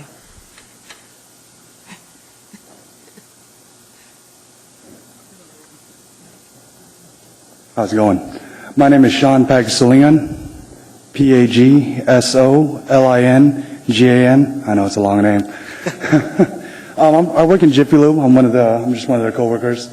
If this program goes away within, the next month, I'm probably one of those people who probably get laid off, or I'm going to probably go down to minimum wage. I've worked with the company about 6 years. You have to excuse me, I'm a bit nervous. For about 6 years, and it's been nothing but good to me. I've been treated good. And I know this is a bad time, and whatever they have to do it's understandable for a business standpoint. All I'm asking is, you can give us 6 months, then at least I can figure out what I can do, or at least what they can do, so that we can make sure we can at least better afford for, because I have a son as well. Thank you very much. Oh, Mr. Honeman has another question. Again, thank you I know you said you're nervous, and not too many people really like getting up and facing the podium and talking to the microphone, so thank you for taking it. I know, I'm trying to smile. Thank you. Anybody else who'd like to testify? Last chance. Anybody want to testify on IM? Hearing and seeing no one, public hearing is closed. Move to approve. Second. Is there discussion? Mr. Trainee, you're first. Thank you, ma'am. You and I have been on the assembly for a long time. You know I've been doggedly going after getting rid of IM for a long time. But when we got rid of this, when we agreed to this, the vote was unanimous. Each one of us voted to give them 6 months. Mayor had nothing to do with this. He doesn't vote. We did. Reid agreed to give them 6 months. And I'll keep my word tonight and vote against this. Because the 6 months means this thing should end on the 10th of July. And finally, a federal program is going to end. Do you know how wonderful that is for this town? I don't think I've ever seen a federal program they've ever instituted ever come to an end. This is going to be a day for celebration. So I want to keep our word to the industry. They were good enough not to fight us back in D.C. on this, and I appreciate that. Thank you, Madam Chair. Mr. Honeman.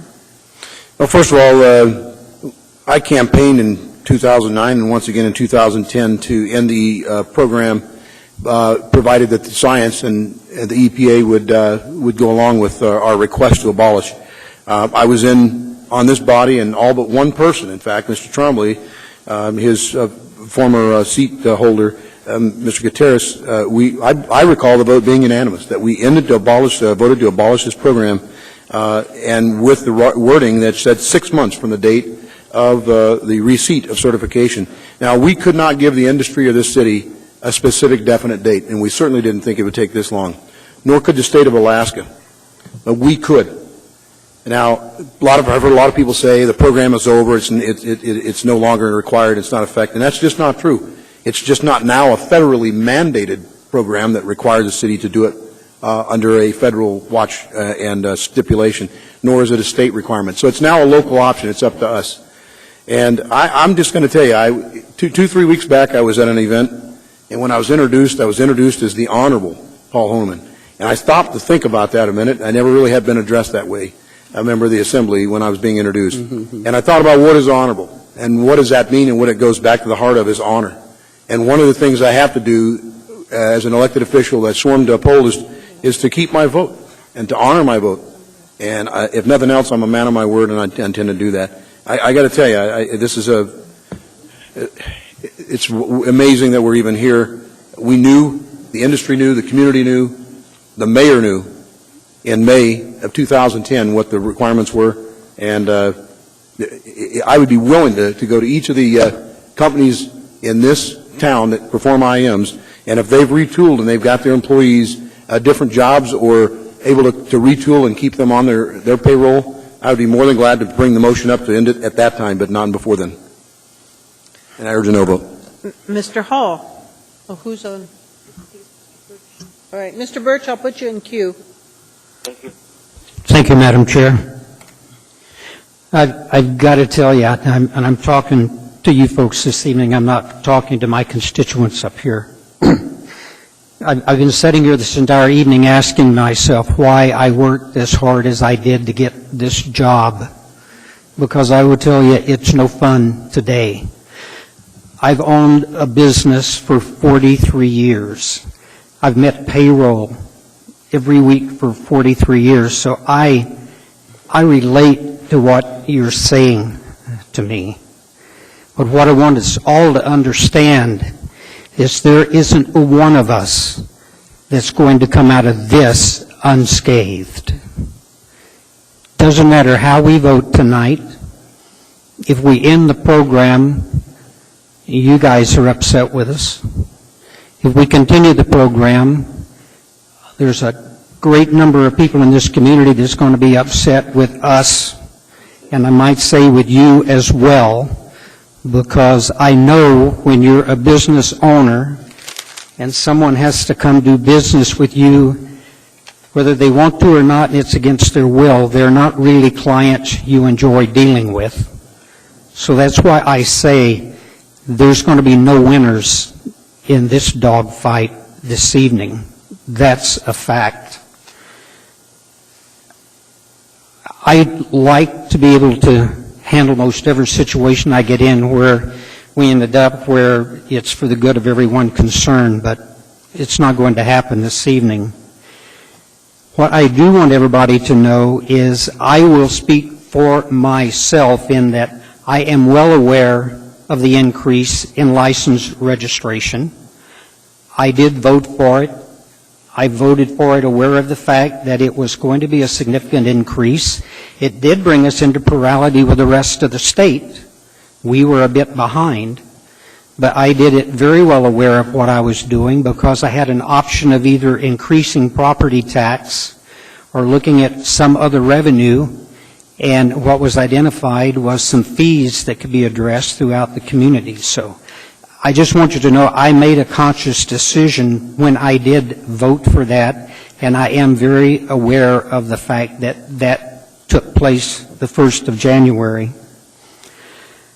I'm going to have to probably go at the end of the day, and if I had to tell you at this moment how I'm going to vote, I wouldn't be able to do it.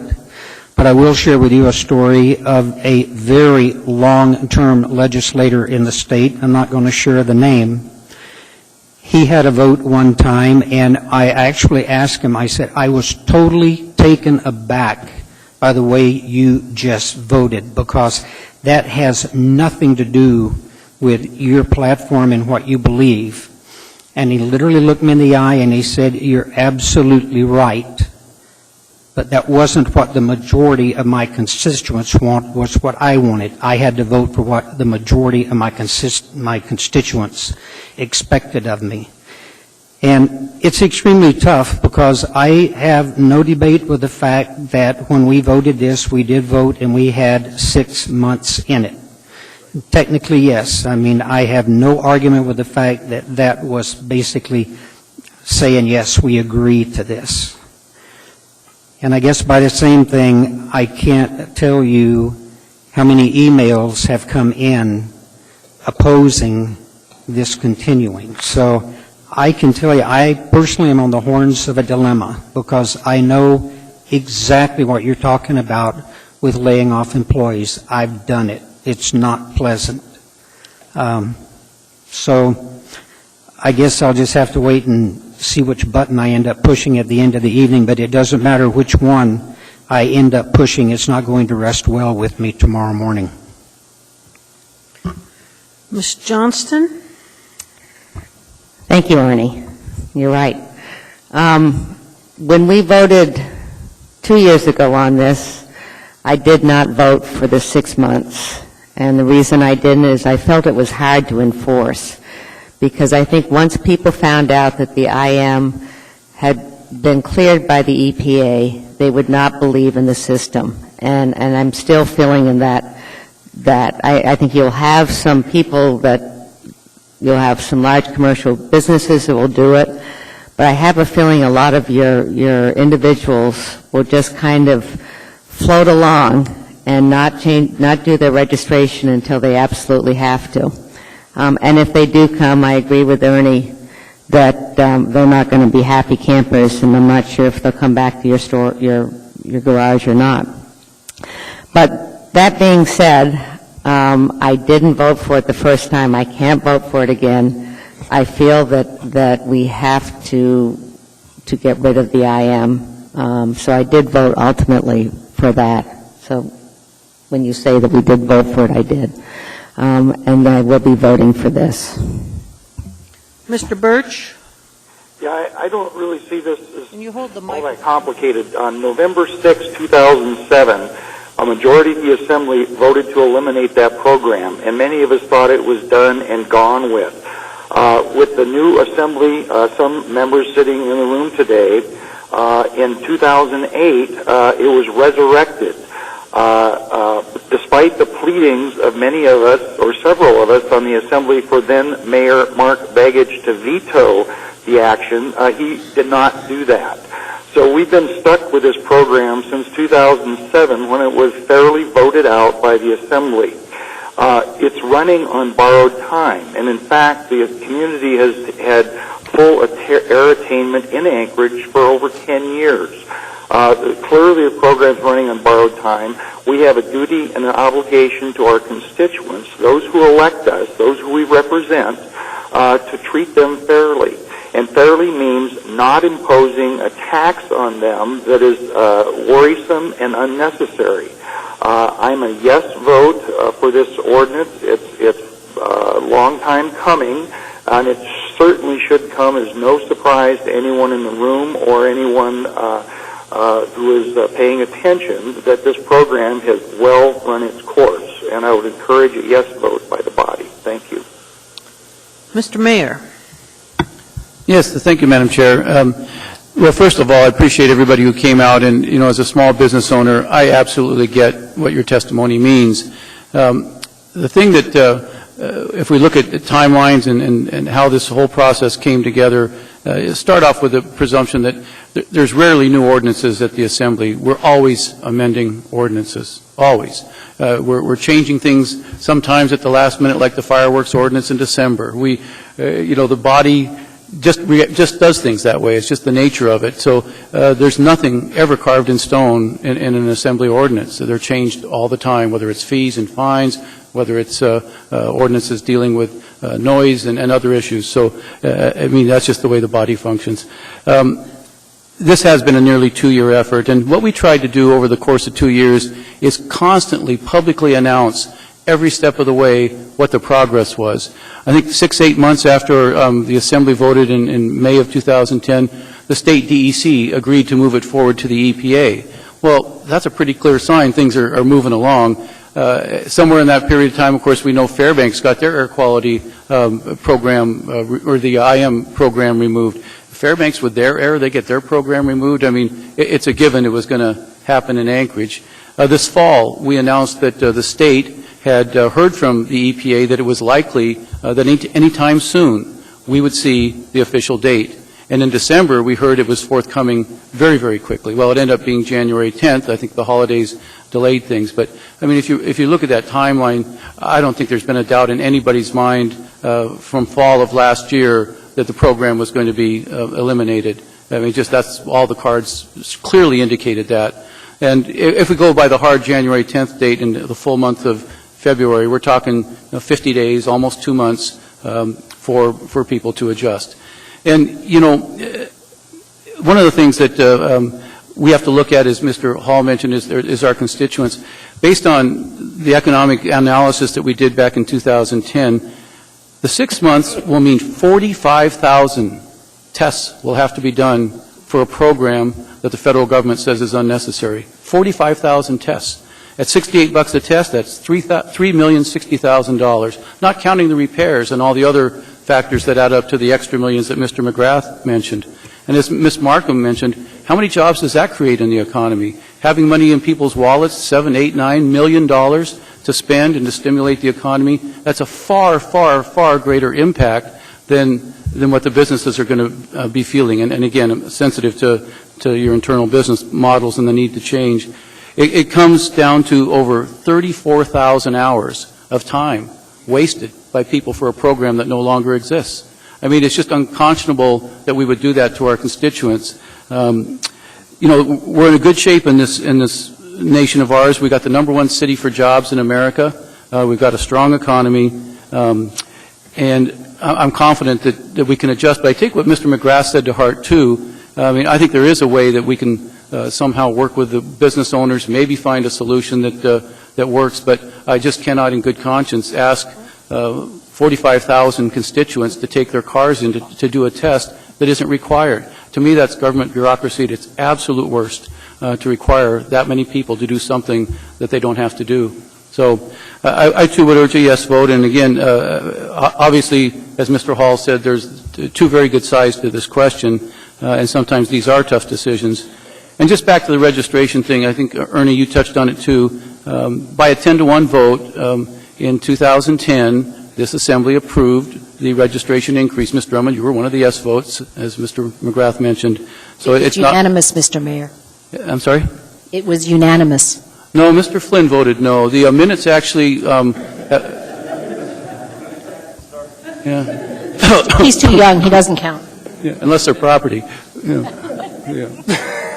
And as he mentioned, too, the purpose of that fee, and despite the conspiracy theorists in the audience that testified, that fee coming into existence on January 1st that was passed almost 2 years ago has absolutely nothing to do with the IM program and my desire to see 45,000 unnecessary tests not be conducted. So anyway, Madam Chair, I appreciate the time, and I know the body's got a tough decision, and I think Mr. Hall said it right. You've got tens of thousands of constituents out there that are not going to be happy to have to pay for a program that doesn't exist. Mr. Trombley. Well, I wasn't on the body when this whole thing passed, But if I was, I wouldn't have voted for the 180-day extension anyways. And I doubt anything I'm going to say is going to sway anyone's opinion up here. But I have to pontificate a little bit because this is an amazing, amazing teachable moment. Because this is exactly what happens when government mandates you do something. A dependency is then created, and if that program's ever gone away, there is very real pain. And it's not a pain to the employer, it's also a pain to the employee. And so I just want to say that, and I hope that we all look at everything and realize that this is what happens when government mixes with the market the way it does. At the end of the day, people get hurt. And so I don't understand voting to extend a program that doesn't exist, so I'll be a yes vote. Mr. Flynn. Mr. Mayor, I agree with you. We did vote to... Sorry. I'm sorry, I recognize Mr. Flynn. Okay, go ahead. That's right, you didn't vote for the you are in queue, Mr. Trainee. Did you? You are in queue, just another 2 people. But right now it's Mr. Flynn. Madam Chair, I'd like to make an amendment. I'd move on line 32, we replace the word March with April or May. With what date, sir? May. May 1? When, where?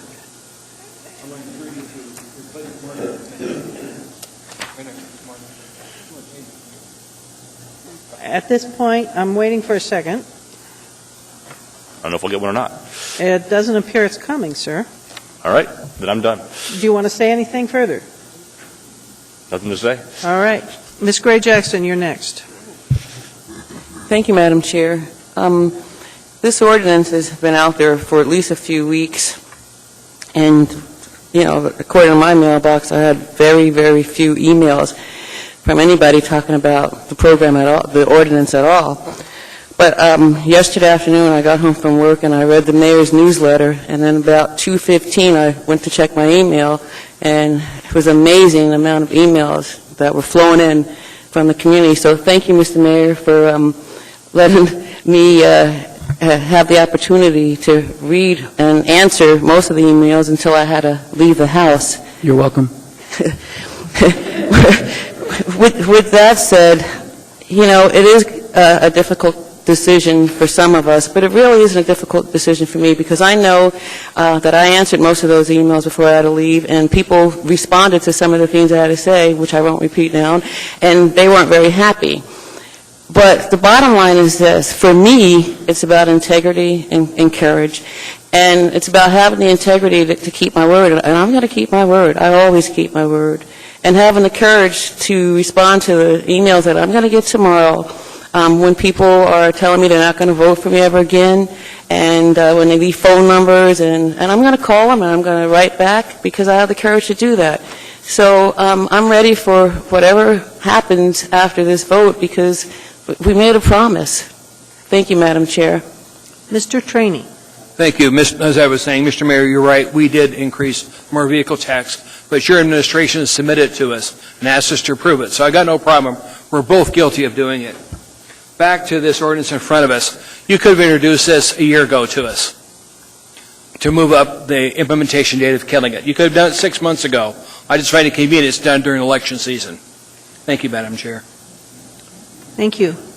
There is no one else in queue. Oh, Ms. Drummond. Thank you, Madam Chair.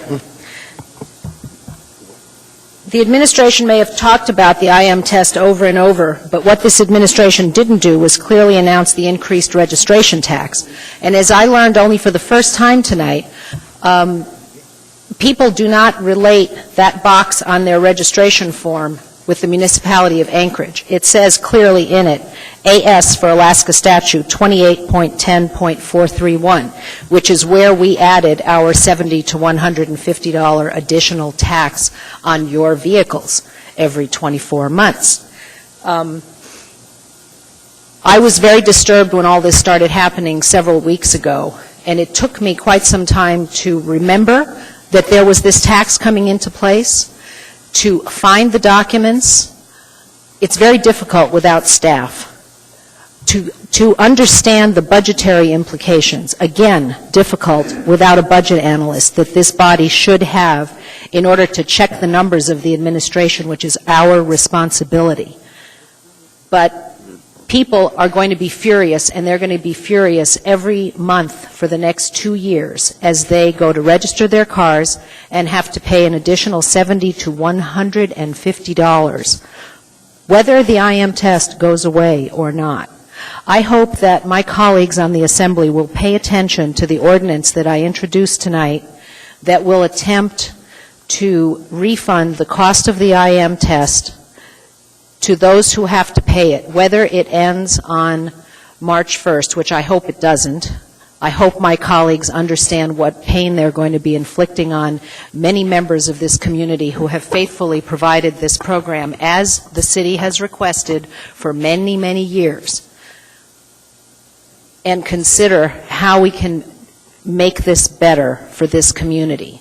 Yes, it's not going to go away. You're going to continue to pay this high additional tax, which was decided on by this body and this administration as a whole in order to keep from raising property taxes.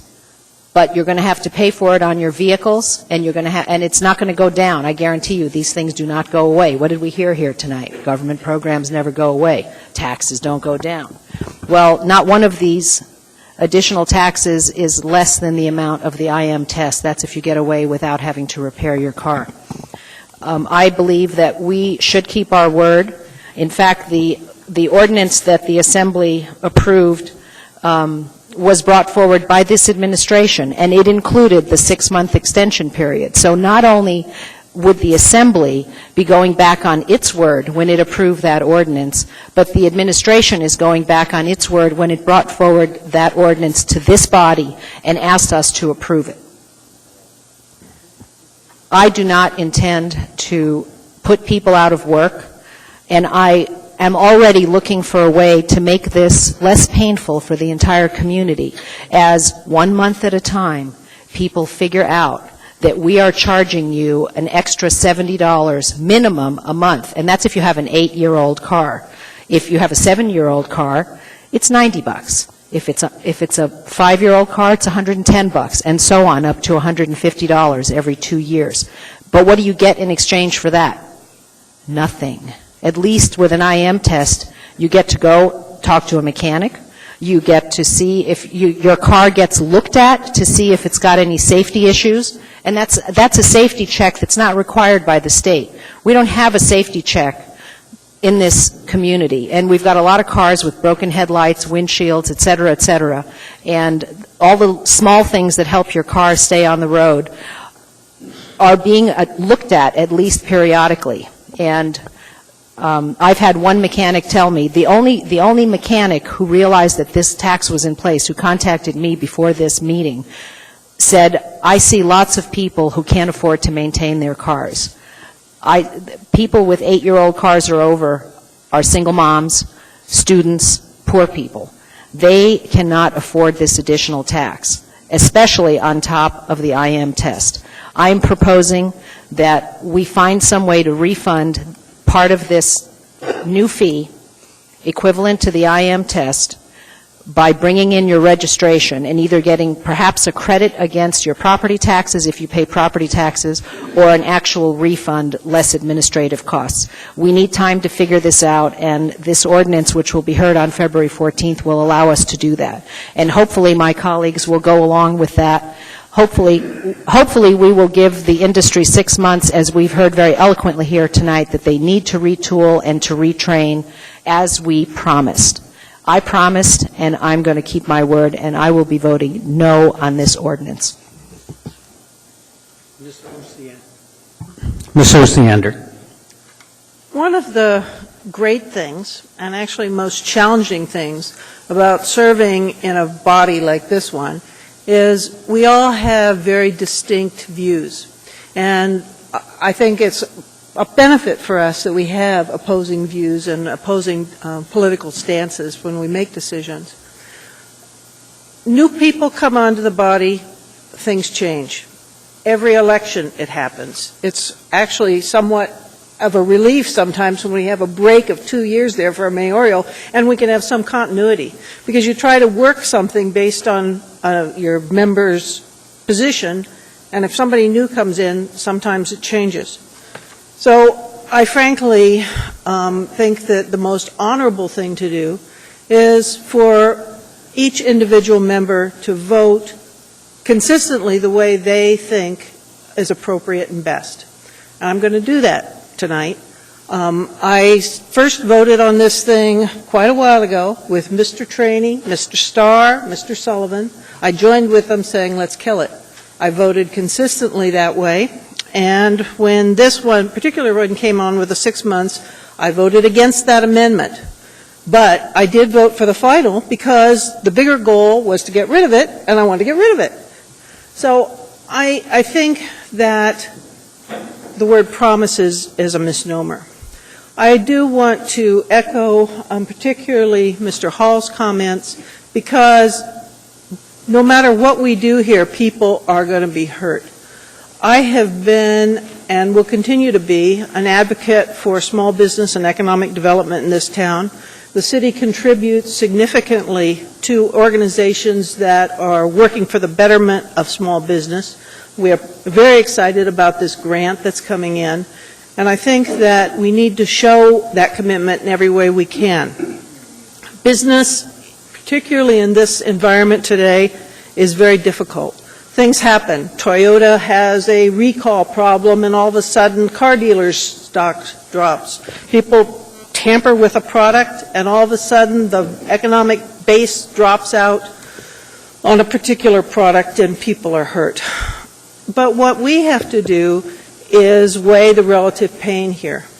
And my personal problem is I talk to a whole lot of people that have serious economic difficulties in Anchorage.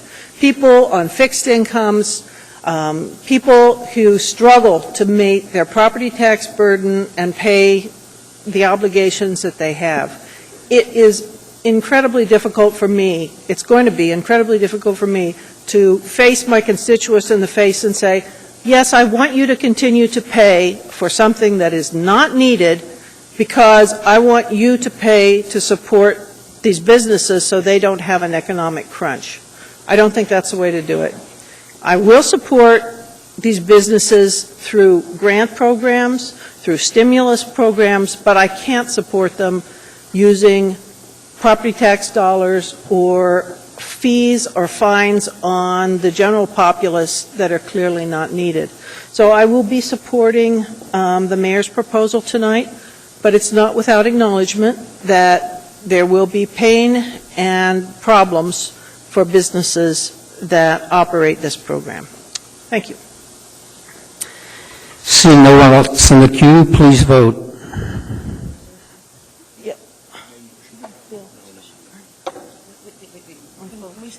Mr. Starr.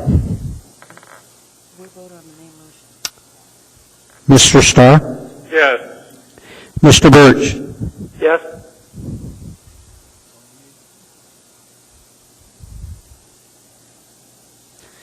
That passes 6-5.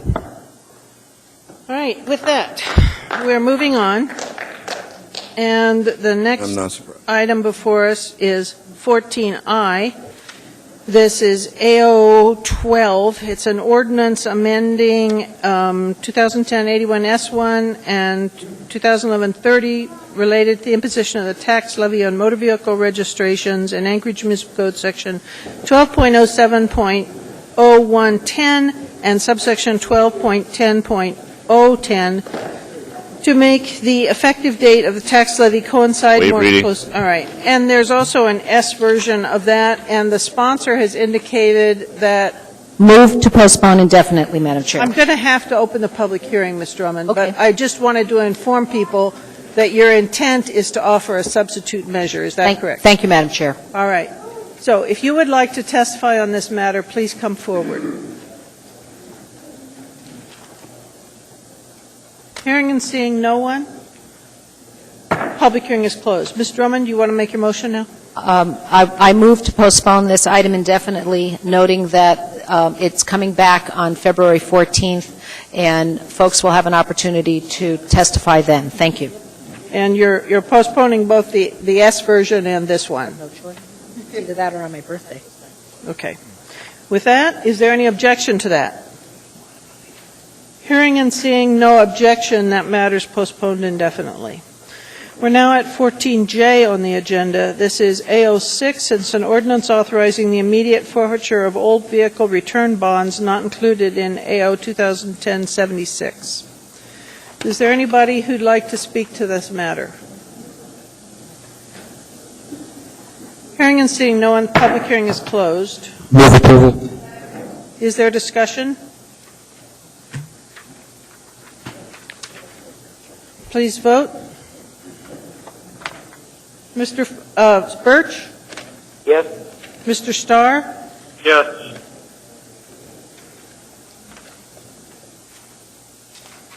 This matter is approved unanimously.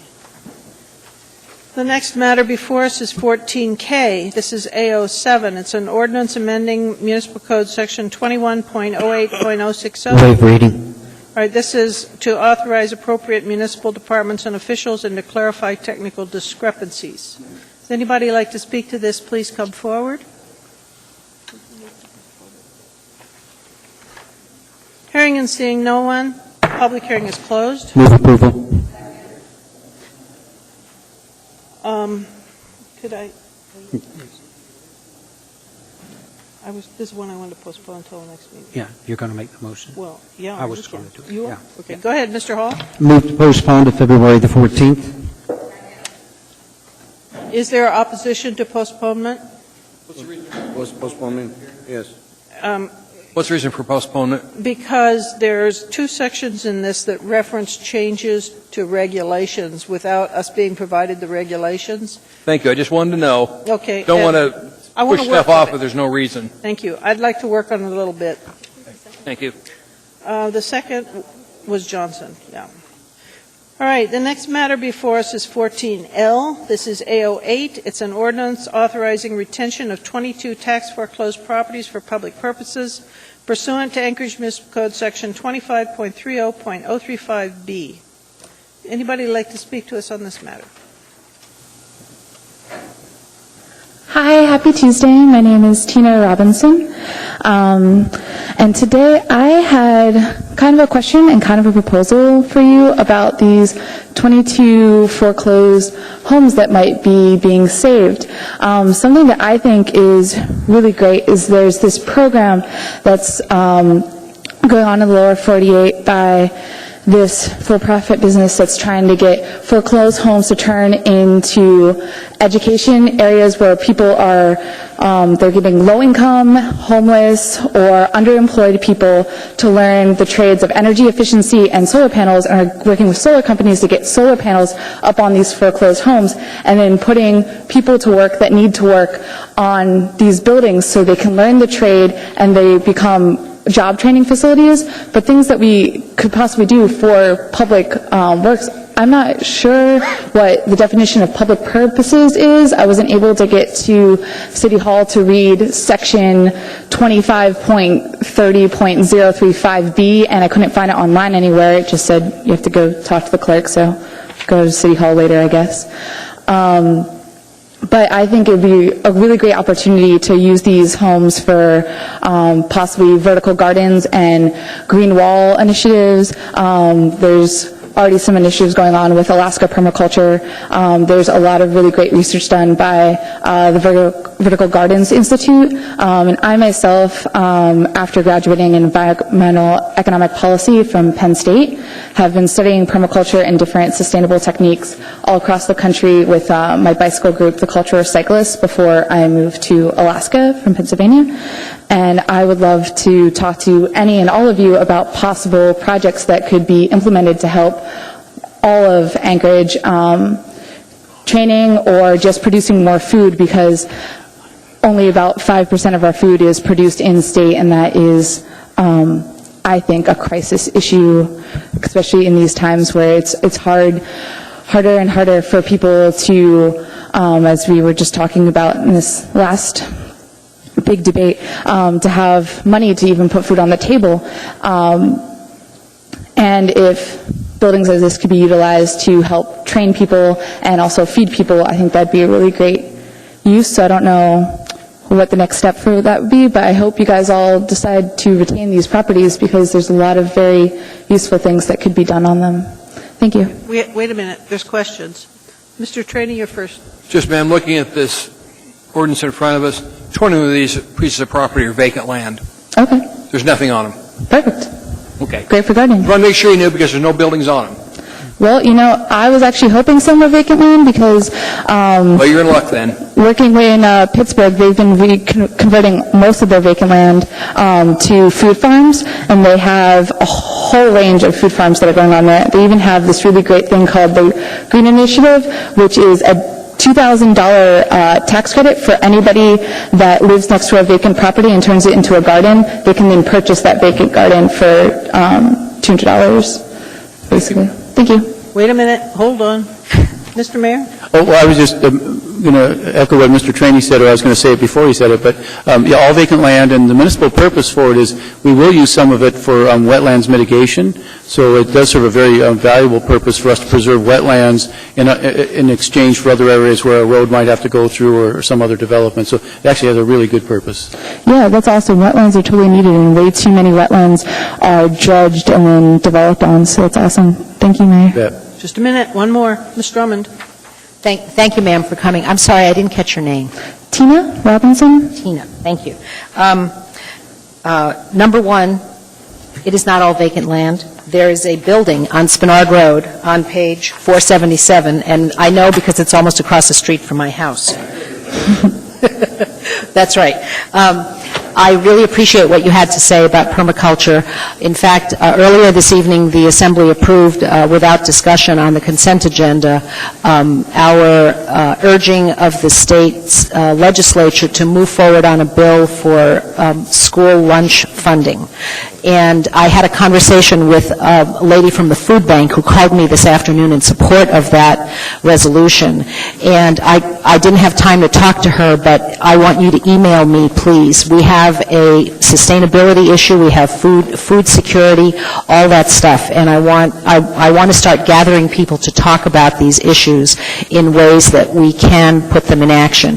One of your colleagues in, is it Saskia on William Street, the William Street farmhouse, in Ms. Ray Jackson and Mr. Trainee's district, that has converted her entire lot into a garden and raises chickens. She is on a year-long mission to feed herself and her family entirely from their lot and perhaps trading for food. It's absolutely fascinating what's going on a lot here and a lot there. So you're absolutely right. These individual lots can be applied for community gardens and that sort of thing, and we should be able to sustain ourselves. Right now, only 5% of our food is produced in Alaska. If we had a problem, and apparently our food supply is in Seattle and Portland, they're not going to care about us up here. We are going to be on our own. And if we don't have a way to feed ourselves, we're going to be in deep doo-doo, especially if it happens in February as opposed to July. So thank you very much for coming to speak to us, and come and talk to me after the meeting, and I'll let you know how to get in touch. Okay, thank you so much. Thank you. Wait, one more. No, not a question, just a clarification, Madam Chair. The one parcel that Ms. Drummond referred to has been repurchased, so that's why I said all the ones that are vacant. That one was a repurchase. Thank you. All right. Thank you very much. Thank you. Anyone else who'd like to testify on this matter? Hearing and seeing no one, public hearing is closed. Move to approve. Is there discussion? Madam Chair? Go ahead, Mr. Birch. Well, I just want to make sure that Star. the Assembly understands that this will actually reduce fund balance to a certain degree. This is actually a banked transaction that there's taxes owed on these properties, and so when we just relieve the tax bills by taking the land and trade for the tax dollars, we will no longer collect those tax dollars, and they'll be reduced from a balance owed account. So just so the Assembly is aware that once we bail on the tax collection rights, we give up any ability to collect that money. Thank you, sir. Seeing no one else in queue, please vote. Mr. Starr? Yes. Mr. Birch? Yes. Mr. Flynn is out. Mr. Flynn went home ill, and so he's excused. So that passes 10-0. Next item before us is 14M, AR-17. It's a resolution appropriating amount not to exceed $106,000. Waive reading. This is for payment of the principal and interest on an interfund loan for the Eagle River Town Center. Anybody like to speak to this matter, please come forward. Hearing and seeing no one, public hearing is closed. Move to approve. Discussion? Yes, Madam Chair. If Ms. Oswald could explain just a little bit on our efforts to market the remaining property on this partnership agreement that we have. Is there any takers at all, or are we asking too much, or what's the status of the 20,000 feet empty? She'll be right with you, Mr. Starr. Thank you.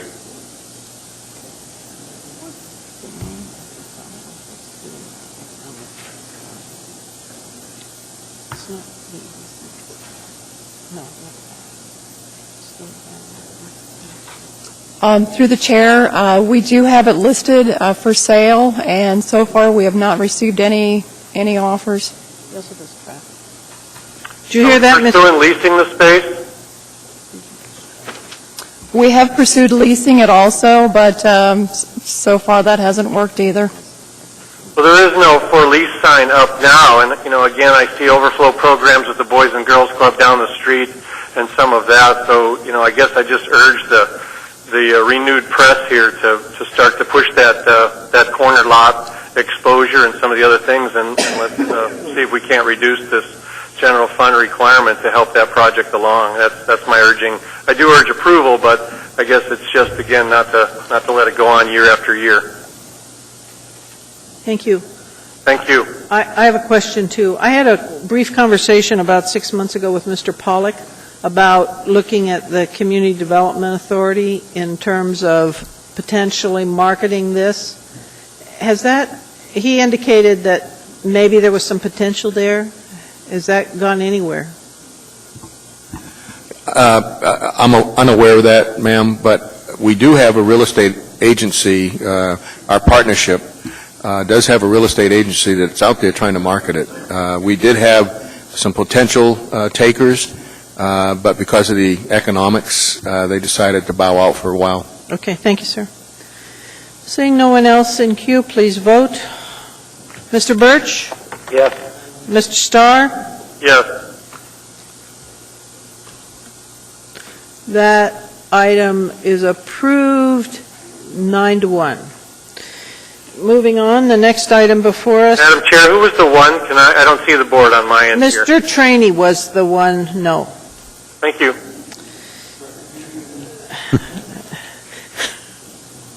The next item before us is 14N. This is AR-13. It's a resolution of municipality appropriating $508,884. Waive reading. Basically, this is to underwrite projects to reduce crime and improve public safety. Is there anybody who'd like to testify? Hearing and seeing no one, public hearing is closed. Move to approve. Second. Is there discussion? Seeing none, please vote. Mr. Starr? Yes. Mr. Birch? Yes. Oh, I'm sitting here looking and not. That item is approved 10-0. The next item before us is, excuse me, AR-14. It's a resolution appropriating when tendered a TORA for $261,552. Waive reading. For the Public Transportation Marketing Program. Is there anyone who'd like to speak to that? Hearing and seeing no one, the public hearing is closed. Is there discussion?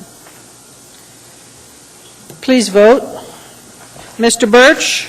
Yes. Mr. Starr? Yes. That item is approved 10-0. Now, the clerk has asked me to clarify the reconsideration on the Chester Creek matter.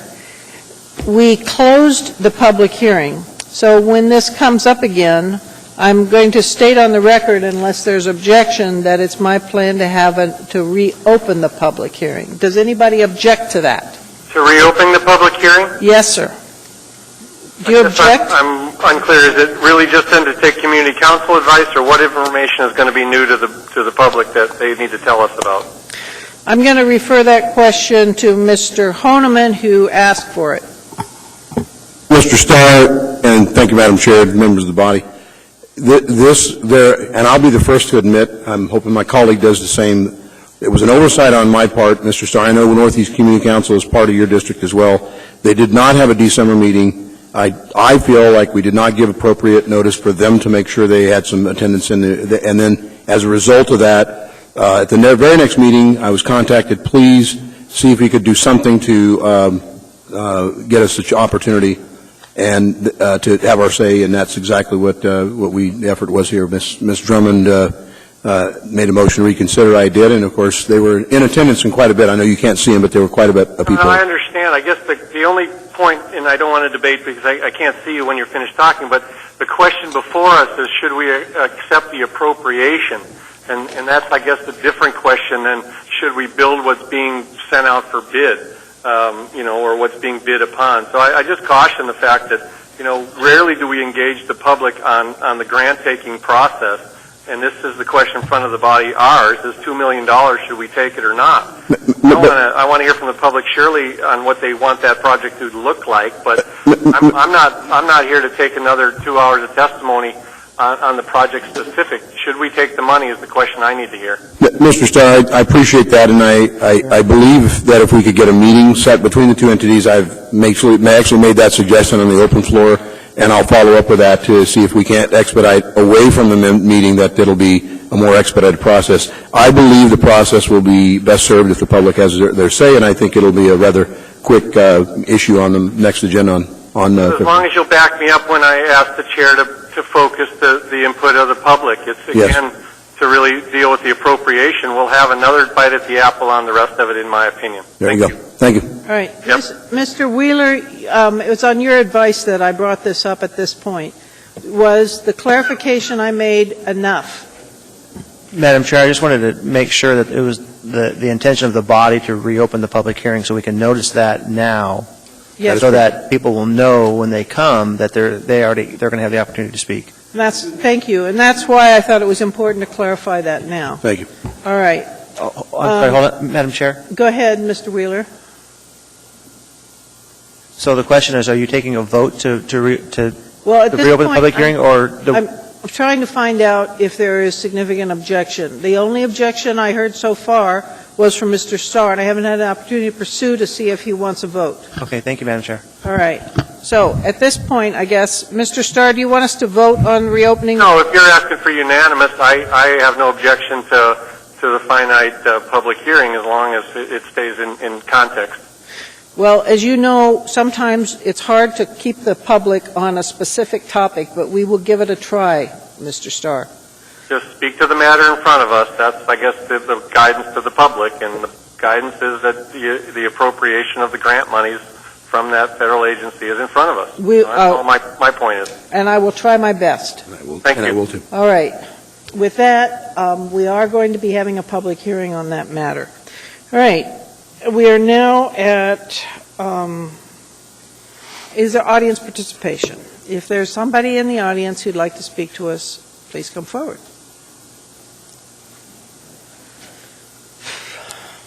Hello, Dan Dudley, D-U-D-L-E-Y. I'd like to thank you again for this opportunity to continue to document and archive the facts and evidence of the multiplying harm and damage to adults, teenagers, and children as young as 3 years of age while using these specific types of power toothbrushes as recommended and directed.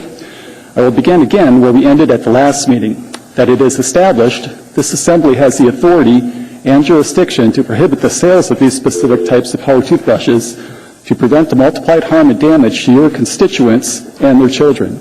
I will continue to appear before this Assembly as I'm able to then email recorded video of these meetings and your responses to other persons, officials, and organizations, as I have now already done with the Alaska PTA. Every Assembly member, including the Mayor, has been made aware of the facts, evidence, and documentation that fully merits that you ban the sales of these specific types of products.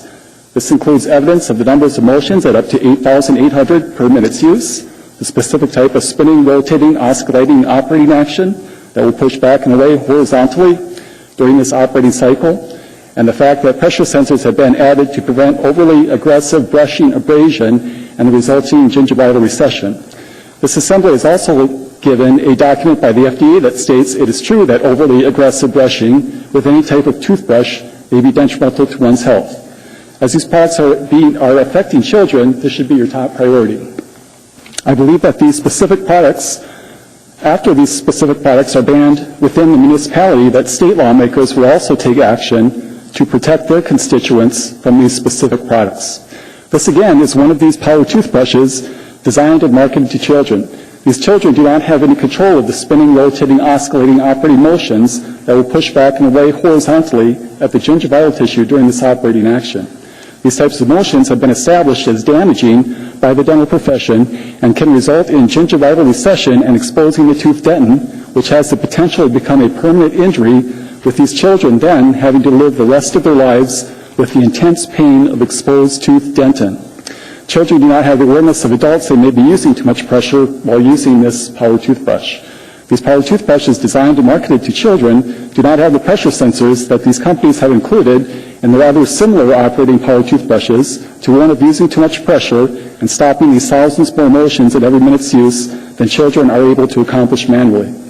These companies also advertise that because of the toy-shaped design, children tend to use them over 30% longer than when brushing manually, which will further multiply this harm and damage in every minute's use. It's been fully explained and detailed in the draft ordinance to ban the sales of these specific products presented to the mayor and assembly members, how it is impossible to cause any damage if no motions are made against the gum tissue. It is then impossible that thousands more of these motions. Thank you. Mr. Dudley, the way this process works, if once you present an issue, it's up to an individual assembly member if they think that there's merit to introduce legislation. So basically, nothing is going to happen from us unless one individual member and two concurring members agree. So I don't know if you're going to accomplish what you want to accomplish by just coming every meeting. You might accomplish more by individual contacts, sir. I've attempted individual contacts, Madam Chairman, and I believe that this is accomplishing quite a bit because this is being documented and recorded in a format that people are more willing to sit and watch and listen than they would reading something. I just want you to know that no response is basically a no. Unless, okay. Ms. Drummond? Thank you, Madam Chair. Just curious, I believe Ms. Gray Jackson asked the Health Department to begin to look into this issue a couple of visits ago from you, right? Am I recollecting that accurately? Through the chair, yes, you are, Ms. Drummond, and Ms. Engel responded. And then we got an email recently from the from the state director, correct, Ms. Engel? Can you tell us a little bit about that? Thank you, Madam Chair. Yes, through the chair, Ms. Greg Jackson, we did receive from the state's dental officer information about a study that indicated that this is not under any FDA recall, and also that there was not concluding evidence that this was a problem for people. I guess I would also note that I spoke to a dentist who is on my Health and Human Services Advisory Committee, and he did not think that this was a problem either. We have looked into it. What I've been told is that overbrushing, even with a manual toothbrush, can cause damage. So it's inconclusive from my perspective at this point that there's a challenge, and so that's my viewpoint. Can I be able to address that? I'm sorry, sir. Your time is up. Okay. Is there anyone else who'd like to speak to us on non-agenda item? Hi, happy Tuesday. Tina Robinson again. And I just wanted to welcome all you guys to the new year. I wasn't able to make it to your assembly 2 weeks ago. But I also just wanted to remind you that everyone involved with Occupy Anchorage still remembers this lovely sidewalk ordinance that you guys passed, and we really won't forget that right now it's more dangerous to walk on our sidewalks because of snow and ice than because of homeless people. So thank you, and I guys hope you enjoy the last day of our first month of the apocalypse. Thank you. Anybody else who'd like to testify?